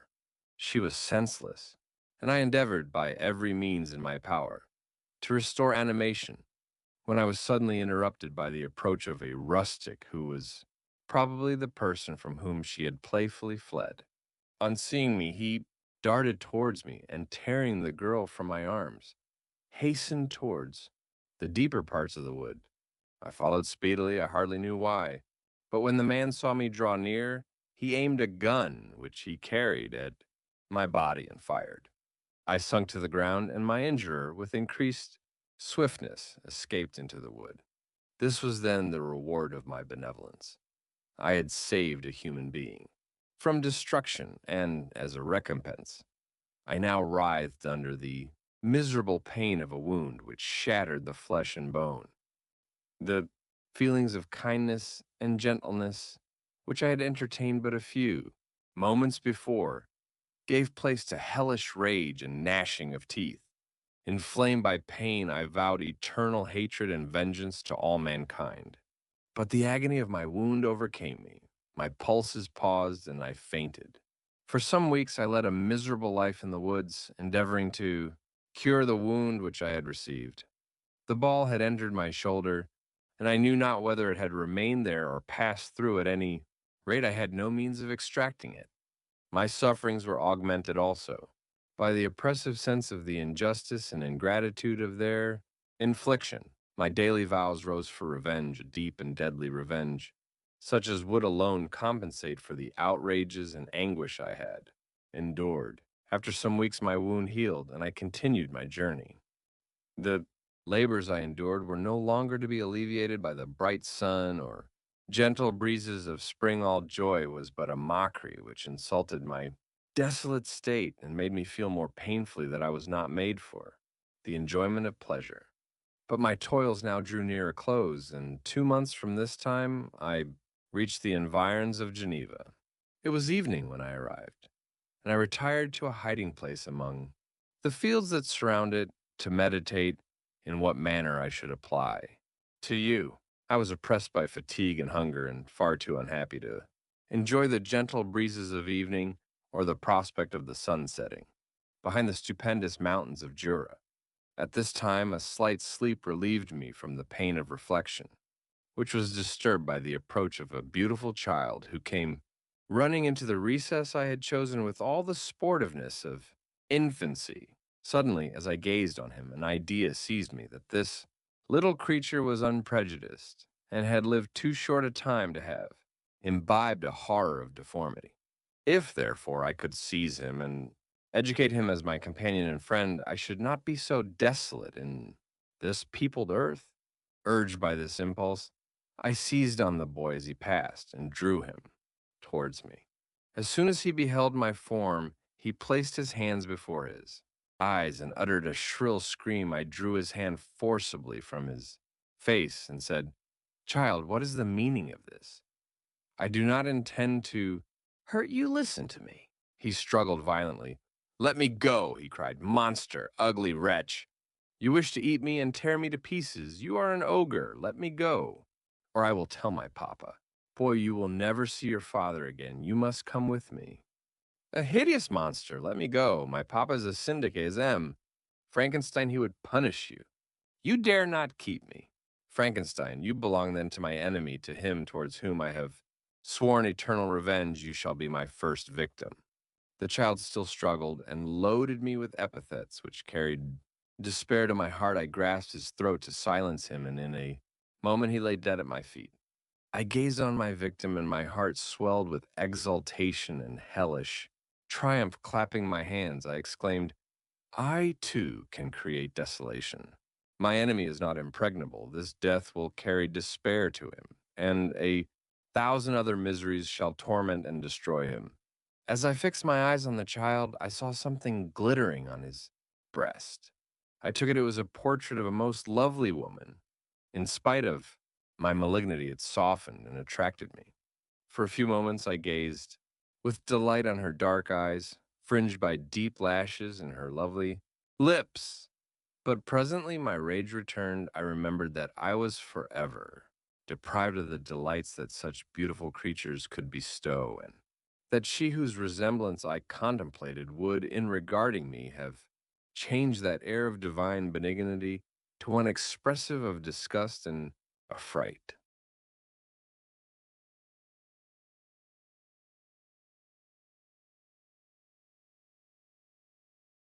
Can you wonder that such thoughts transported me with rage? I only wonder that at that moment, instead of venting my sensations in exclamations and agony, I did not rush among mankind and perish in the attempt to destroy them.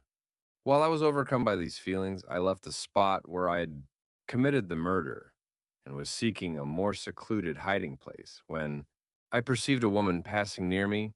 She was young, not indeed so, beautiful as her whose portrait I held, but of an agreeable aspect and blooming in the loveliness of youth and health. Here, I thought, is one of those whose smiles are bestowed on all but me, she shall not escape. Thanks to the lessons of Felix and the sanguinary laws of man, I have learned how to work mischief. I approached her unperceived and placed the portrait securely in one of the folds of her dress. For some days I haunted the spot where these scenes had taken place, sometimes wishing to see you, sometimes resolved to quit the world and its miseries forever. At length I wandered towards these mountains and have ranged through their immense recesses, consumed by a burning passion which you alone can gratify. We may not part until you have promised to comply with my requisition. I am a lone and miserable man. Will not associate with me, but one as deformed and horrible as myself. Would not deny herself to me. My companion must be of the same species, and have the same defects. This being you must create. Chapter 9. The being finished speaking and fixed his looks upon me in expectation of a reply. But I was bewildered, perplexed, and unable to arrange my ideas sufficiently to understand the full extent of his proposition. He continued, you must create a female for me with whom I can live in the interchange of those sympathies necessary for my being. This you alone can do, and I demand it of you as a right which you must not refuse. The latter part of his tale had kindled anew in me the anger that had died away while he narrated his peaceful life among the cottagers, and as he said this, I could no longer suppress the rage that burned within me. I do refuse it, I replied, and no torture shall ever extort a consent from me. You may render me the most miserable of men, but you shall never make me base in my own eyes. Shall I create another like yourself, whose joint wickedness might desolate the world? Begone, I have answered. You may torture me, but I will never consent. You are in the wrong, replied the fiend, and instead of threatening, I am content to reason with you. I am malicious because I am miserable. Am I not shunned and hated by all mankind? You, my creator, would tear me to pieces and triumph. Remember that and tell me why I should pity man more than he pities me? You would not call it murder if you could. Precipitate me into one of those ice rifts and destroy my frame, the work of your own hands. Shall I respect man when he contemns me? Let him live with me in the interchange of kindness, and instead of injury, I would bestow every benefit upon him with tears of gratitude at his acceptance. But that cannot be. The human senses are insurmountable barriers to our union. Yet mine shall not be the submission of abject slavery. I will revenge my injuries if I cannot inspire love. I will cause fear, and chiefly towards you, my arch enemy, because my creator do I swear inextinguishable hatred. Have a care I will work at your destruction nor finish until I desolate your heart, so that you curse. The hour of your birth. A fiendish rage animated him as he said this. His face was wrinkled into contortions too horrible for human eyes to behold, but presently he calmed himself and proceeded. I intended to reason.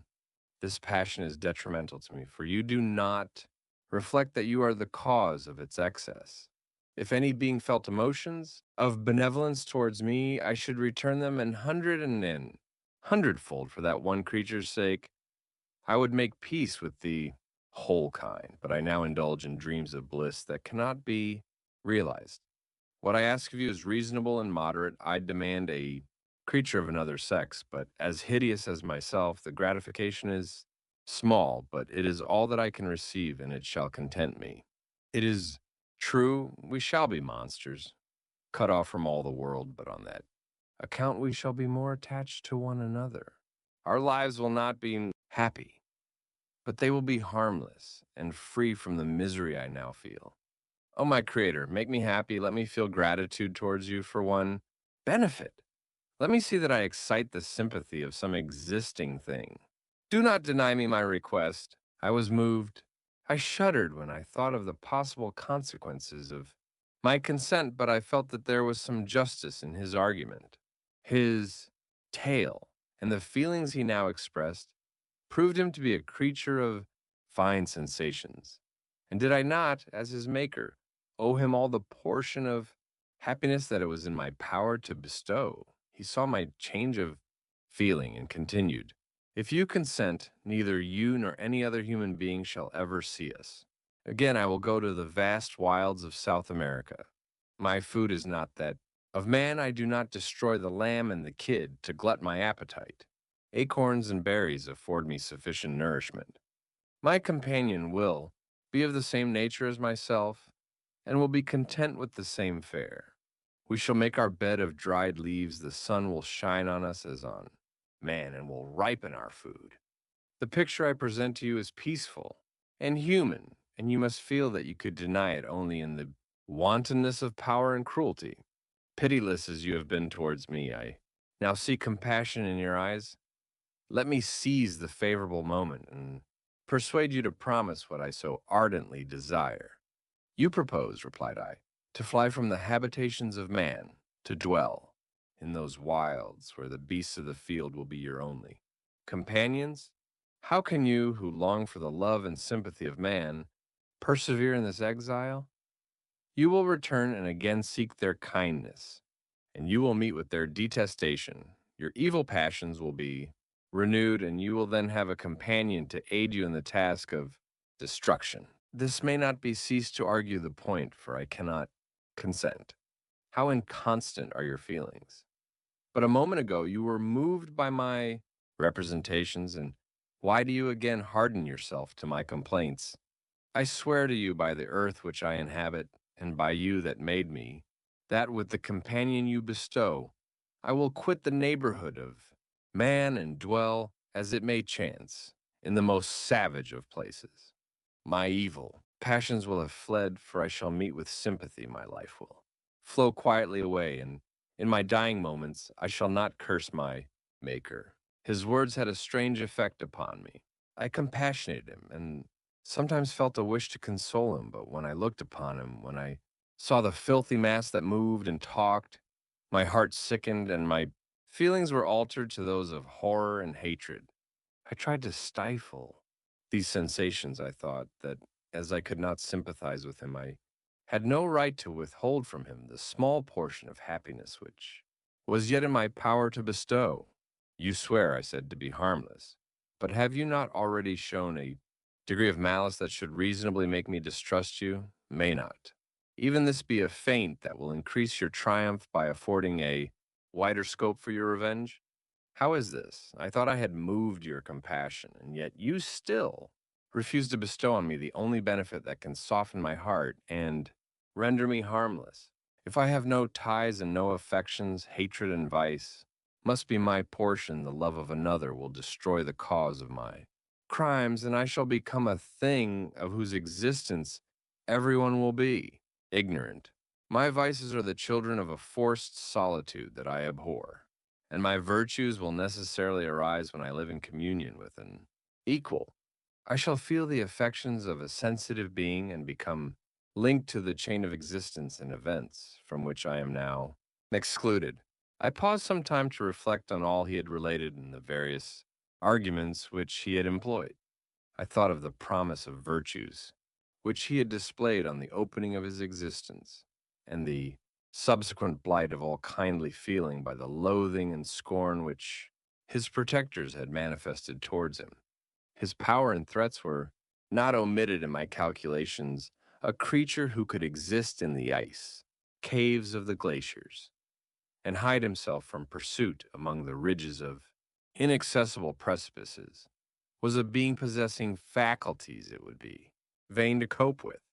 After a long pause of reflection, I concluded that the justice due both to him and my fellow creatures demanded of me that I should comply with his request. Turning to him, therefore, I said, "I consent to your demand, on your solemn oath to quit Europe forever, and every other place in the neighborhood of man, as soon as I shall deliver into your hands a female who will accompany you in your exile. I swear," he cried, "by the sun and by the blue sky of heaven, that if You grant my prayer. While they exist, you shall never behold me again. Depart to your home and commence your labors. I shall watch their progress with an unutterable anxiety and fear not, but that when you are ready, I shall appear. Saying this, he suddenly quitted me, fearful perhaps of any change in my sentiments. I saw him descend the mountain with greater speed than the flight of an eagle, and quickly lost him among the undulations of the sea of ice. His tail had occupied the whole day, and the sun was upon the verge of the horizon when he departed. I knew that I ought to hasten my descent towards the valley, as I should soon be encompassed in darkness, but my heart was heavy and my steps slow. The labor of winding among the little paths of the mountains and fixing my feet firmly as I advanced perplexed me, occupied as I was by the emotions which the occurrences of the day had produced. Night was far advanced when I came to the halfway resting place and seated myself beside the fountain. The stars shone at intervals as the clouds passed from over them. The dark pines rose before me, and every here and there a broken tree lay on the ground. It was a scene of wonderful solemnity and stirred strange thoughts within me.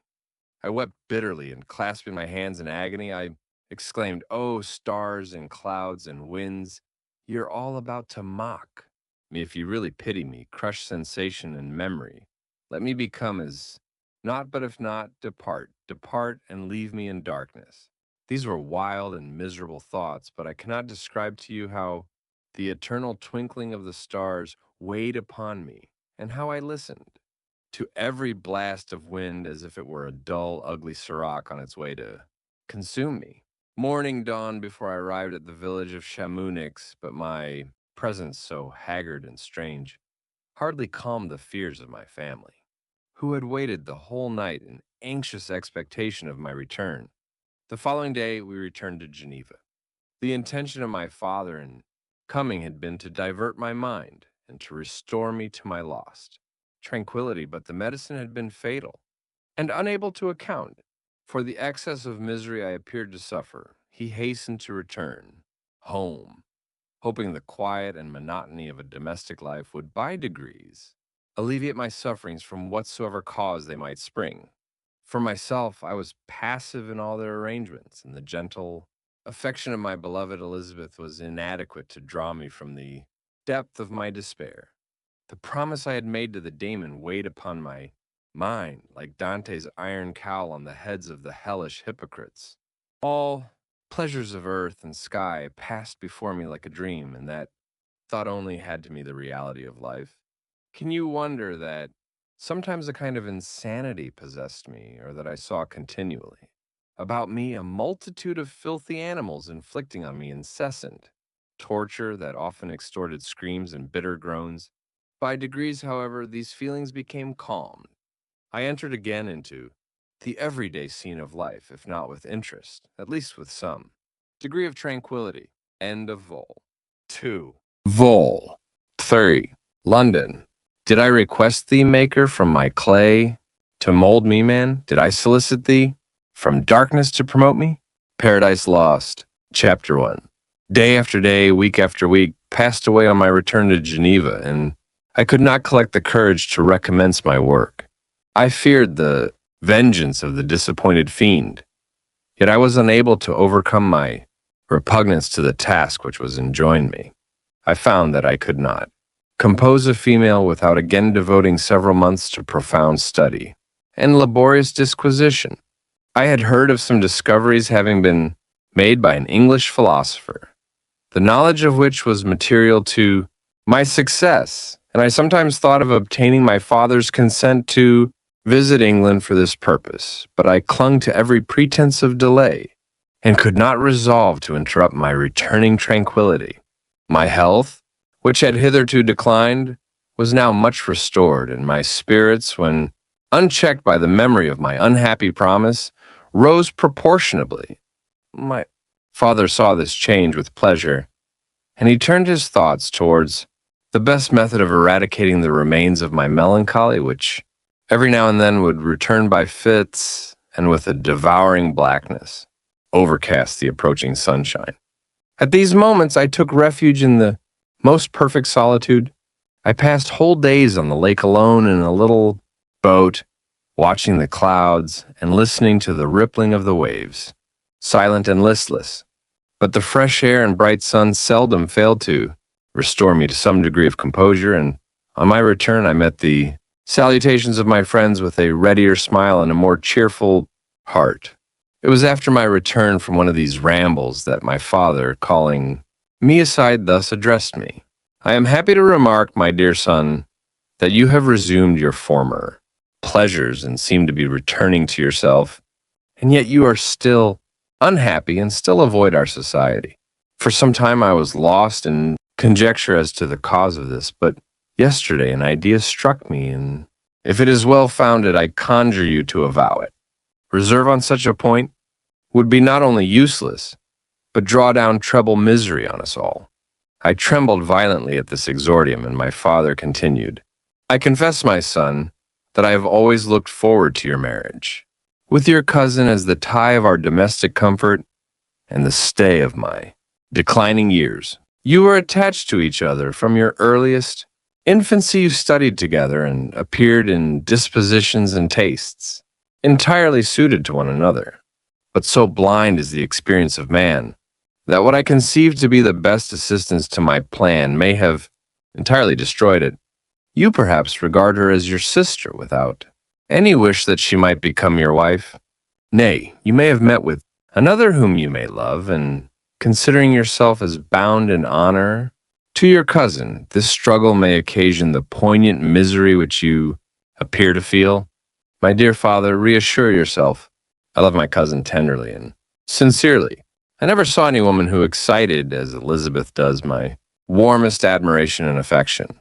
My future hopes and prospects are entirely bound up in the expectation of our union.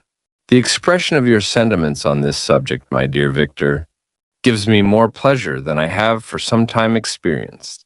If you feel thus, we shall assuredly be happy, however present events may cast a gloom over us. But it is this gloom which appears to have taken so strong a hold of your mind that I wish to dissipate. Tell me, therefore, whether you object to an immediate solemnization of the marriage. We have been unfortunate, and recent events have drawn us from that everyday tranquility befitting my years and infirmities. You are younger, yet I do not suppose, possessed as you are of a competent fortune, that an early marriage would at all interfere with any future plans of honor and utility that you may have formed. Do not suppose, however, that I wish to dictate happiness to you, or that a delay on your part would cause me any serious uneasiness. Interpret my words with candor and answer me, I conjure you, with confidence and sincerity. I listened to my father in silence and remained for some time incapable of offering any reply. I revolved rapidly in my mind a multitude of thoughts and endeavored to arrive at some conclusion. Alas, to me, the idea of an immediate union with my cousin was one of horror and dismay. I was bound by a solemn promise which I had not yet fulfilled, and dared not break, or, if I did, what manifold miseries might not impend over me and my devoted family. Could I enter into a festival with this deadly weight yet hanging round my neck and bowing me to the ground? I must perform my engagement and let the monster depart with his mate, before I allowed myself to enjoy the delight of an union from which I expected peace. I remembered also the necessity imposed upon me of either journeying to England or entering into a long correspondence with those philosophers of that country whose knowledge and discoveries were of indispensable use to me in my present undertaking. The latter method of obtaining the desired intelligence was dilatory and unsatisfactory. Besides, any variation was agreeable to me, and I was delighted with the idea of spending a year or two in change of scene and variety of occupation, in absence from my family, during which period some event might happen, which would restore me to them in peace and happiness. My promise might be fulfilled, and the monster have departed, or some accident might occur to destroy him and put an end to my slavery forever. These feelings dictated my answer to my father. I expressed a wish to visit England, but concealing the true reasons of this request, I clothed my desires under the guise of wishing to travel and see the world before I sat down for life within the walls of my native town. I urged my entreaty with earnestness, and my father was easily induced to comply, for a more indulgent and less dictatorial parent did not exist upon earth. Our plan was soon arranged. I should travel to Strasbourg, where Clerval would join me. Some short time would be spent in the towns of Holland, and our principal stay would be in England. We should return by France, and it was agreed that the tour should occupy the space of 2 years. My father pleased himself with the reflection that my union with Elizabeth should take place immediately on my return to Geneva. "These 2 years," said he, "will pass swiftly, and it will be the last delay that will oppose itself to your happiness. And indeed, I earnestly desire that period to arrive, when we shall all be united, and neither hopes or fears arise to disturb our domestic calm." "I am content," I replied, "with your arrangement. By that time we shall both have become wiser, and I hope happier, than we at present are." I sighed, but my father kindly forbore to question me further concerning the cause of my dejection. He hoped that new scenes and the amusement of traveling would restore my tranquility. I now made arrangements for my journey, but one feeling haunted me, which filled me with fear and agitation. During my absence, I should leave my friends unconscious of the existence of their enemy and unprotected from his attacks, exasperated as he might be by my departure. But he had promised to follow me wherever I might go, and would he not accompany me to England? This imagination was dreadful in itself, but soothing, inasmuch as it supposed the safety of my friends. I was agonized with the idea of the possibility that the reverse of this might happen, but through the whole period during which I was the slave of my creature, I allowed myself to be governed by the impulses of the moment, and my present sensations strongly intimated that the fiend would follow me and exempt my family from the danger of his machinations. It was in the latter end of August that I departed to pass 2 years of exile. Elizabeth approved of the reasons of my departure, and only regretted that she had not the same opportunities of enlarging her experience and cultivating her understanding. She wept, however, as she bade me farewell and entreated me to return happy and tranquil. "We all," said she, "depend upon you, and if you are miserable, what must be our feelings?" I threw myself into the carriage that was to convey me away, hardly knowing whither I was going, and careless of what was passing around. I remembered only, and it was with a bitter anguish that I reflected on it, to order that my chemical instruments should be packed to go with me, for I resolved to fulfill my promise while abroad and return, if possible, a free man. Filled with dreary imaginations, I passed through many beautiful and majestic scenes, but my eyes were fixed and unobserving. I could only think of the bourne of my travels and the work which was to occupy me whilst they endured. After some days spent in listless indolence, during which I traversed many leagues, I arrived at Strasbourg, where I waited 2 days for Clerval. He came. Alas, how great was the contrast between us! He was alive to every new scene, joyful when he saw the beauties of the setting sun, and more happy when he beheld it rise and recommence a new day. He pointed out to me the shifting colors of the landscape and the appearances of the sky. "This is what it is to live," he cried. "Now I enjoy existence. But you, my dear Frankenstein, wherefore are you desponding and sorrowful?" In truth, I was occupied by gloomy thoughts, and neither saw the descent of the evening star nor the golden sunrise reflected in the Rhine. And you, my friend, would be far more amused with the journal of Clerval, who observed the scenery with an eye of feeling and delight, than to listen to my reflections. I, a miserable wretch, haunted by a curse that shut up every avenue to enjoyment. We had agreed to descend the Rhine in a boat from Strasbourg to Rotterdam, whence we might take shipping for London. During this voyage, we passed by many willowy islands and saw several beautiful towns. We stayed a day at Mannheim, and on the 5th from our departure from Strasbourg, arrived at Mayence. The course of the Rhine below Mayence becomes much more picturesque. The river descends rapidly and winds between hills, not high but steep and of beautiful forms. We saw many ruined castles standing on the edges of precipices surrounded by black woods, high and inaccessible. This part of the Rhine indeed presents a singularly variegated landscape. In one spot you view rugged hills, ruined castles overlooking tremendous precipices with the dark Rhine, rushing beneath and, on the sudden turn of a promontory, flourishing. Vineyards with green sloping banks and a meandering river and populous towns occupy the scene. We traveled at the time of the vintage and heard the song of the laborers as we glided down the stream. Even I, depressed in mind and my spirits continually agitated by gloomy feelings, even I was pleased. I lay at the bottom of the boat, and as I gazed on the cloudless blue sky, I seemed to drink in a tranquility to which I had long been a stranger. And if these were my sensations, who can describe those of Henry? He felt as if he had been transported to fairyland and enjoyed a happiness seldom tasted by man. I have seen, he said, the most beautiful scenes of my own country. I have visited the lakes of Lucerne and Uri, where the snowy mountains descend almost perpendicularly to the water, casting black and impenetrable shades which would cause a gloomy and mournful appearance, were it not for the most verdant islands that relieve the eye by their gay appearance.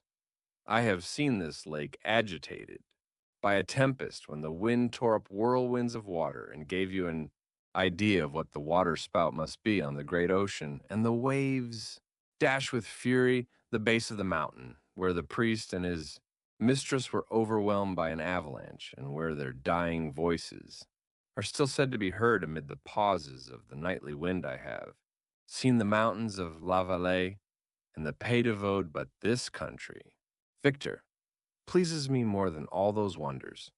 The mountains of Switzerland are more majestic and strange, but there is a charm in the banks of this divine river that I never before saw equaled. Look at that castle which overhangs yon precipice, and that also on the island, almost concealed amongst the foliage of those lovely trees, and now that group of laborers, coming from among their vines in that village, half hid in the recess of the mountain. Oh, surely the spirit that inhabits and guards this place has a soul more in harmony with man than those who pile the glacier or retire to the inaccessible peaks of the mountains of our own country. Clerval, beloved friend, even now it delights me to record your words and to dwell on the praise of which you are so eminently deserving. He was a being formed in the very poetry of nature. His wild and enthusiastic imagination was chastened by the sensibility of his heart. His soul overflowed with ardent affections, and his friendship was of that devoted and wondrous nature that the worldly minded teach us to look for only in the imagination. But even human sympathies were not sufficient to satisfy his eager mind. The scenery of external nature, which others regard only with admiration, he loved with ardor. The sounding cataract haunted him like a passion the tall rock. The mountain and the deep and gloomy wood, their colors and their forms were then to him an appetite, a feeling, and a love that had no need of a remoter charm, by thought supplied or any interest, unborrowed from the eye. And where does he now exist? Is this gentle and lovely being lost? For ever has this mind so replete with ideas, imaginations fanciful and magnificent, which formed a world whose existence depended on the life of its creator, has this mind perished? Does it now only exist in my memory? No, it is not thus your form so divinely wrought and beaming with beauty has decayed, but your spirit still visits and consoles your unhappy friend. Pardon this gush of sorrow. These ineffectual words are but a slight tribute to the unexampled worth of Henry, but they soothe my heart, overflowing with the anguish which his remembrance creates. I will proceed with my tale. Beyond Cologne, we descended to the plains of Holland, and we resolved to post the remainder of our way, for the wind was contrary, and the stream of the river was too gentle to aid us. Our journey here lost the interest arising from beautiful scenery, but we arrived in a few days at Rotterdam, whence we proceeded by sea to England. It was on a clear morning in the latter days of December that I first saw the white cliffs of Britain. The banks of the Thames presented a new scene. They were flat but fertile, and almost every town was marked by the remembrance of some story. We saw Tilbury Fort and remembered the Spanish Armada, Gravesend, Woolwich, and Greenwich, places which I had heard of, even in my country. At length, we saw the numerous steeples of London, St. Paul's towering, above all, and the tower famed in English history. Chapter 2. London was our present point of rest. We determined to remain several months in this wonderful and celebrated city. Clerval desired the intercourse of the men of genius and talent who flourished at this time. But this was with me a secondary object I was principally occupied with, the means of obtaining the information necessary for the completion of my promise, and quickly availed myself of the letters of introduction that I had brought with me, addressed to the most distinguished natural philosophers. If this journey had taken place during my days of study and happiness, it would have afforded me inexpressible pleasure. But a blight had come over my existence, and I only visited these people for the sake of the information they might give me on the subject in which my interest was so terribly profound. Company was irksome to me when alone. I could fill my mind with the sights of heaven and earth. The voice of Henry soothed me, and I could thus cheat myself into a transitory peace.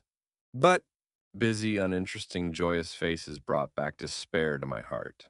I saw an insurmountable barrier placed between me and my fellow men. This barrier was sealed with the blood of William and Justine, and to reflect on the events connected with those names filled my soul with anguish. But in Clerval I saw the image of my former self. He was inquisitive and anxious to gain experience and instruction. The difference of manners which he observed was to him an inexhaustible source of instruction and amusement. He was forever busy, and the only check to his enjoyments was my sorrowful and dejected mien. I tried to conceal this as much as possible, that I might not debar him from the pleasures natural to one who was entering on a new scene of life undisturbed by any care or bitter recollection. I often refused to accompany him, alleging another engagement that I might remain alone. I now also began to collect the materials necessary for my new creation, and this was to me like the torture of single drops of water continually falling on the head. Every thought that was devoted to it was an extreme anguish, and every word that I spoke in allusion to it caused my lips to quiver and my heart to palpitate. After passing some months in London, we received a letter from a person in Scotland who had formerly been our visitor at Geneva. He mentioned the beauties of his native country and asked us if those were not sufficient allurements to induce us to prolong our journey as far north as Perth, where he resided. Clerval eagerly desired to accept this invitation, and I, although I abhorred society, wished to view again mountains and streams and all the wondrous works with which nature adorns her chosen dwelling places. We had arrived in England at the beginning of October, and it was now February. We accordingly determined to commence our journey towards the north at the expiration of another month. In this expedition, we did not intend to follow the great road to Edinburgh, but to visit Windsor, Oxford, Matlock, and the Cumberland Lakes, resolving to arrive at the completion of this tour about the end of July. I packed my chemical instruments and the materials I had collected, resolving to finish my labors in some obscure nook in the northern highlands of Scotland. We quitted London on the 27th of March and remained a few days at Windsor, rambling in its beautiful forest. This was a new scene to us. Mountaineers, the majestic oaks, the quantity of game, and the herds of stately deer were all novelties to us. From thence we proceeded to Oxford. As we entered this city, our minds were filled with the remembrance of the events that had been transacted there more than a century and a half before. It was here that Charles Lerner had collected his forces. This city had remained faithful to him after the whole nation had forsaken his cause to join the standard of Parliament and liberty. The memory of that unfortunate king and his companions, the amiable Falkland, the insolent Gower, his queen, and son, gave a peculiar interest to every part of the city which they might be supposed to have inhabited. The spirit of elder days found a dwelling here, and we delighted to trace its footsteps. If these feelings had not found an imaginary gratification, the appearance of the city had yet in itself sufficient beauty to obtain our admiration. The colleges are ancient and picturesque. The streets are almost magnificent, and the lovely Isis, which flows beside it through meadows of exquisite verdure, is spread forth into a placid expanse of waters, which reflects its majestic assemblage of towers and spires and domes, embosomed among aged trees. I enjoyed this scene, and yet my enjoyment was embittered both by the memory of the past and the anticipation of the future. I was formed for peaceful happiness. During my youthful days, discontent never visited my mind, and if I was ever overcome by ennui, the sight of what is beautiful in nature or the study of what is excellent and sublime in the productions of man could always interest my heart and communicate elasticity to my spirits. But I am a blasted tree the bolt has entered my soul, and I felt then that I should survive to exhibit what I shall soon cease to be a miserable spectacle of wrecked humanity, pitiable to others and abhorrent to myself. We passed a considerable period at Oxford, rambling among its environs and endeavoring to identify every spot which might relate to the most animating epoch of English history. Our little voyages of discovery were often prolonged by the successive objects that presented themselves. We visited the tomb of the illustrious Hampden and the field on which that patriot fell. For a moment, my soul was elevated from its debasing and miserable fears to contemplate the divine ideas of liberty and self sacrifice, of which these sites were the monuments and the remembrancers. For an instant, I dared to shake off my chains and look around me with a free and lofty spirit, but the iron had eaten into my flesh, and I sank again, trembling and hopeless, into my miserable self. We left Oxford with regret and proceeded to Matlock, which was our next place of rest.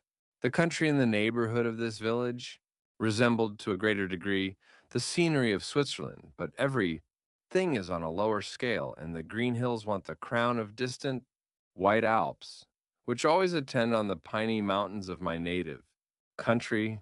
We visited the wondrous cave and the little cabinets of natural history, where the curiosities are disposed in the same manner as in the collections at Servox and Chamonix.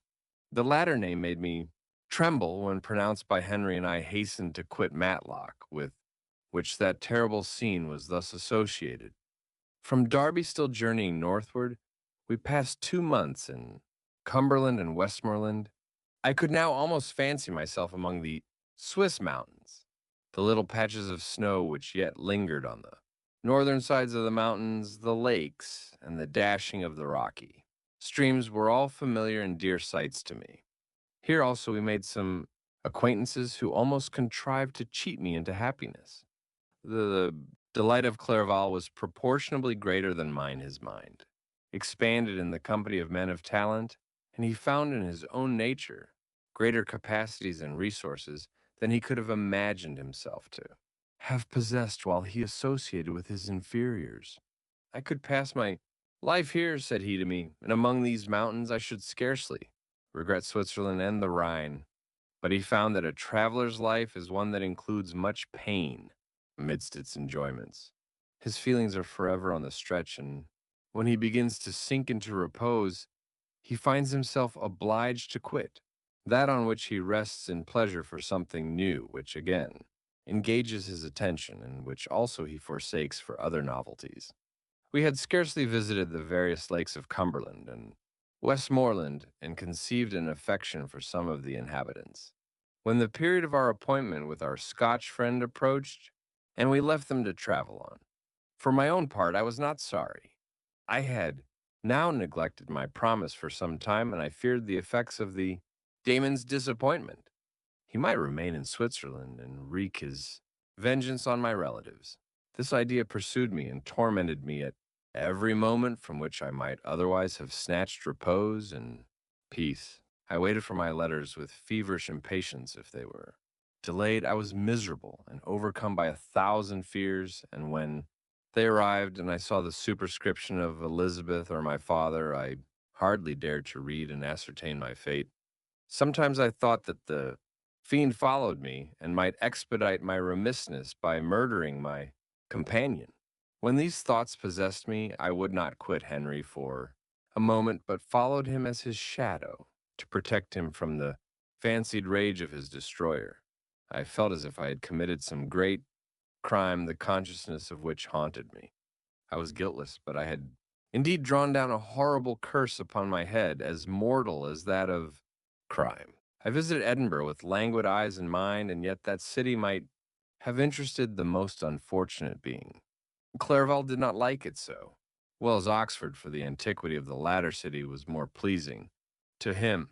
But the beauty and regularity of the new town of Edinburgh, its romantic castle and its environs, the most delightful in the world. Arthur's Seat, St.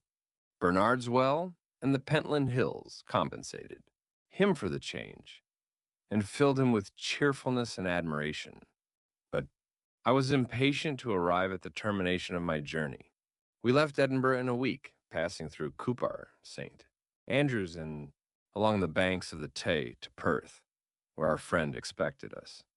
But I was in no mood to laugh and talk with strangers or enter into their feelings or plans with the good humor expected from a guest, and accordingly I told Clerval that I wished to make the tour of Scotland alone. "Do you," said I, "enjoy yourself, and let this be our rendezvous. I may be absent a month or two, but do not interfere with my motions. I entreat you leave me to peace and solitude for a short time. And when I return, I hope it will be with a lighter heart, more congenial to your own temper."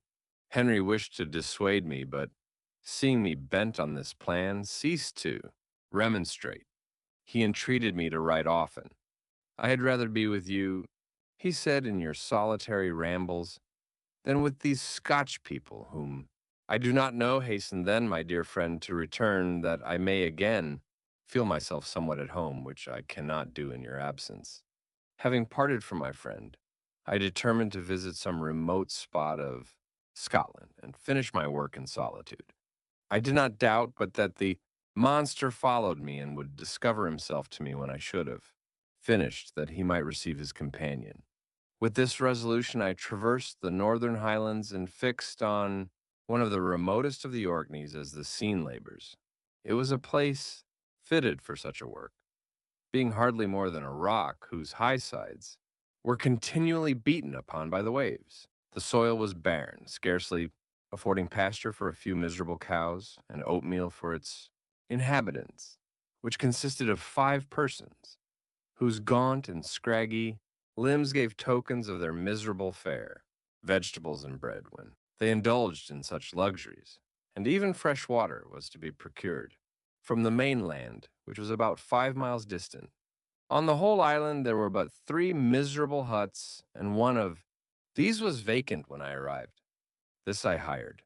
It contained but 2 rooms, and these exhibited all the squalidness of the most miserable penury. The thatch had fallen in, the walls were unplastered, and the door was off its hinges. I ordered it to be repaired, bought some furniture, and took possession, an incident which would doubtless have occasioned some surprise, had not all the senses of the cottagers been benumbed by want and squalid poverty.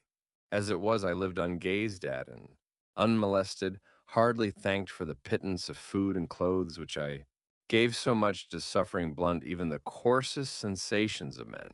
In this retreat I devoted the morning to labor, but in the evening, when the weather permitted, I walked on the stony beach of the sea to listen to the waves as they roared and dashed at my feet. It was a monotonous yet ever-changing scene. I thought of Switzerland. It was far different from this desolate and appalling landscape. Its hills are covered with vines, and its cottages are scattered thickly in the plains. Its fair lakes reflect the blue and gentle sky, and when troubled by the winds, their tumult is but as the play of a lively infant when compared to the roarings of the giant ocean. In this manner, I distributed my occupations when I first arrived, but as I proceeded in my labor, it became every day more horrible and irksome to me. Sometimes I could not prevail on myself to enter my laboratory for several days, and at other times I toiled day and night in order to complete my work. It was indeed a filthy process in which I was engaged. During my first experiment, a kind of enthusiastic frenzy had blinded me to the horror of my employment. My mind was intently fixed on the sequel of my labor, and my eyes were shut to the horror of my proceedings. But now I went to it in cold blood, and my heart often sickened at the work of my hands. Thus situated, employed in the most detestable occupation, immersed in a solitude where nothing could for an instant call my attention from the actual scene in which I was engaged, my spirits became unequal. I grew restless and nervous. Every moment I feared to meet my persecutor. Sometimes I sat with my eyes fixed on the ground, fearing to raise them, lest they should encounter the object which I so much dreaded to behold. I feared to wander from the sight of my fellow creatures, lest when alone he should come to claim his companion. In the meantime, I worked on, and my labor was already considerably advanced. I looked towards its completion with a tremulous and eager hope which I dared not trust myself to question, but which was intermixed with obscure forebodings of evil that made my heart sicken in my bosom. Chapter 3. I sat one evening in my laboratory. The sun had set, and the moon was just rising from the sea. I had not sufficient light for my employment, and I remained idle, in a pause of consideration of whether I should leave my labor for the night or hasten its conclusion by an unremitting attention to it. As I sat, a train of reflection occurred to me, which led me to consider the effects of what I was now doing. 3 years before, I was engaged in the same manner, and had created a fiend, whose unparalleled barbarity had desolated my heart and filled it for ever with the bitterest remorse. I was now about to form another being, of whose dispositions I was alike ignorant. She might become 10,000 times more malignant than her mate, and delight for its own sake in murder and wretchedness. He had sworn to quit the neighborhood of man and hide himself in deserts, but she had not, and she, who in all probability was to become a thinking and reasoning animal, might refuse to comply with a compact made before her creation. They might even hate each other. The creature who already lived loathed his own deformity, and might he not conceive a greater abhorrence for it when it came before his eyes in the female form?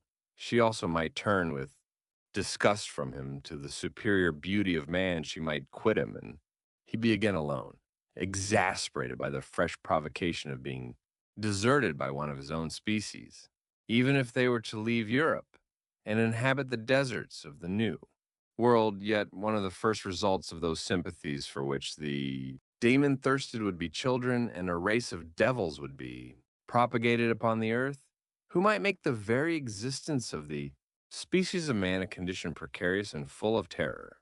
Had I a right, for my own benefit, to inflict this curse upon everlasting generations?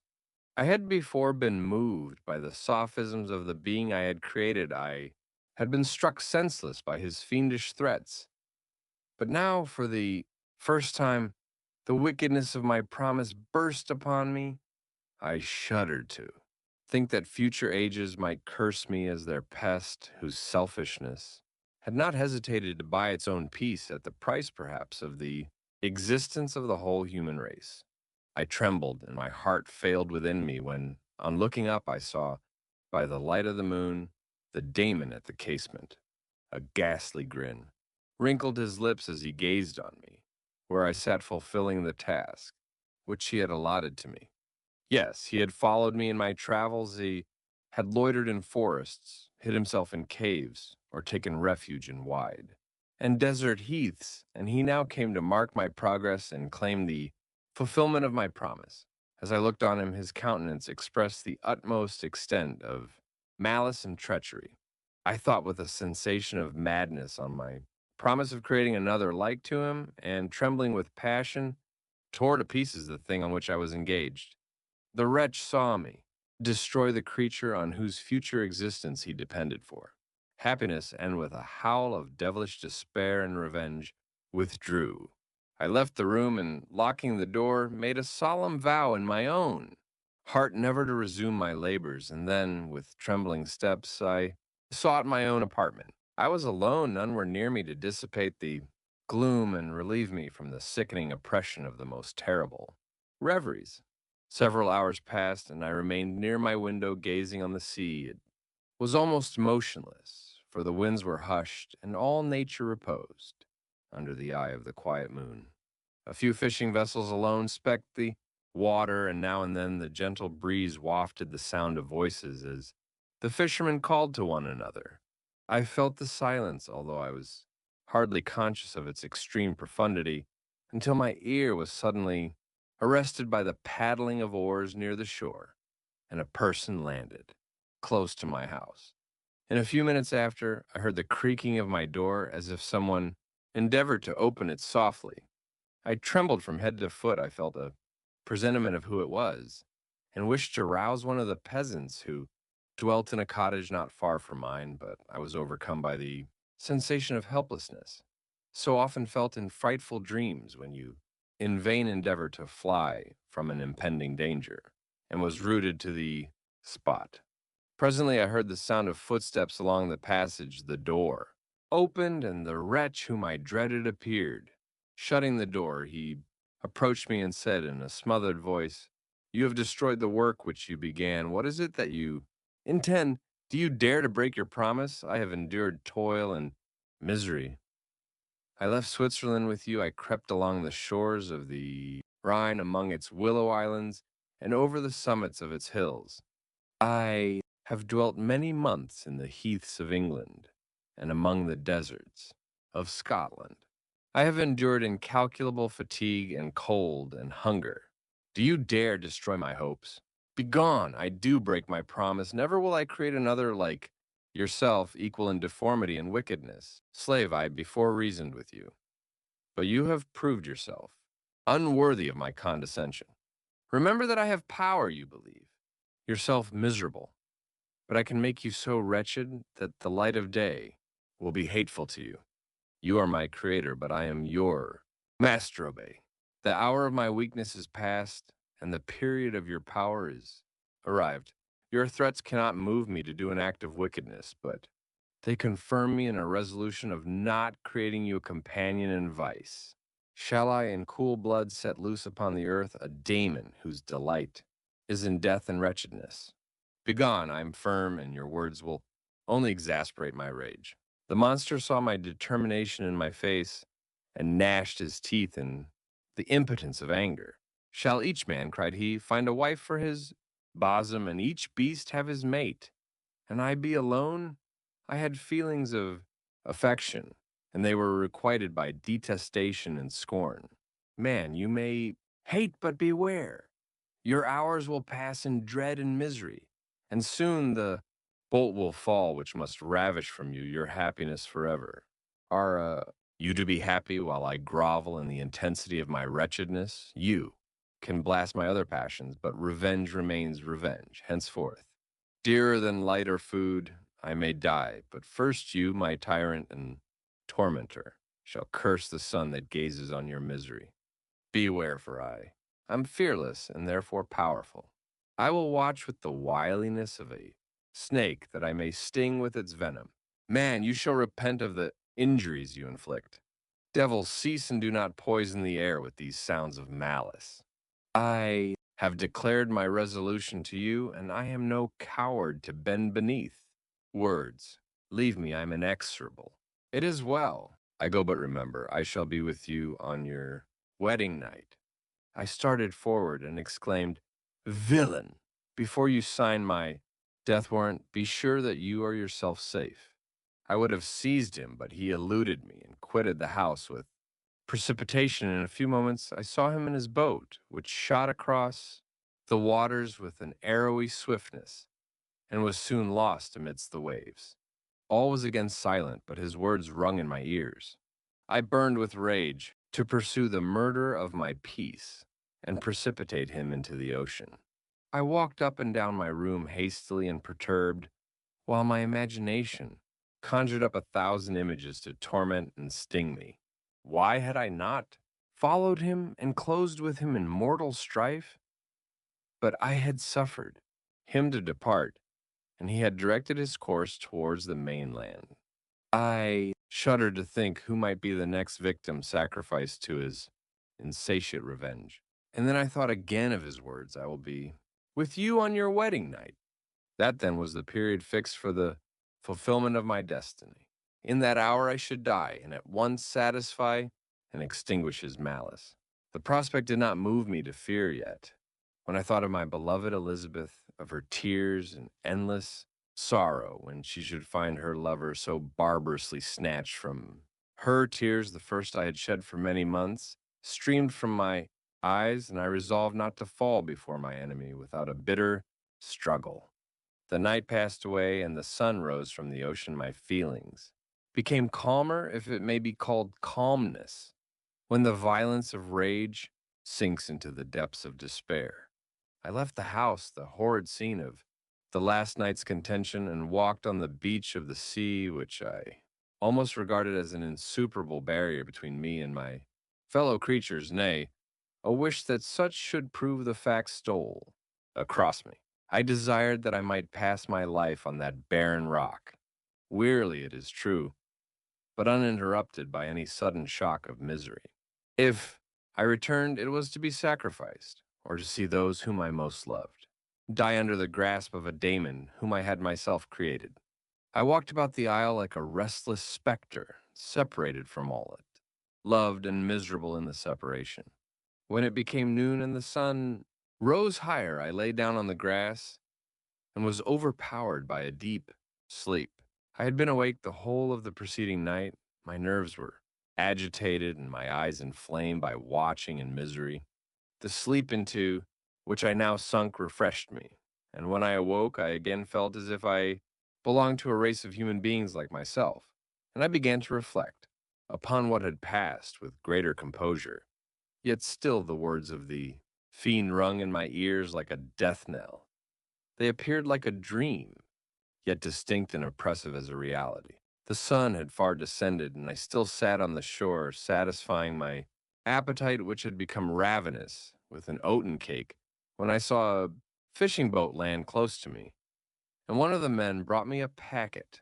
It contained letters from Geneva and one from Clerval, entreating me to join him. He said that nearly a year had elapsed since we had quitted.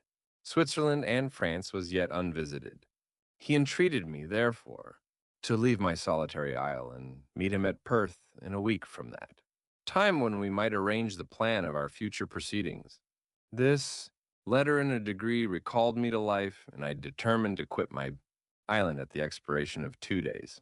Yet, before I departed, there was a task to perform, on which I shuddered to reflect. I must pack my chemical instruments, and for that purpose I must enter the room which had been the scene of my odious work, and I must handle those utensils, the sight of which was sickening to me. The next morning at daybreak, I summoned sufficient courage and unlocked the door of my laboratory. The remains of the half-finished creature whom I had destroyed lay scattered on the floor, and I almost felt as if I had mangled the living flesh of a human being. I paused to collect myself and then entered the chamber. With trembling hand, I conveyed the instruments out of the room, but I reflected that I ought not to leave the relics of my work to excite the horror and suspicion of the peasants, and I accordingly put them into a basket with a great quantity of stones, and laying them up, determined to throw them into the sea that very night, and in the meantime I sat upon the beach, employed in cleaning and arranging my chemical apparatus. Nothing could be more complete than the alteration that had taken place. in my feelings since the night of the appearance of the daemon. I had before regarded my promise with a gloomy despair as a thing that, with whatever consequences, must be fulfilled, but I now felt as if a film had been taken from before my eyes, and that I, for the first time, saw clearly. The idea of renewing my labors did not for one instant occur. To me, the threat I had heard weighed on my thoughts, but I did not reflect that a voluntary act of mine could avert it. I had resolved in my own mind that to create another like the fiend I had first made would be an act of the basest and most atrocious selfishness, and I banished from my mind every thought that could lead to a different conclusion. Between 2 and 3 in the morning, the moon rose, and I then, putting my basket aboard a little skiff, sailed out about 4 miles from the shore. The scene was perfectly solitary. A few boats were returning towards land, but I sailed away from them. I felt as if I was about the commission of a dreadful crime and avoided with shuddering anxiety any encounter with my fellow creatures. At one time, the moon, which had before been clear, was suddenly overspread by a thick cloud, and I took advantage of the moment of darkness and cast my basket into the sea. I listened to the gurgling sound as it sunk, and then sailed away from the spot. The sky became clouded, but the air was pure, although chilled by the northeast breeze that was then rising. But it refreshed me and filled me with such agreeable sensations that I resolved to prolong my stay on the water, and fixing the rudder in a direct position, stretched myself at the bottom of the boat. Clouds hid the moon, everything was obscure, and I heard only the sound of the boat as its keel cut through. The waves, the murmur lulled me, and in a short time I slept soundly. I do not know how long I remained in this situation, but when I awoke, I found that the sun had already mounted considerably. The wind was high, and the waves continually threatened the safety of my little skiff. I found that the wind was northeast and must have driven me far from the coast from which I had embarked. I endeavored to change my course, but quickly found that if I again made the attempt, the boat would be instantly filled with water. Thus situated, my only resource was to drive before the wind. I confess that I felt a few sensations of terror. I had no compass with me and was so little acquainted with the geography of this part of the world that the sun was of little benefit to me. I might be driven into the wide Atlantic and feel all the tortures of starvation, or be swallowed up in the immeasurable waters that roared and buffeted around me. I had already been out many hours, and felt the torment of a burning thirst, a prelude to my other sufferings. I looked on the heavens, which were covered by clouds that flew before the wind only to be replaced by others. I looked upon the sea, it was to be my grave. Fiend, I exclaimed, your task is already fulfilled. I thought of Elizabeth, of my father, and of Clerval, and sunk into a reverie, so despairing and frightful that even now, when this scene is on the point of closing before me forever, I shudder to reflect on it. Some hours passed thus, but by degrees, as the sun declined towards the horizon, the wind died away into a gentle breeze, and the sea became free from breakers. But these gave place to a heavy swell. I felt sick and hardly able to hold the rudder, when suddenly I saw a line of high land towards the south. Almost spent as I was by fatigue and the dreadful suspense I endured, for several hours this sudden certainty of life rushed like a flood of warm joy to my heart, and tears gushed from my eyes. How mutable are our feelings, and how strange is that clinging love we have of life even in the excess of misery.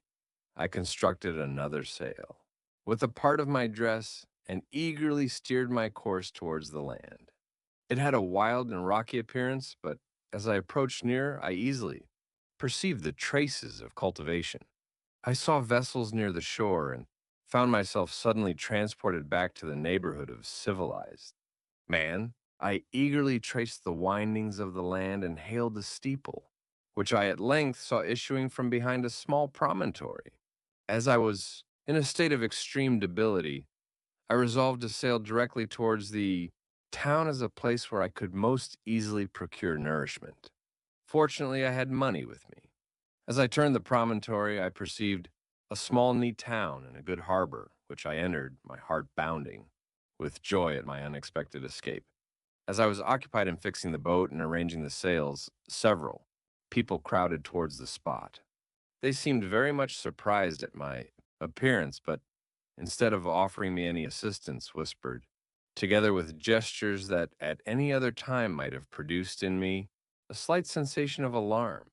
As it was, I merely remarked that they spoke English, and I therefore addressed them in that language. My good friends, said I, will you be so kind as to tell me the name of this town and inform me where I am? You will know that soon enough, replied a man with a gruff voice. May be you are come to a place that will not prove much to your taste, but you will not be consulted as to your quarters, I promise you. I was exceedingly surprised on receiving so rude an answer from a stranger, and I was also disconcerted on perceiving the frowning and angry countenances of his companions. Why do you answer me so roughly? I replied, surely it is not the custom of Englishmen to receive strangers so inhospitably. I do not know, said the man, what the custom of the English may be, but it is the custom of the Irish to hate villains. While this strange dialogue continued, I perceived the crowd rapidly increase. Their faces expressed a mixture of curiosity and anger, which annoyed and in some degree alarmed me. I inquired the way to the inn, but no one replied. I then moved forward, and a murmuring sound arose from the crowd as they followed and surrounded me when an ill-looking man approaching tapped me on the shoulder and said, come, sir, you must follow me to Mr. Kerwin's to give an account of yourself. Who is Mr. Kerwin? Why am I to give an account of myself? Is not this a free country? Aye, sir, free enough for honest folks. Mr. Kerwin is a magistrate, and you are to give an account of the death of a gentleman who was found murdered here last night. This answer startled me, but I presently recovered myself. I was innocent that could easily be proved. Accordingly, I followed my conductor in silence and was led to one of the best houses in the town. I was ready to sink from fatigue and hunger, but being surrounded by a crowd, I thought it politic to rouse all my strength that no physical debility might be construed into apprehension or conscious guilt. Little did I then expect the calamity that was in a few moments to overwhelm me and extinguish in horror and despair all fear of ignominy or death. I must pause here, for it requires all my fortitude to recall the memory of the frightful events which I am about to relate in proper detail to my recollection. Chapter 4.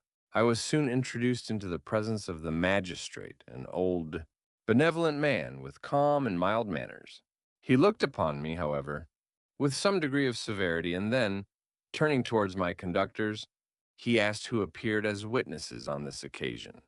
About half a dozen men came forward, and one being selected by the magistrate, he deposed that he had been out fishing the night before with his son and brother-in-law, Daniel Nugent, when about 10 o'clock they observed a strong northerly blast rising, and they accordingly put in for port. It was a very dark night, as the moon had not yet risen. They did not land at the harbor, but, as they had been accustomed, at a creek about 2 miles below. He walked on first, carrying a part of the fishing tackle, and his companions followed him at some distance. As he was proceeding along the sands, he struck his foot against something and fell all his length on the ground. His companions came up to assist him, and by the light of their lantern, they found that he had fallen on the body of a man who was to all appearance dead. Their first supposition was that it was the corpse of some person who had been drowned and was thrown on shore by the waves, but upon examination, they found that the clothes were not wet, and even that the body was not then cold. They instantly carried it to the cottage of an old woman near the spot and endeavored, but in vain, to restore it to life. He appeared to be a handsome young man, about 25 years of age. He had apparently been strangled, for there was no sign of any violence, except the black mark of fingers on his neck. The first part of this deposition did not in the least interest me, but When the mark of the fingers was mentioned, I remembered the murder of my brother and felt myself extremely agitated. My limbs trembled and the mist came over my eyes, which obliged me to lean on a chair for support. The magistrate observed me with a keen eye, and of course drew an unfavorable augury from my manner. The son confirmed his father's account, but when Daniel Nugent was called, he swore positively that just before the fall of his companion, he saw a boat with a single man in it at a short distance from the shore, and as far as he could judge by the light of a few stars, it was the same boat in which I had just landed. A woman deposed that she lived near the beach and was standing at the door of her cottage, waiting for the return of the fisherman about an hour before she heard of the discovery of the body, when she saw a boat with only one man in it push off from that part of the shore where the corpse was afterwards found. Another woman confirmed the account of the fishermen having brought the body into her house. It was not cold. They put it into a bed and rubbed. It and Daniel went to the town for an apothecary, but life was quite gone. Several other men were examined concerning my landing, and they agreed that, with the strong north wind that had arisen during the night, it was very probable that I had beaten about for many hours and had been obliged to return nearly to the same spot from which I had departed. Besides, they observed that it appeared that I had brought the body from another place, and it was likely that, as I did not appear to know the shore, I might have put into the harbor ignorant of the distance of the town of from the place where I had deposited the corpse. Mr. Kerwin, on hearing this evidence, desired that I should be taken into the room where the body lay for interment, that it might be observed what effect the sight of it would produce upon me. This idea was probably suggested by the extreme agitation I had exhibited when the mode of the murder had been described. I was accordingly conducted by the magistrate and several other persons to the inn. I could not help being struck by the strange coincidences that had taken place during this eventful night, but knowing that I had been conversing with several persons in the island I had inhabited about the time that the body had been found, I was perfectly tranquil as to the consequences of the affair. I entered the room where the corpse lay and was led up to the coffin. How can I describe my sensations on beholding it? I feel yet parched with horror, nor can I reflect on that terrible moment without shuddering and agony that faintly reminds me of the anguish of the recognition. The trial, the presence of the magistrate and witnesses, passed like a dream from my memory when I saw the lifeless form of Henry Clerval stretched before me. I gasped for breath, and throwing myself on the body, I exclaimed, "Have my murderous machinations deprived you also, my dearest Henry, of life? Two I have already destroyed; other victims await their destiny. But you, Clerval, my friend, my benefactor, the human frame could no longer support the agonizing suffering that I endured, and I was carried out of the room in strong convulsions. A fever succeeded to this. I lay for 2 months on the point of death. My ravings, as I afterwards heard, were frightful. I called myself the murderer of William of Justine and of Clerval. Sometimes I entreated my attendants to assist me in the destruction of the fiend by whom I was tormented, and at others I felt the fingers of the monster already, grasping my neck, and screamed aloud with agony and terror. Fortunately, as I spoke my native language, Mr. Kerwin alone understood me, but my gestures and bitter cries were sufficient to affright the other. Witnesses, why did I not die? More miserable than man ever was before. Why did I not sink into forgetfulness and rest? Death snatches away many blooming children, the only hopes of their doting parents. How many brides and youthful lovers have been one day in the bloom of health and hope, and the next to pray for worms and the decay of the tomb? Of what materials was I made that I could thus resist so many shocks, which, like the turning of the wheel, continually renewed the torture? But I was doomed to live, and in 2 months found myself as awaking from a dream in a prison, stretched on a wretched bed surrounded by jailers, turnkeys, bolts, and all the miserable apparatus of a dungeon. It was morning, I remember, when I thus awoke to understanding I had forgotten the particulars of what had happened and only felt as if some great misfortune had suddenly overwhelmed me. But when I looked around and saw the barred windows and the squalidness of the room in which I was all flashed across my memory, and I groaned bitterly. This sound disturbed an old woman who was sleeping in a chair beside me. She was a hired nurse, the wife of one of the turnkeys, and her countenance expressed all those bad qualities which often characterize that class. The lines of her face were hard and rude, like that of persons accustomed to see without sympathizing in sights of misery. Her tone expressed her entire indifference. She addressed me in English, and the voice struck me as one that I had heard during my sufferings. "Are you better now, sir?" said she. I replied in the same language with a feeble voice, "I believe I am. But if it be all true, if indeed I did not dream, I am sorry that I am still alive to feel this misery and horror." "For that matter," replied the old woman, "if you mean about the gentleman you murdered, I believe that it were better for you if you were dead, for I fancy it will go hard with you, but you will be hung when the next sessions come on. However, that's none of my business. I'm sent to nurse you and get you well. I do my duty with a safe conscience. It were well if everybody did the same." I turned with loathing from the woman who could utter so unfeeling a speech to a person just saved, on the very edge of death, but I felt languid and unable to reflect on all that had passed. The whole series of my life appeared to me as a dream. I sometimes doubted if indeed it were all true, for it never presented itself to my mind with the force of reality.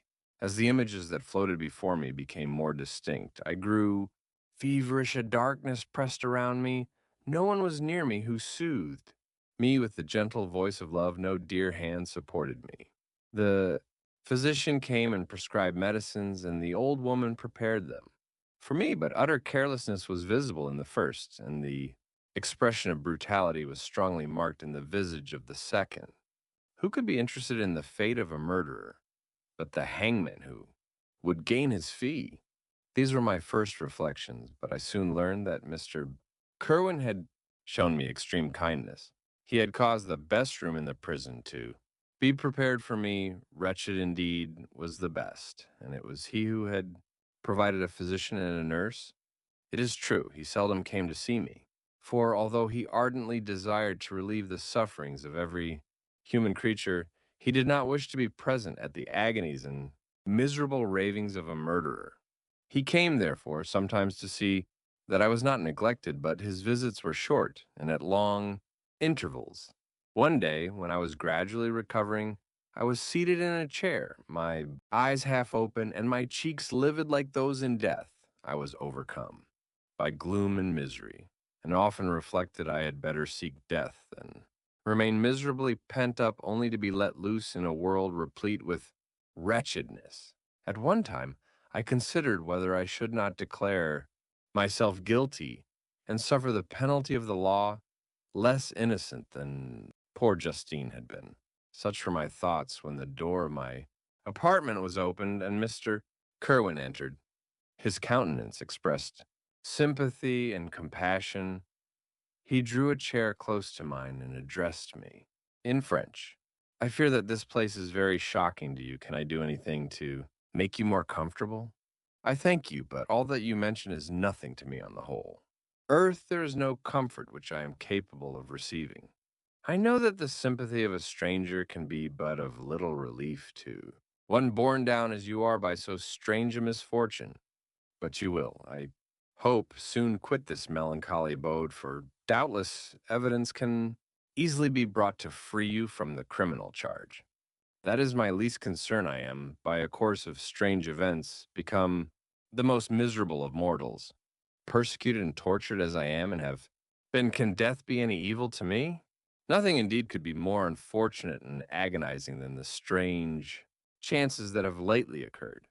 You were thrown by some surprising accident on this shore, renowned for its hospitality, seized immediately and charged with murder. The first sight that was presented to your eyes was the body of your friend. murdered in so unaccountable a manner and placed, as it were, by some fiend across your path. As Mr. Kerwin said this, notwithstanding the agitation I endured on this retrospect of my sufferings, I also felt considerable surprise at the knowledge he seemed to possess concerning me. I suppose some astonishment was exhibited in my countenance, for Mr. Kerwin hastened to say, "It was not until a day or two after your illness that I thought of examining your dress, that I might discover some trace by which I could send to your relations an account of your misfortune and illness. I found several letters, and, among others, one which I discovered from its commencement to be from your father. I instantly wrote to Geneva. Nearly 2 months have elapsed since the departure of my letter. But you are ill even now, you tremble, you are unfit for agitation of any kind. This suspense is 1,000 times worse than the most horrible event. Tell me what new scene of death has been acted, and whose murder I am. Now to lament. Your family is perfectly well, said Mr. Kerwin with gentleness, and someone, a friend, has come to visit you. I know not by what chain of thought the idea presented itself, but it instantly darted into my mind that the murderer had come to mock at my misery and taunt me with the death of Clerval as a new incitement for me to comply with his hellish desires. I put my hand before my eyes and cried out in agony, "Oh, take him away! I cannot see him, for God's sake. Do not let him enter." Mr. Kerwin regarded me with a troubled countenance. He could not help regarding my exclamation as a presumption of my guilt, and said in rather a severe tone, "I should have thought, young man, that the presence of your father would have been welcome instead of inspiring such violent repugnance." "My father!" cried I, while every feature and every muscle was relaxed, from anguish to pleasure. "Is my father indeed come? How kind, how very kind. But where is he? Why does he not hasten to me?" My change of manner surprised and pleased the magistrate. Perhaps he thought that my former exclamation was a momentary return of delirium, and now he instantly resumed his former benevolence. He rose and quitted the room with my nurse, and in a moment my father entered it. Nothing at this moment could have given me greater pleasure than the arrival of my father. I stretched out my hand to him and cried, "Are you then safe in Elizabeth and Ernest?" My father calmed me with assurances of their welfare, and endeavored, by dwelling on these subjects so interesting to my heart, to raise my desponding spirits. But he soon felt that a prison cannot be the abode of cheerfulness.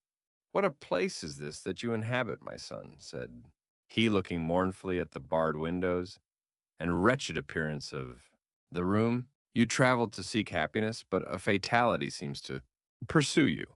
And poor Clerval, the name of my unfortunate and murdered friend, was in agitation too. Great to be endured in my weak state, I shed tears. 'Alas, yes, my father,' replied I, 'some destiny of the most horrible kind hangs over me, and I must live to fulfill it, or surely I should have died on the coffin of Henry.' We were not allowed to converse for any length of time, for the precarious state of my health rendered every precaution necessary that could ensure tranquility. Mr. Kerwin came in and insisted that my strength should not be exhausted by too much exertion. But the appearance of my father was to me like that of my good angel, and I gradually recovered my health. As my sickness quitted me, I was absorbed by a gloomy and black melancholy that nothing could dissipate. The image of Clerval was for ever before me, ghastly and murdered. More than once the agitation into which these reflections threw me made my friends dread a dangerous relapse. Alas, why did they preserve so miserable and detested a life? It was surely that I might fulfill my destiny, which is now drawing to a close. Soon, oh, very soon, will death extinguish these throbbings and relieve me from the mighty weight of anguish that bears me to the dust. And in executing the award of justice, I shall also sink to rest. Then, the appearance of death was distant, although the wish was ever present to my thoughts, and I often sat for hours motionless and speechless, wishing for some mighty revolution that might bury me and my destroyer in its ruins. The season of the assizes approached. I had already been 3 months in prison, and although I was still weak and in continual danger of a relapse, I was obliged to travel nearly 100 miles to the county town where the court was held. Mr. Kerwin charged himself with every care of collecting witnesses and arranging my defense. I was spared the disgrace of appearing publicly as a criminal, as the case was, not brought before the court that decides on life and death.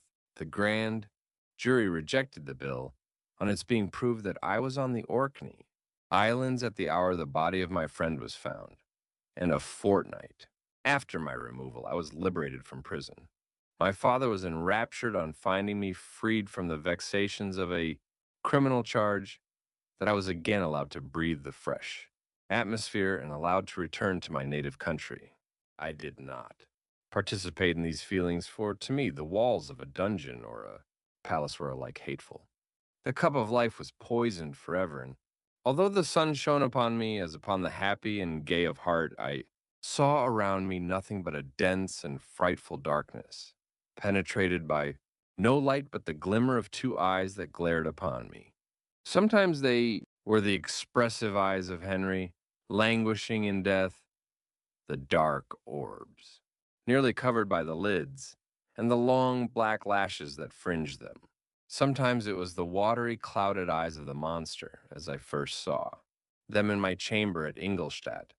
My father tried to awaken in me the feelings of affection. He talked of Geneva, which I should soon visit, of Elizabeth, and Ernest, but these words only drew deep groans from me.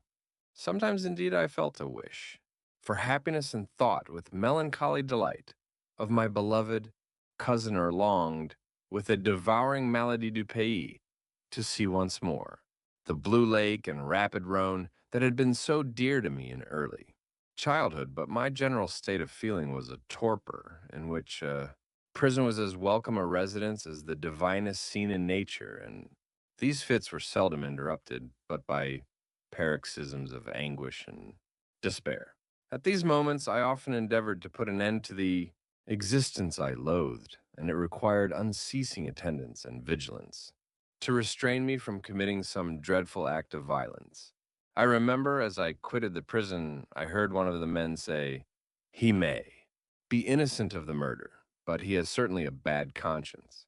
These words struck me. A bad conscience, yes, surely I had one. William, Justine, and Clerval had died through my infernal machinations, and whose death, cried I, is to finish the tragedy? Ah, my father, do not remain in this wretched country. Take me where I may forget myself, my existence, and all the world. My father easily acceded to my desire, and after having taken leave of Mr. Kerwin, we hastened to Dublin. I felt as if I was relieved from a heavy weight when the packet sailed with a fair wind from Ireland, and I had quitted forever the country which had been to me the scene of so much misery. It was midnight. My father slept in the cabin, and I lay on the deck, looking at the stars and listening to the dashing of the waves. I hailed the darkness that shut Ireland from my sight, and my pulse beat with a feverish joy when I reflected that I should soon see Geneva.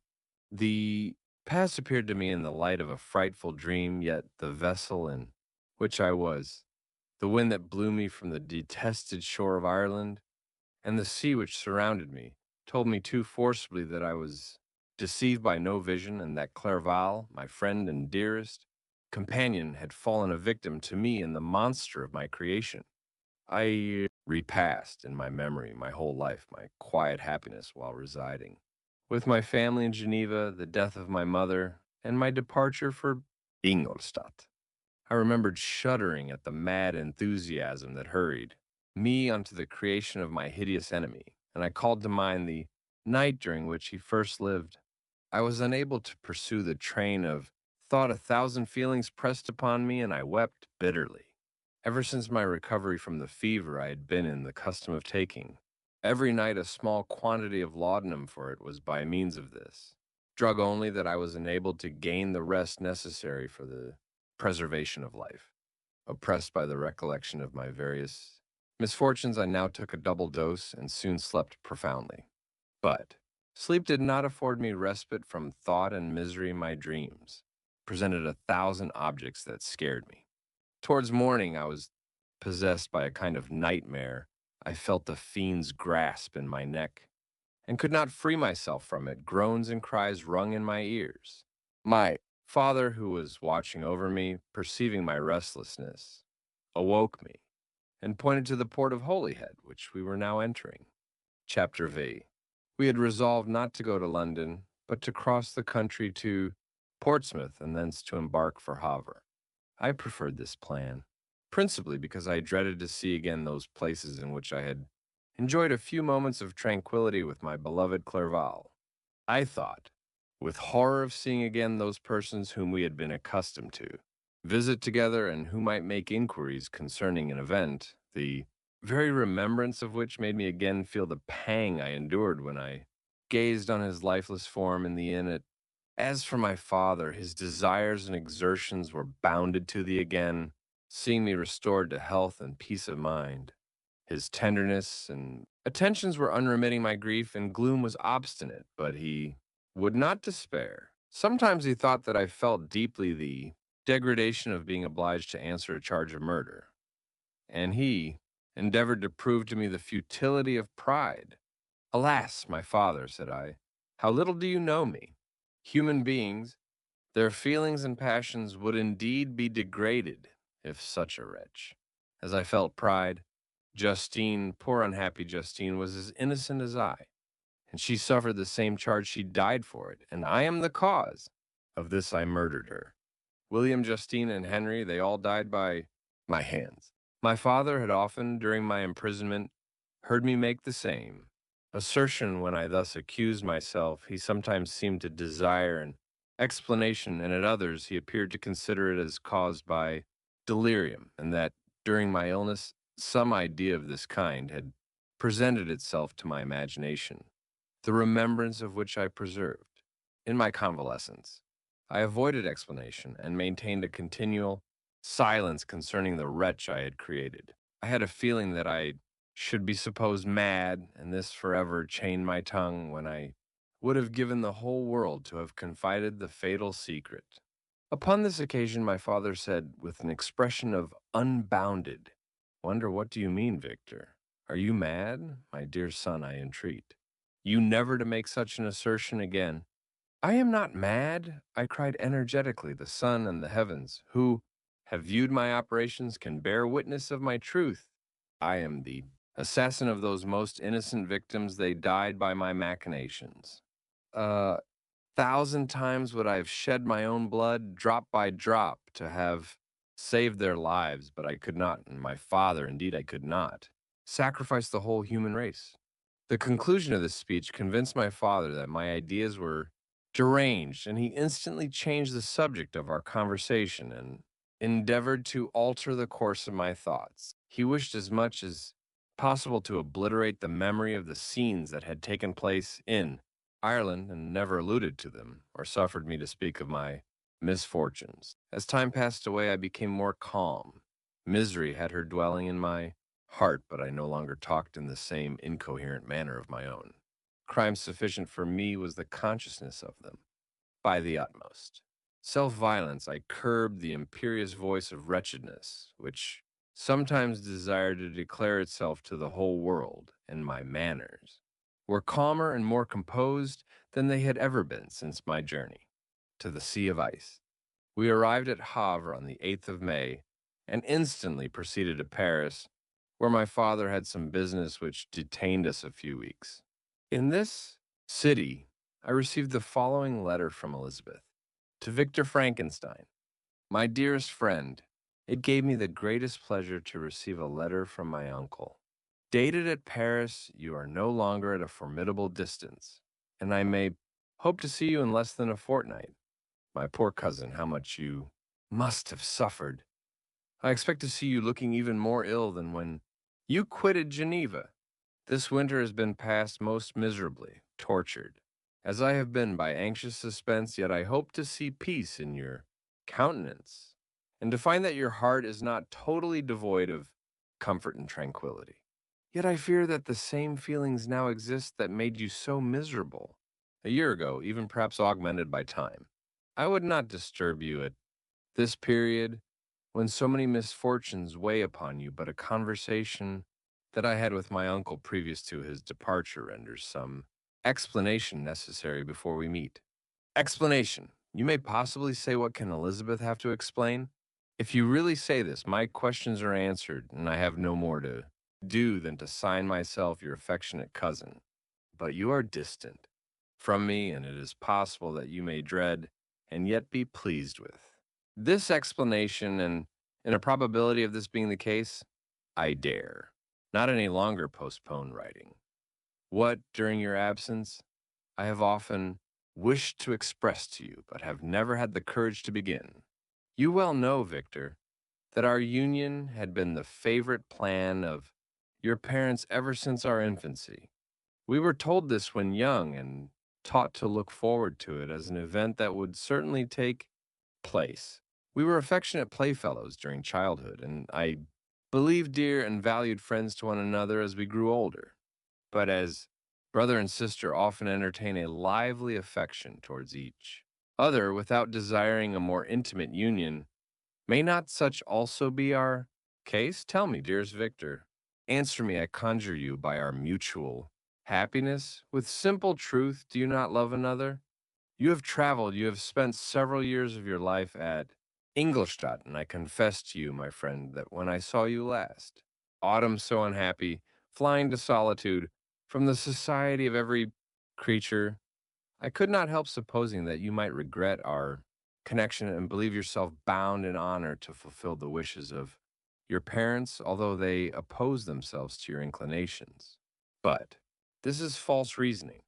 I confess to you, my cousin, that I love you, and that in my airy dreams of futurity, you have been my constant friend and companion. But it is your happiness I desire as well as my own when I declare to you that our marriage would render me eternally miserable, unless it were the dictate of your own free choice.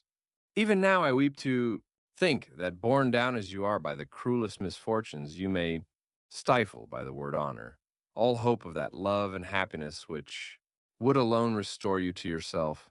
I, who have so interested in affection for you, may increase your miseries tenfold by being an obstacle to your wishes. Ah, Victor, be assured that your cousin and playmate has too sincere a love for you not to be made miserable by this supposition. Be happy, my friend, and if you obey me in this one request, remain satisfied that nothing on earth will have the power to interrupt my tranquility. Do not let this letter disturb you. Do not answer it tomorrow or the next day, or even until you come, if it will give you pain. My uncle will send me news of your health, and if I see but one smile on your lips when we meet, occasioned by this or any other exertion of mine, I shall need no other happiness. Elizabeth Lavenza, Geneva, May 8th, 17. This letter revived in my memory what I had before forgotten, the threat of the fiend, I will be with you on your wedding night. Such was my sentence, and on that night would the daemon employ every art to destroy me and tear me from the glimpse of happiness which promised partly to console my sufferings. On that night he had determined to consummate his crimes by my death. Well, be it so, a deadly struggle would then assuredly take place, in which if he was victorious I should be at peace and his power over me be at an end. If he were vanquished, I should be a free man. Alas, what freedom, such as the peasant enjoys, when his family have been massacred before his eyes, his cottage burnt, his lands laid waste, and he's turned adrift, homeless, penniless, and alone but free. Such would be my liberty, except that in my Elizabeth I possessed a treasure, alas, balanced by those horrors of remorse and guilt which would pursue me until death. Sweet and beloved Elizabeth, I read and reread her letter, and some softened feelings stole into my heart and dared to whisper paradisaical dreams of love and joy, but the apple was already eaten and the angel's arm bared to drive me from all hope. Yet I would die to make her happy. If the monster executed his threat, death was inevitable yet. Again, I considered whether my marriage would hasten my fate. My destruction might indeed arrive a few months sooner, but if my torturer should suspect that I postponed it, influenced by his menaces, he would surely find other and perhaps more dreadful means of revenge. He had vowed to be with me on my wedding night, yet he did not consider that threat as binding him to peace in the meantime, for, as if to show me that he was not yet satiated with blood, he had murdered Clerval immediately after the enunciation of his threats. I resolved, therefore, that if my immediate union with my cousin would conduce either to hers or my father's happiness, my adversary's designs against my life should not retard it a single hour. In this state of mind, I wrote to Elizabeth. My letter was calm and affectionate. I fear, my beloved girl, I said, little happiness remains for us on earth, yet all that I may one day enjoy is concentred in you. Chase away your idle fears to you alone. Do I consecrate my life and my endeavors for contentment? I have one secret, Elizabeth, a dreadful one. When revealed to you, it will chill your frame with horror. And then, far from being surprised at my misery, you will only wonder that I survive what I have endured. I will confide this tale of misery and terror to you the day after our marriage shall take place. For, my sweet cousin, there must be perfect confidence between us. But, until then, I conjure you, do not mention or allude to it. This I most earnestly entreat, and I know you will comply. In about a week after the arrival of Elizabeth's letter, we returned to Geneva. My cousin welcomed me with warm affection, yet tears were in her eyes as she beheld my emaciated frame and feverish cheeks. I saw a change in her also. She was thinner and had lost much of that heavenly vivacity that had before charmed me, but her gentleness and soft looks of compassion made her a more fit companion for one blasted and miserable as I was. The tranquility which I now enjoyed did not endure. Memory brought madness with it, and when I thought on what had passed, a real insanity possessed me. Sometimes I was furious and burnt with rage. Sometimes, low and despondent, I neither spoke or looked, but sat motionless, bewildered by the multitude of miseries that overcame me. Elizabeth alone had the power to draw me from these fits. Her gentle voice would soothe me when transported by passion and inspire me with human feelings when sunk in torpor. She wept with me and for me. When reason returned, she would remonstrate and endeavor to inspire me with resignation. Ah, it is well for the unfortunate to be resigned, but for the guilty there is no peace. The agonies of remorse poison the luxury. There is otherwise sometimes found in indulging the excess of grief. Soon after my arrival, my father spoke of my immediate marriage with my cousin. I remained silent. Have you then some other attachment? None on earth. I love Elizabeth and look forward to our union with delight. Let the day therefore be fixed, and on it I will consecrate myself in life or death to the happiness of my cousin. My dear Victor, do not speak thus. Heavy misfortunes have befallen us, but let us only cling closer to what remains and transfer our love for those whom we have lost to those who yet live. Our circle will be small, but bound close by the ties of affection and mutual misfortune. And when time shall have softened your despair, new and dear objects of care will be born to replace those of whom we have been so cruelly deprived. Such were the lessons of my father. But to me, the remembrance of the threat returned, nor can you wonder.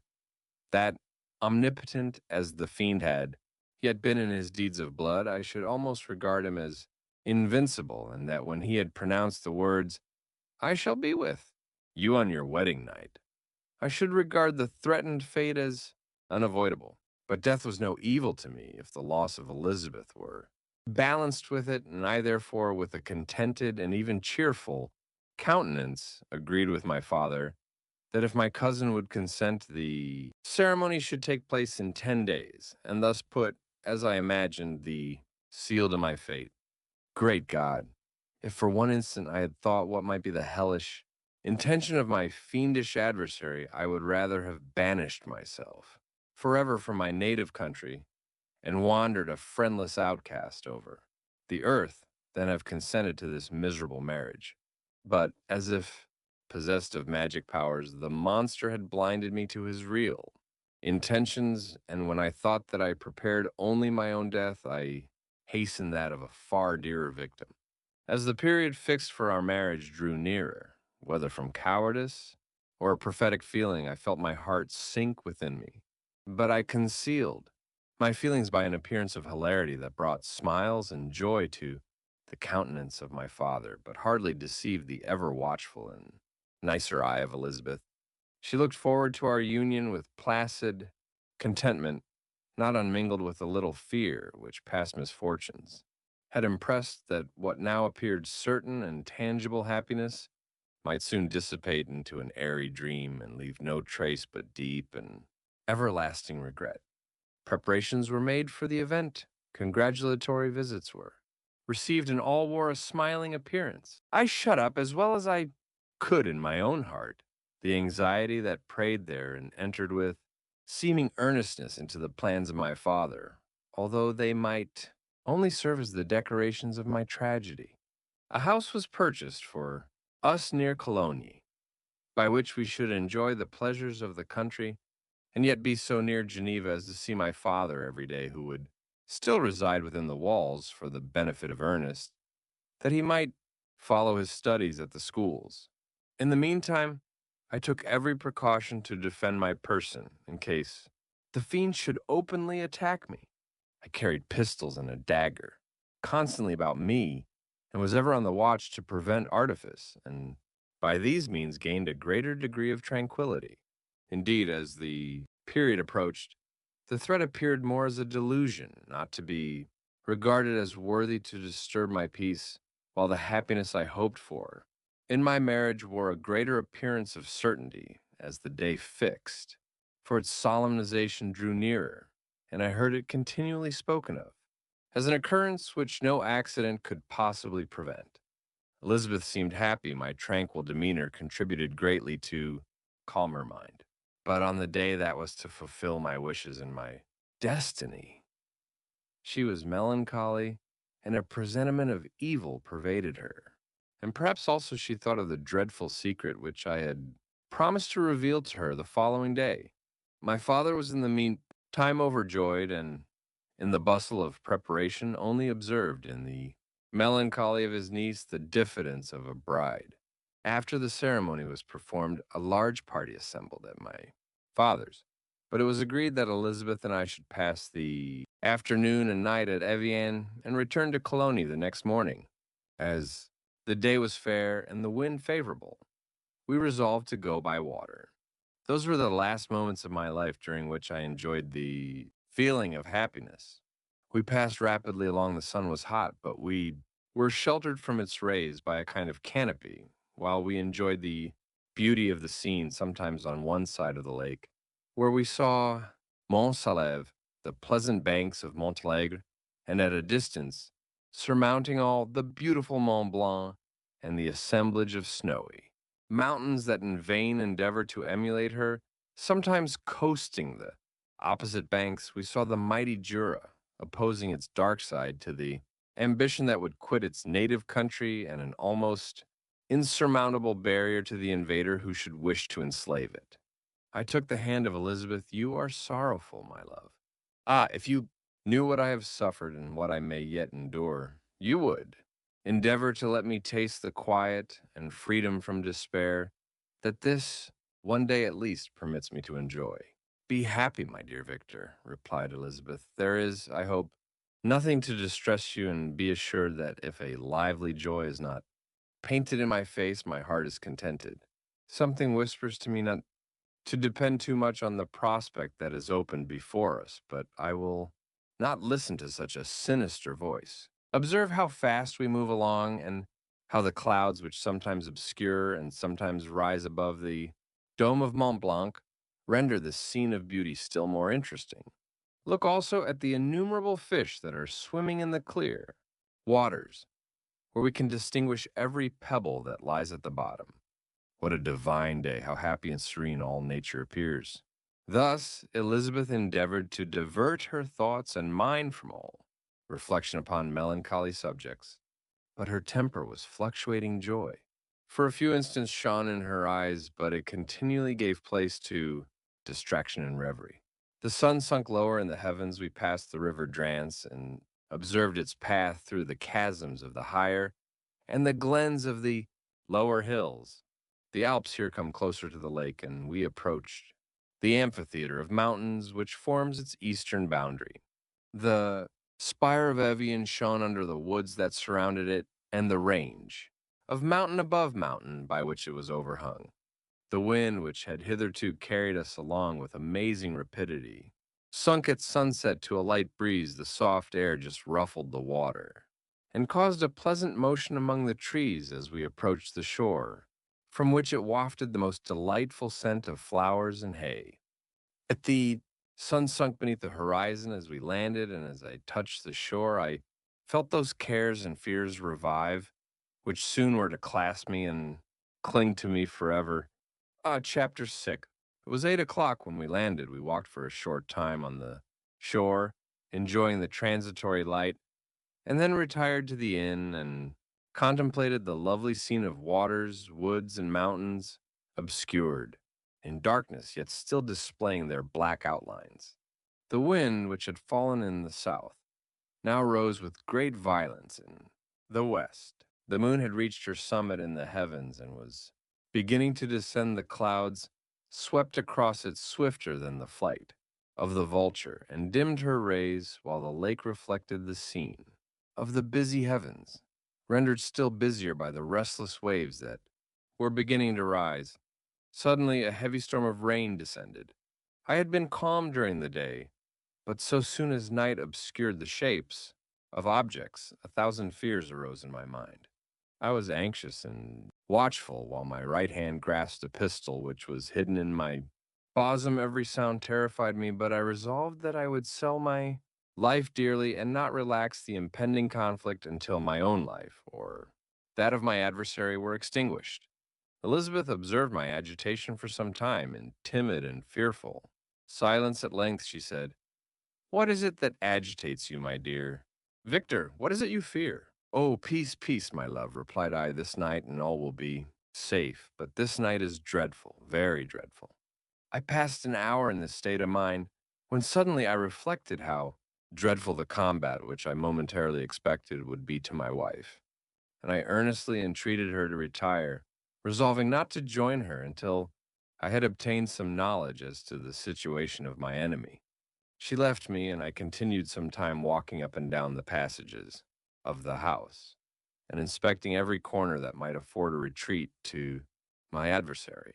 But I discovered no trace of him, and was beginning to conjecture that some fortunate chance had intervened to prevent the execution of his menaces, when suddenly I heard a shrill and dreadful scream. It came from the room into which Elizabeth had retired. As I heard it, the whole truth rushed into my mind. My arms dropped. The motion of every muscle and fiber was suspended. I could feel the blood trickling in my veins and tingling in the extremities of my limbs. This state lasted but for an instant. The scream was repeated, and I rushed into the room. Great God! Why did I not then expire? Why am I here to relate the destruction of the best hope and the purest creature of earth? She was there, lifeless and inanimate, thrown across the bed, her head hanging down, and her pale and distorted features half covered by her hair. Everywhere I turn, I see the same figure, bloodless arms and relaxed form flung by the murderer on its bridal bier. Could I behold this and live? Alas, life is obstinate and clings closest where it is most hated. For a moment only did I lose recollection. I fainted. When I recovered, I found myself surrounded by the people of the inn. Their countenances expressed a breathless terror, but the horror of others appeared only as a mockery, a shadow of the feelings that oppressed me. I escaped from them to the room where lay the body of Elizabeth, my love, my wife, so lately living, so dear, so worthy. She had been moved from the posture in which I had first beheld her, and now, as she lay, her head upon her arm, and a handkerchief thrown across. Her face and neck, I might have supposed her asleep. I rushed towards her and embraced her with ardor, but the deathly languor and coldness of the limbs told me that what I now held in my arms had ceased to be the Elizabeth whom I had loved and cherished. The murderous mark of the fiend's grasp was on her neck, and the breath had ceased to issue from her lips. While I still hung over her in the agony of despair, I happened to look up. The windows of the room had before been darkened, and I felt a kind of panic on seeing the pale yellow light of the moon illuminate the chamber.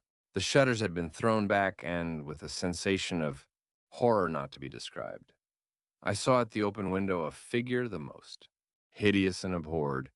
A grin was on the face of the monster. He seemed to jeer, as with his fiendish finger he pointed towards the corpse of my wife. I rushed towards the window and, drawing a pistol from my bosom, shot, but he eluded me, leaped from his station, and, running with the swiftness of lightning, plunged into the lake. The report of the pistol brought a crowd into the room.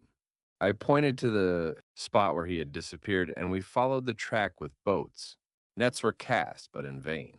After passing several hours, we returned, hopeless, most of my companions believing it to have been a form conjured by my fancy. After having landed, they proceeded to search the country, parties going in different directions among the woods and faint. I did not accompany them. I was exhausted. A film covered my eyes, and my skin was parched with the heat of fever. In this state, I lay on a bed, hardly conscious of what had happened. My eyes wandered round the room as if to seek something that I had lost. At length I remembered that my father would anxiously expect the return of Elizabeth and myself, and that I must return alone. This reflection brought tears into my eyes, and I wept for a long time, but my thoughts rambled to various subjects, reflecting on my misfortunes and their cause. I was bewildered in a cloud of wonder and horror. The death of William, the execution of Justine, the murder of Clerval, and lastly of my wife. Even at that moment, I knew not that my only remaining friends were safe from the malignity of the fiend my father even now might be, writhing under his grasp, and Ernest might be dead at his feet. This idea made me shudder and recalled me to action. I started up and resolved to return to Geneva with all possible speed. There were no horses to be procured, and I must return by the lake, but the wind was unfavorable and the rain fell in torrents. However, it was hardly morning, and I might reasonably hope to arrive by night. I hired men to row and took an oar myself, for I had always experienced relief from mental torment and bodily exercise. But the overflowing misery I now felt, and the excess of agitation that I endured, rendered me incapable of any exertion. I threw down the oar and, leaning my head upon my hands, gave way to every gloomy idea that arose. If I looked up, I saw the scenes which were familiar to me in my happier time, and which I had contemplated but the day before, in the company of her who was now but a shadow and a recollection. Tears streamed from my eyes. The rain had ceased for a moment, and I saw the fish play in the waters as they had done a few hours before. They had then been observed by Elizabeth. Nothing is so painful to the human mind as a great and sudden change. The sun might shine or the clouds might lower, but nothing could appear to me as it had done the day before. A fiend had snatched from me every hope of future happiness. No creature had ever been so miserable as I. Was so frightful an event as single in the history of man. But why should I dwell upon the incidents that followed this last overwhelming event? Mine has been a tale of horrors I have reached. Their acme, and what I must now relate, can but be tedious to you. Know that one by one my friends were snatched away. I was left desolate. My own strength is exhausted, and I must tell in a few words what remains of my hideous narration. I arrived at Geneva. My father and Ernest yet lived, but the former sunk. Under the tidings that I bore, I see him now, excellent and venerable. Old man! His eyes wandered in vacancy, for they had lost their charm, and their delightest niece, his more than daughter, whom he doted on with. All that affection which a man feels who, in the decline of life, having few affections, clings more earnestly to those that remain. Cursed, cursed be the fiend that brought misery on his gray hairs and doomed him to waste in wretchedness. He could not live under the horrors that were accumulated around him. An apoplectic fit was brought on, and in a few days he died in my arms. What then became of me? I know not. I lost sensation, and chains and darkness were the only objects that pressed upon me.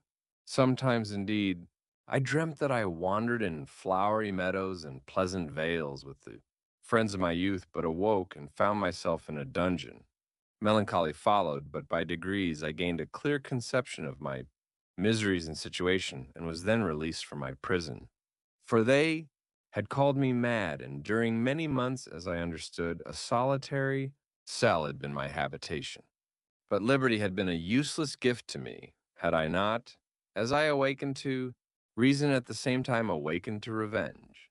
As the memory of past misfortunes pressed upon me, I began to reflect on their cause, the monster whom I had created, the miserable daemon whom I had sent abroad into the world for my destruction.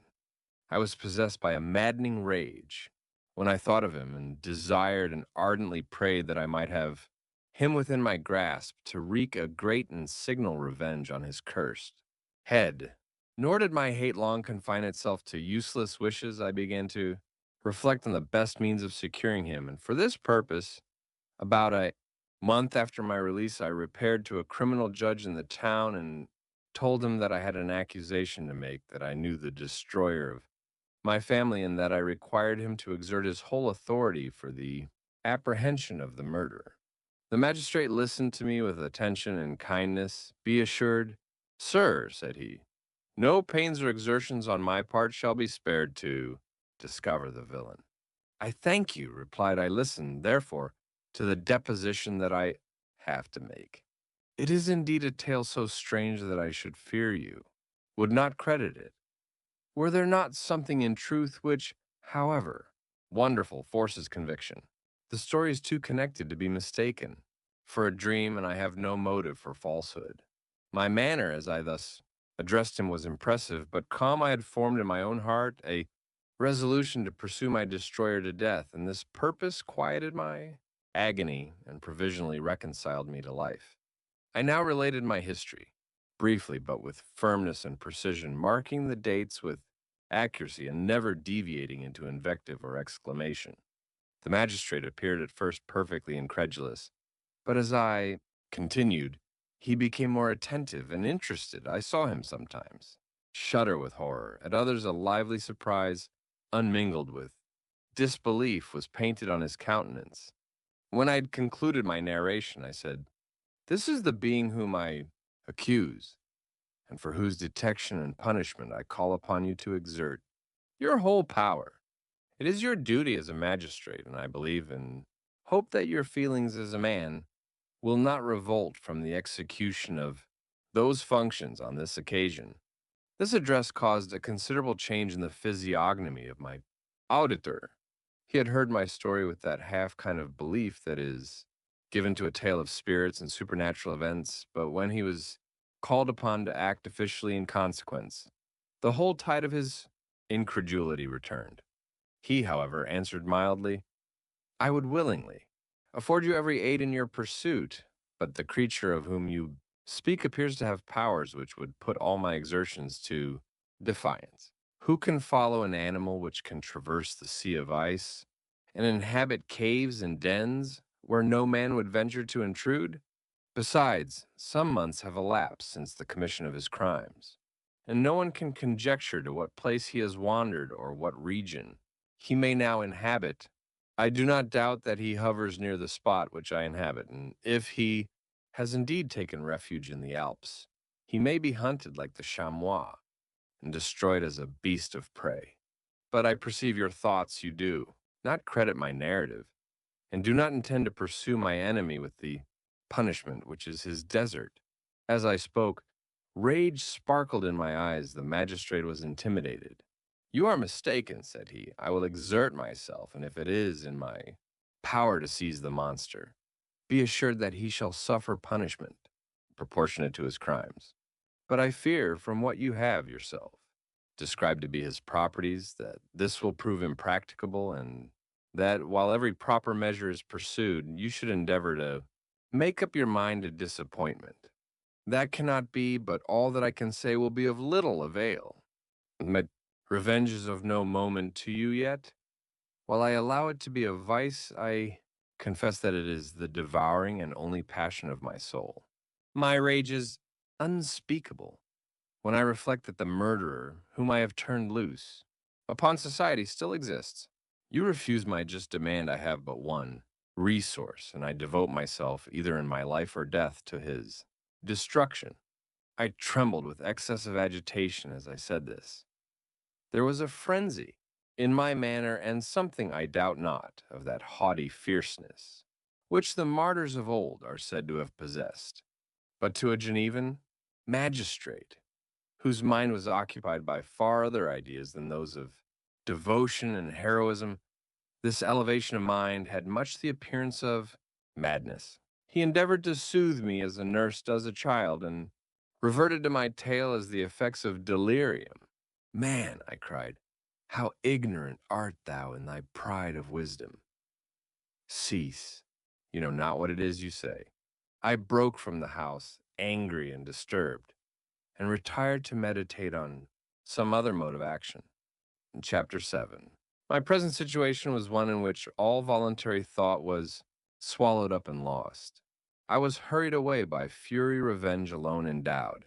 Me with strength and composure, it modeled my feelings and allowed me to be calculating and calm at periods when otherwise delirium or death would have been my portion.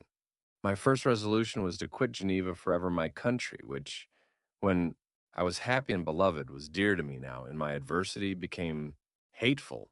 I provided myself with a sum of money, together with a few jewels which had belonged to my mother, and departed. And now my wanderings began, which are to cease but with life. I have traversed a vast portion of the earth, and have endured all the hardships which travelers in deserts and barbarous countries are wont to meet. How I have lived I hardly know. Many times have I stretched my failing limbs upon the sandy plain and prayed for death. But revenge kept me alive. I dared not die and leave my adversary in being. When I quitted Geneva, my first labor was to gain some clue by which I might trace the steps of my fiendish enemy. But my plan was unsettled, and I wandered many hours round the confines of the town, uncertain what path I should pursue. As night approached, I found myself at the entrance of the cemetery where William, Elizabeth, and my father reposed. I entered it and approached the tomb which marked their graves. Everything was silent except the leaves of the trees, which were gently agitated by the wind. The night was nearly dark, and the scene would have been solemn and affecting even to an uninterested observer. The spirits of the departed seemed to flit around and to cast a shadow which was felt but seen not around the head of the mourner. The deep grief which this scene had at first excited quickly gave way to rage and despair. They were dead, and I lived their murderer also. Lived, and to destroy him, I must drag out my weary existence. I knelt on the grass and kissed the earth, and with quivering lips exclaimed, by the sacred earth on which I kneel, by the shades that wander near me, by the deep and eternal grief that I feel, I swear, and by thee, O night, and by the spirits that preside over thee, I swear to pursue the demon who caused this misery until he or I shall perish in mortal conflict. For this purpose I will preserve my life to execute this dear revenge. Will I again behold the sun and tread the green herbage of earth, which otherwise should vanish from my eyes forever. And I call on you, spirits of the dead, and on you, wandering ministers of vengeance, to aid and conduct me in my work. Let the cursed and hellish monster drink. Deep of agony, let him feel the despair that now torments me. I had begun my adjuration with solemnity and an awe which almost assured me that the shades of my murdered friends heard and approved my devotion, but the furies possessed me as I concluded, and rage choked my utterance. I was answered through the stillness of night by a loud and fiendish laugh. It rung on my ears long and heavily, the mountains re echoed it, and I felt as if all hell surrounded me with mockery and laughter. Surely in that moment I should have been possessed by frenzy and have destroyed my miserable existence, but that my vow was heard and that I was reserved for vengeance.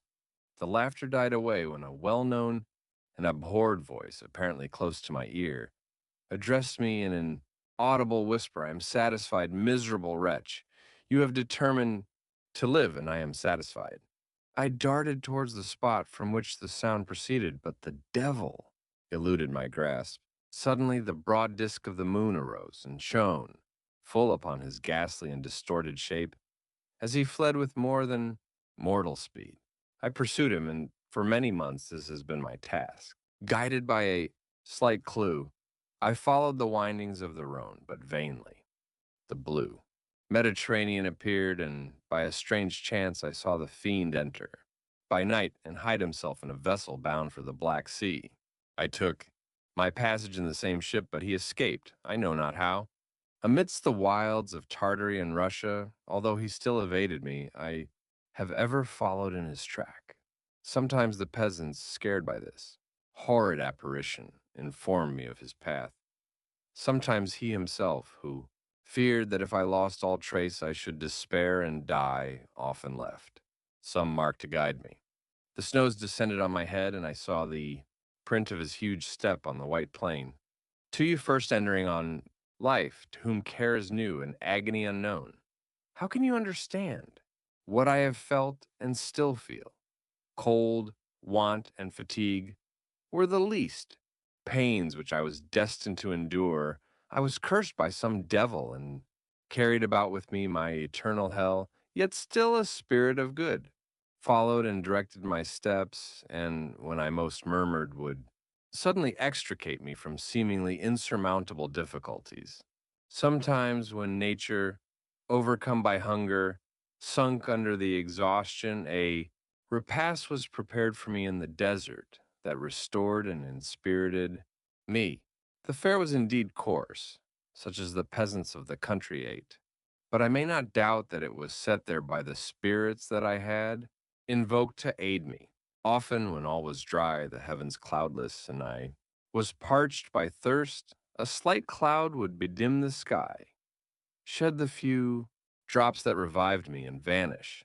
I followed, when I could, the courses of the rivers, but the demon generally avoided these, as it was here that the population of the country chiefly collected. In other places, human beings were seldom seen, and I generally subsisted on the wild animals that crossed my path. I had money with me and gained the friendship of the villagers by distributing it or bringing with me some food that I had killed, which, after taking a small part, I always presented to those who had provided me with fire and utensils for cooking. My life, as it passed thus, was indeed hateful to me, and it was during sleep alone that I could taste joy. Oh, blessed sleep! Often, when most miserable, I sank to repose, and my dreams lulled me even to rapture. The spirits that guarded me had provided these moments, or rather hours, of happiness, that I might retain strength to fulfill my pilgrimage. Deprived of this respite, I should have sunk under my hardships.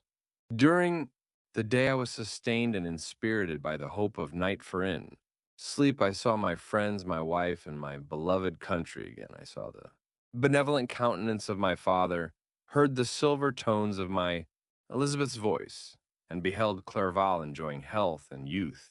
Often, when wearied by a toilsome march, I persuaded myself that I was dreaming, until night should come, and that I should then enjoy reality in the arms of my dearest friends. What agonizing fondness did I feel for them! How did I cling to their dear forms, as sometimes they haunted even my waking hours, and persuade myself that they still lived. At such moments, vengeance that burned within me died in my heart, and I pursued my path towards the destruction of the demon, more as a task, enjoined by heaven as the mechanical impulse of some power of which I was unconscious than as the ardent desire of my soul. What his feelings were whom I pursued, I cannot know. Sometimes, indeed, he left marks in writing on the barks of the trees or cut in stone that guided me and instigated my fury. My reign is not yet over. These words were legible in one of these inscriptions you live, and my power is complete. Follow me, I seek the everlasting ices of the north, where you will feel the misery of cold and frost, to which I am impassive. You will find near this place, if you follow not too tardily, a dead hare eat and be refreshed. Come on, my enemy, we have yet to wrestle for our lives, but many hard and miserable hours must you endure until that period shall arrive. Scoffing devil, again do I vow vengeance, again do I devote thee, miserable fiend, to torture and death. Never will I omit my search, until here I perish. And then with what ecstasy shall I join my Elizabeth and those who even now prepare for me the reward of my tedious toil and horrible pilgrimage. As I still pursued my journey to the northward, the snows thickened and the cold increased in a degree almost too severe to support. The peasants were shut up in their hovels, and only a few of the most hardy ventured forth to seize the animals whom starvation had forced from their hiding places to seek for prey. The rivers were covered with ice, and no fish could be procured, and thus I was cut off from my chief article of maintenance. I wish to soothe him. Yet can I counsel one so infinitely miserable, so destitute of every hope of consolation to live? Oh no. The only joy that he can now know will be when he composes his shattered feelings to peace and death. Yet he enjoys one comfort, the offspring of solitude and delirium. He believes that when in dreams he holds converse with his friends and derives from that communion consolation for his miseries or excitements, to his vengeance that they are not the creations of his fancy, but the real beings who visit him from the regions of a remote world. This faith gives a solemnity to his reveries that render them to me almost as imposing and interesting as truth. Our conversations are not always confined to his own history and misfortunes. On every point of general literature, he displays unbounded knowledge and a quick and piercing apprehension. His eloquence is forcible and touching, nor can I hear him when he relates a pathetic incident or endeavors to move the passions of pity or love without tears. What a glorious creature must he have been in the days of his prosperity when he is thus noble and godlike in ruin. He seems to feel his own worth and the greatness of his fall. When younger, said he, I felt as if I were destined for some great enterprise. My feelings are profound, but I possessed a coolness of judgment that fitted me for illustrious achievements. This sentiment of the worth of my nature supported me when others would have been oppressed, for I deemed it criminal to throw away in useless grief those talents that might be useful to my fellow creatures. When I reflected on the work I had completed, no less a one than the creation of a sensitive and rational animal, I could not rank myself with the herd of common projectors. But this feeling, which supported me in the commencement of my career, now serves only to plunge me lower in the dust. All my speculations and hopes are as nothing, and like the archangel who aspired to omnipotence, I am chained in an eternal hell. My imagination was vivid, yet my powers of analysis and application were intense. By the union of these qualities, I conceived the idea and executed the creation of a man. Even now I cannot recollect without passion my reveries while the work was incomplete. I trod heaven in my thoughts, now exulting in my powers, now burning with the idea of their effects. From my infancy I was imbued with high hopes and a lofty ambition, but how am I sunk? Oh, my friend, if you had known me as I once was, you would not recognize me in this state of degradation. Despondency rarely visited my heart.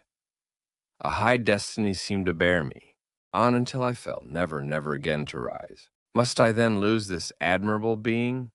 I have longed for a friend. I have sought one who would sympathize with and love me. Behold, on these desert seas I have found such a one, but I fear I have gained him only. To know his value and lose him, I would reconcile him to life, but he repulses the idea. I thank you, Walton, he said, for your kind intentions towards so miserable a wretch, but when you speak of new ties and fresh affections, think you that any can replace those who are gone? Can any man be to me as Clerval was, or any woman another Elizabeth? Even where the affections are not strongly moved by any superior excellence, the companions of our childhood always possess a certain power over our minds which hardly any later friend can obtain. They know our infantine dispositions, which, however they may be afterwards modified, are never eradicated, and they can judge of our actions with more certain conclusions as to the integrity of our motives. A sister or a brother can never, unless indeed such symptoms have been shown early, suspect the other of fraud or false dealing, when another friend, however strongly he may be attached, may, in spite of himself, be invaded with suspicion. But I enjoyed friends, dear, not only through habit and association, but from their own merits, and wherever I am, the soothing voice of my Elizabeth and the conversation of Clerval will be ever whispered in my ear. They are dead, and but one feeling in such a solitude can persuade me to preserve my life. If I were engaged in any high undertaking or design, fraught with extensive utility to my fellow creatures, then could I live to fulfill it. But such is not my destiny. I must pursue and destroy the being to whom I gave existence. Then my lot on earth will be fulfilled, and I may die. September 2nd, my beloved sister, I write to you, encompassed by peril and ignorant whether I'm ever doomed to see again dear England and the dearer friends that inhabit it. I am surrounded by mountains of ice, which admit of no escape, and threaten every moment to crush my vessel. The brave fellows whom I have persuaded to be my companions look towards me for aid, but I have none to bestow. There is something terribly appalling in our situation, yet my courage and hopes do not desert me. We may survive, and if we do not, I will repeat the lessons of my Seneca and die with a good heart. Yet what, Margaret, will be the state of your mind? You will not hear of my destruction, and you will anxiously await my return. Years will pass, and you will have visitings of despair, and yet be tortured by hope. Oh, my beloved sister, the sickening failings of your heart felt. Expectations are in prospect more terrible to me than my own death. But you have a husband and lovely children. You may be happy, heaven bless you and make you so. My unfortunate guest regards me with the tenderest compassion. He endeavors to fill me with hope and talks as if life were a possession which he valued.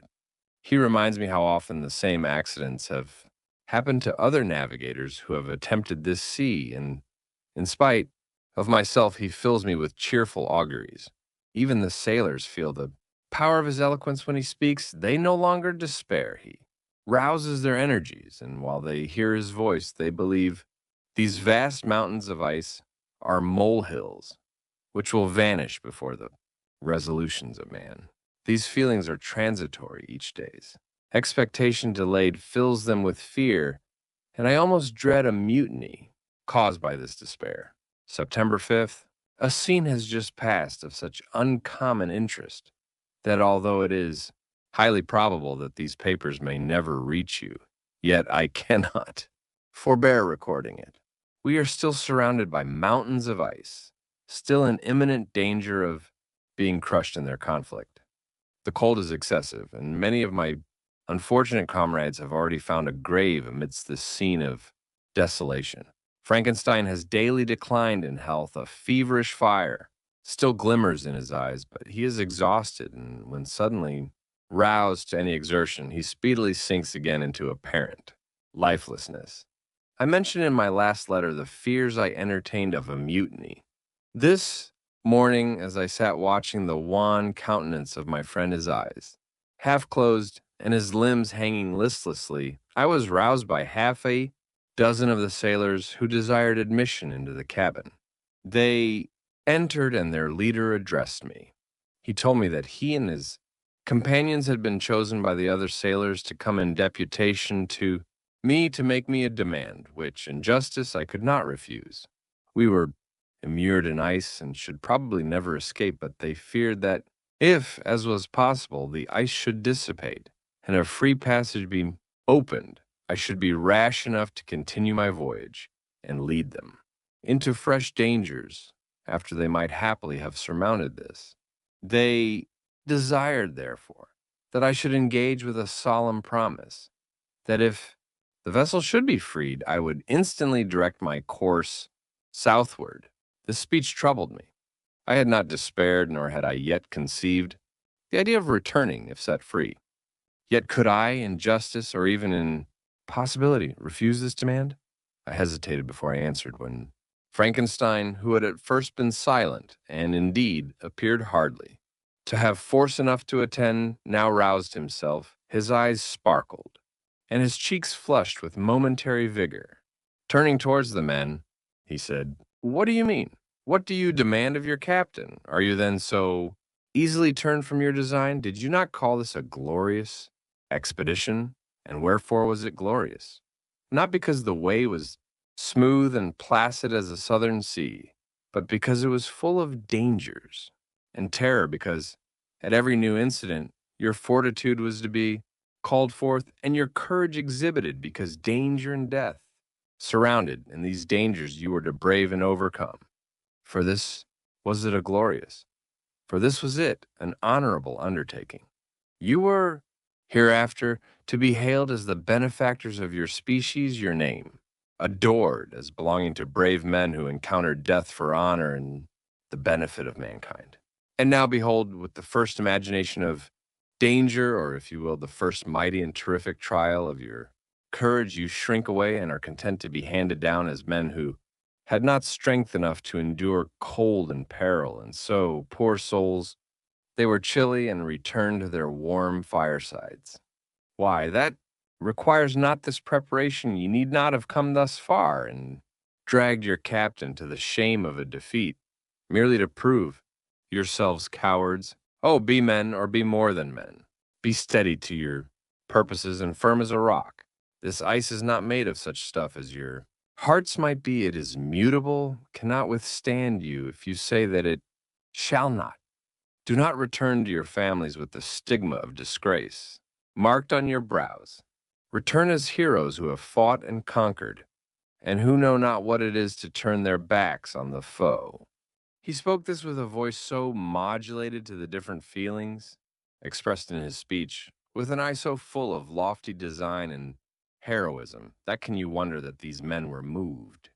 They looked at one another and were unable to reply. I told them to retire and consider of what had been said, that I would not lead them further, north if they strenuously desired the contrary, but that I hoped that, with reflection, their courage would return. They retired, and I turned towards my friend, but he was sunk in languor and almost deprived of life. How all this will terminate, I know not, but I had rather die than return shamefully, my purpose unfulfilled. Yet I fear such will be my fate. The men, unsupported by ideas of glory and honor, can never willingly continue to endure their present hardships. September 7th. The die is cast. I have consented to return if we are not destroyed. Thus are my hopes blasted by cowardice and indecision. I come back, ignorant and disappointed. It requires more philosophy than I possess to bear this injustice with patience. September 12th. It is past. I am returning to England. I have lost my hopes of utility, and glory I have lost my friend. But I will endeavor to detail these bitter circumstances to you, my dear sister, and while I am wafted towards England and towards you, I will not despond. September 19th, the ice began to move, and roarings like thunder were heard at a distance as the islands split and cracked in every direction. We were in the most imminent peril, but as we could only remain passive, my chief attention was occupied by my unfortunate guest, whose illness increased in such a degree that he was entirely confined to his bed The ice cracked behind us and was driven with force towards the north. A breeze sprung from the west, and on the 11th, the passage towards the south became perfectly free. When the sailors saw this and that their return to their native country was apparently assured, a shout of tumultuous joy broke from them, loud and long continued. Frankenstein, who was dozing, awoke and asked the cause of the tumult. They shout, I said, because they will soon return to England. Do you then really return? Alas, yes, I cannot withstand their demands. I cannot lead them unwillingly to danger, and I must return. Do so if you will, but I will not. You may give up your purpose, but mine is assigned to me by heaven, and I dare not. I am weak, but surely the spirits who assist my vengeance will endow me with sufficient strength. Saying this, he endeavored to spring from the bed, but the exertion was too great for him. He fell back and fainted. It was long before he was restored, and I often thought that life was entirely extinct. At length he opened his eyes, but he breathed with difficulty and was unable to speak. The surgeon gave him a composing draught and ordered us to leave him undisturbed. In the meantime, he told me that my friend had certainly not many hours to live. His sentence was pronounced, and I could only grieve and be patient. I sat by his bed watching him. His eyes were closed, and I thought he slept. But presently he called to me in a feeble voice, and bidding me come near, said alas, the strength I relied on is gone. I feel that I shall soon die, and he, my enemy and persecutor, may still be in being. Think not, Walton, that in the last moments of my existence I feel that burning hatred and ardent desire of revenge I once expressed, but feel myself justified in desiring the death of my adversary. During these last days I have been occupied in examining my past conduct, nor do I find it blamable. In a fit of enthusiastic madness, I created a rational creature and was bound towards him to assure, as far as was in my power, his happiness and well-being. This was my duty, but there was another still paramount to that. My duties towards my fellow creatures had greater claims to my attention because they included a greater proportion of happiness or misery. Urged by this view, I refused, and I did right in refusing, to create a companion for the first creature. He showed unparalleled malignity and selfishness. In evil, he destroyed my friends. He devoted to destruction beings who possessed exquisite sensations, happiness, and wisdom. Nor do I know where this thirst for vengeance may end. Miserable himself, that he may render no other wretched, he ought to die. The task of his destruction was mine, but I have failed. When actuated by selfish and vicious motives, I asked you to undertake my unfinished work, and I renew this request now when I am only induced by reason and virtue. Yet I cannot ask you to renounce your country and friends to fulfill this task, and now that you are returning to England, you will have little chance of meeting with him. But the consideration of these points and the well balancing of what you may esteem your duties, I leave to you my judgment, and ideas are already disturbed by the near approach of death. I dare not ask you to do what I think right, for I may still be misled by passion. That he should live to be an instrument of mischief disturbs me in other respects this hour, when I momentarily expect my release, is the only happy one which I have enjoyed for several years. The forms of the beloved dead flit before me, and I hasten to their arms. Farewell. Walton, seek happiness and tranquility, and avoid ambition, even if it be only the apparently innocent one of distinguishing yourself in science and discoveries. Yet why do I say this? I have myself been blasted in these hopes, yet another may succeed.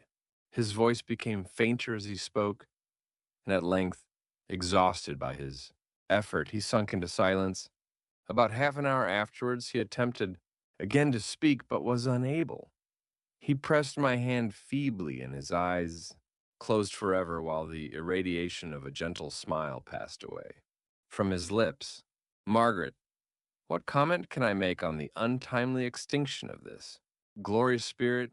What can I say that will enable you to understand the depth of my sorrow? All that I should express would be inadequate and feeble. My tears flow, my mind is overshadowed by a cloud of disappointment. But I journey towards England, and I may there find consolation. I am interrupted. What do these sounds portend? It is midnight, the breeze blows fairly, and the watch on deck scarcely stir. Again there is a sound as of a human voice, but hoarser it comes from the cabin, where the remains of Frankenstein still lie. I must arise and examine. Good night, my sister. Great God, what a scene has just taken place! I am yet dizzy with the remembrance of it.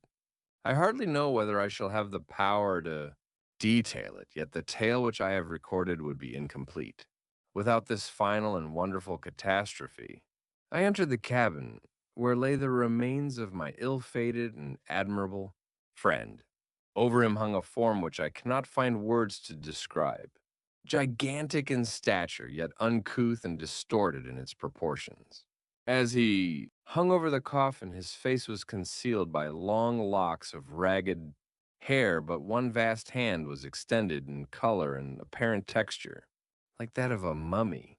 When he heard the sound of my approach, he ceased to utter exclamations of grief and horror, and sprung towards the window. Never did I behold a vision so horrible as his face, of such loathsome yet appalling hideousness. I shut my eyes involuntarily and endeavored to recollect what were my duties with regard to this destroyer. I called on him to stay. He paused, looking on me with wonder, and again turning towards the lifeless form of his creator, he seemed to forget my presence, and every feature and gesture seemed instigated by the wildest rage of some uncontrollable passion. That is also my victim, he exclaimed in his murder. My crimes are consummated. The miserable series of my being is wound to its close. Oh, Frankenstein, generous and self-devoted being, what does it avail that I now ask thee to pardon me? I who irretrievably destroyed thee by destroying all thou lovest. Alas, he's cold, he may not answer me. His voice seemed suffocated, and my first impulses, which had suggested to me the duty of obeying the dying request of my friend and destroying his enemy, were now suspended by a mixture of curiosity and compassion. I approached this tremendous being. I dared not again raise my looks. Upon his face there was something so scaring and unearthly in his ugliness. I attempted to speak, but the words died away on my lips. The monster continued to utter wild and incoherent self-reproaches. At length I gathered resolution to address him in a pause of the tempest. Of his passion your repentance, I said, is now superfluous. If you had listened to the voice of conscience and heeded the stings of remorse before you had urged your diabolical vengeance to this extremity, Frankenstein would yet have lived. And do you dream, said the demon, do you think that I was then dead? To agony and remorse? He continued, pointing to the corpse, he suffered not more in the consummation of the Dido, not the 10,000th portion of the anguish that was mine during the lingering detail of its execution. A frightful selfishness hurried me on, while my heart was poisoned with remorse. Think ye that the groans of Clerval were music to my ears? My heart was fashioned to be susceptible of love and sympathy, and when wrenched by misery to vice and hatred, it did not endure the violence of the change without torture, such as you cannot even imagine. After the murder of Clerval, I returned to Switzerland, heartbroken and overcome. I pitied Frankenstein. My pity amounted to horror, abhorred myself. But when I discovered that he, the author at once of my existence and of its unspeakable torments, dared to hope for happiness, that while he accumulated wretchedness and despair upon me, he sought his own enjoyment in feelings and passions, from the indulgence of which I was forever barred, then impotent envy and bitter indignation filled me with an insatiable thirst for vengeance. I recollected my threat and resolved that it should be accomplished. I knew that I was preparing for myself a deadly torture, but I was the slave, not the master of an impulse which I detested yet could not disobey. Yet when she died, nay, then I was not miserable. I had cast off all feeling. subdued all anguish to riot in the excess of my despair. Evil thenceforth became my good. Urged thus far, I had no choice but to adapt my nature to an element which I had willingly chosen. The completion of my demoniacal design became an insatiable passion. And now it is ended. There is my last victim. I was at first touched by the expressions of his misery, yet when I called to mind what Frankenstein had said of his powers of eloquence and persuasion, and when I again cast my eyes on the lifeless form of my friend, indignation was rekindled within me. Wretch, I said, it is well that you come here to whine over the desolation that you have made. You throw a torch into a pile of buildings, and when they are consumed, you sit among the ruins and lament the fall. Hypocritical fiend, if he whom you mourn still lived.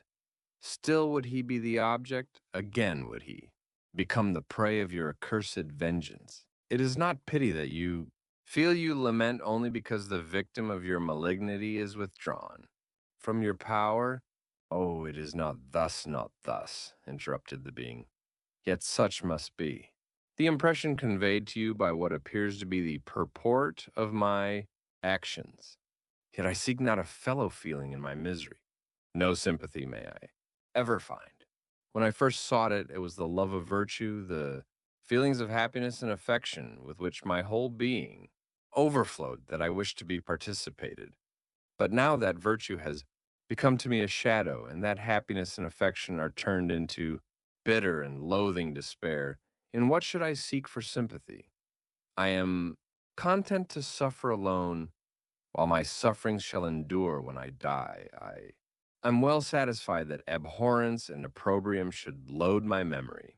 Once my fancy was soothed with dreams of virtue, of fame, and of enjoyment. Once I falsely hoped to meet with beings who, pardoning my outward form, would love me for the excellent qualities which I was capable of bringing forth. I was nourished with high thoughts of honor and devotion. But now vice has degraded me beneath the meanest animal. No crime, no mischief, no malignity, no misery can be found comparable to mine. When I call over the frightful catalogue of my deeds, I cannot believe that I am he whose thoughts were once filled with sublime and transcendent visions of the beauty and the majesty of goodness. But it is even so the fallen angel becomes a malignant devil. Yet even that, enemy of God and man, had friends and associates in his desolation. I am quite alone. You, who call Frankenstein your friend, seem to have a knowledge of my crimes and his misfortunes. But in the detail which he gave you of them, he could not sum up the hours and months of misery which I endured, wasting in impotent passions. For whilst I destroyed his hopes, I did not satisfy my own desires. They were forever ardent and craving. Still I desired love and fellowship, and I was still spurned. Was there no injustice in this? Am I to be thought the only criminal when all humankind sinned against me? Why do you not hate Felix, who drove his friend from his door with contumely? Why do you not execrate the rustic who sought to destroy the Savior of his child? Nay, these are virtuous and immaculate beings. I, the miserable and the abandoned, am an abortion to be spurned at and kicked and trampled on. Even now my blood boils at the recollection of this injustice. But it is true that I am a wretch. I have murdered the lovely and the helpless. I have strangled the innocent as they slept, and grasped to death his throat who never injured me or any other living thing. I have devoted my Creator, the select specimen of all that is worthy of love and admiration among men. To misery I have pursued him even to that irremediable ruin. There he lies, white and cold in death.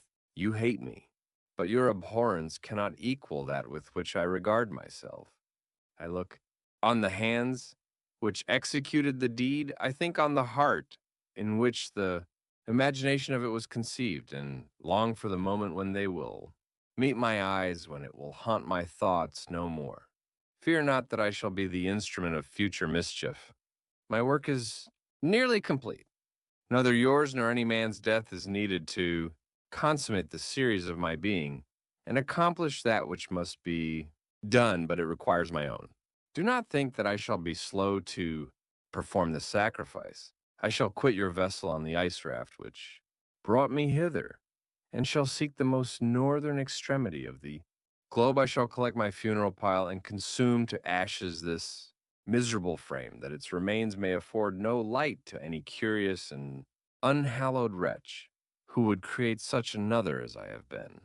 I shall die. I shall no longer feel the agonies which now consume me, or be the prey of feelings unsatisfied yet unquenched. He is dead who called me into being, and when I shall be no more, the very remembrance of us both will speedily vanish. I shall no longer see the sun or stars, or feel the winds play on my cheeks.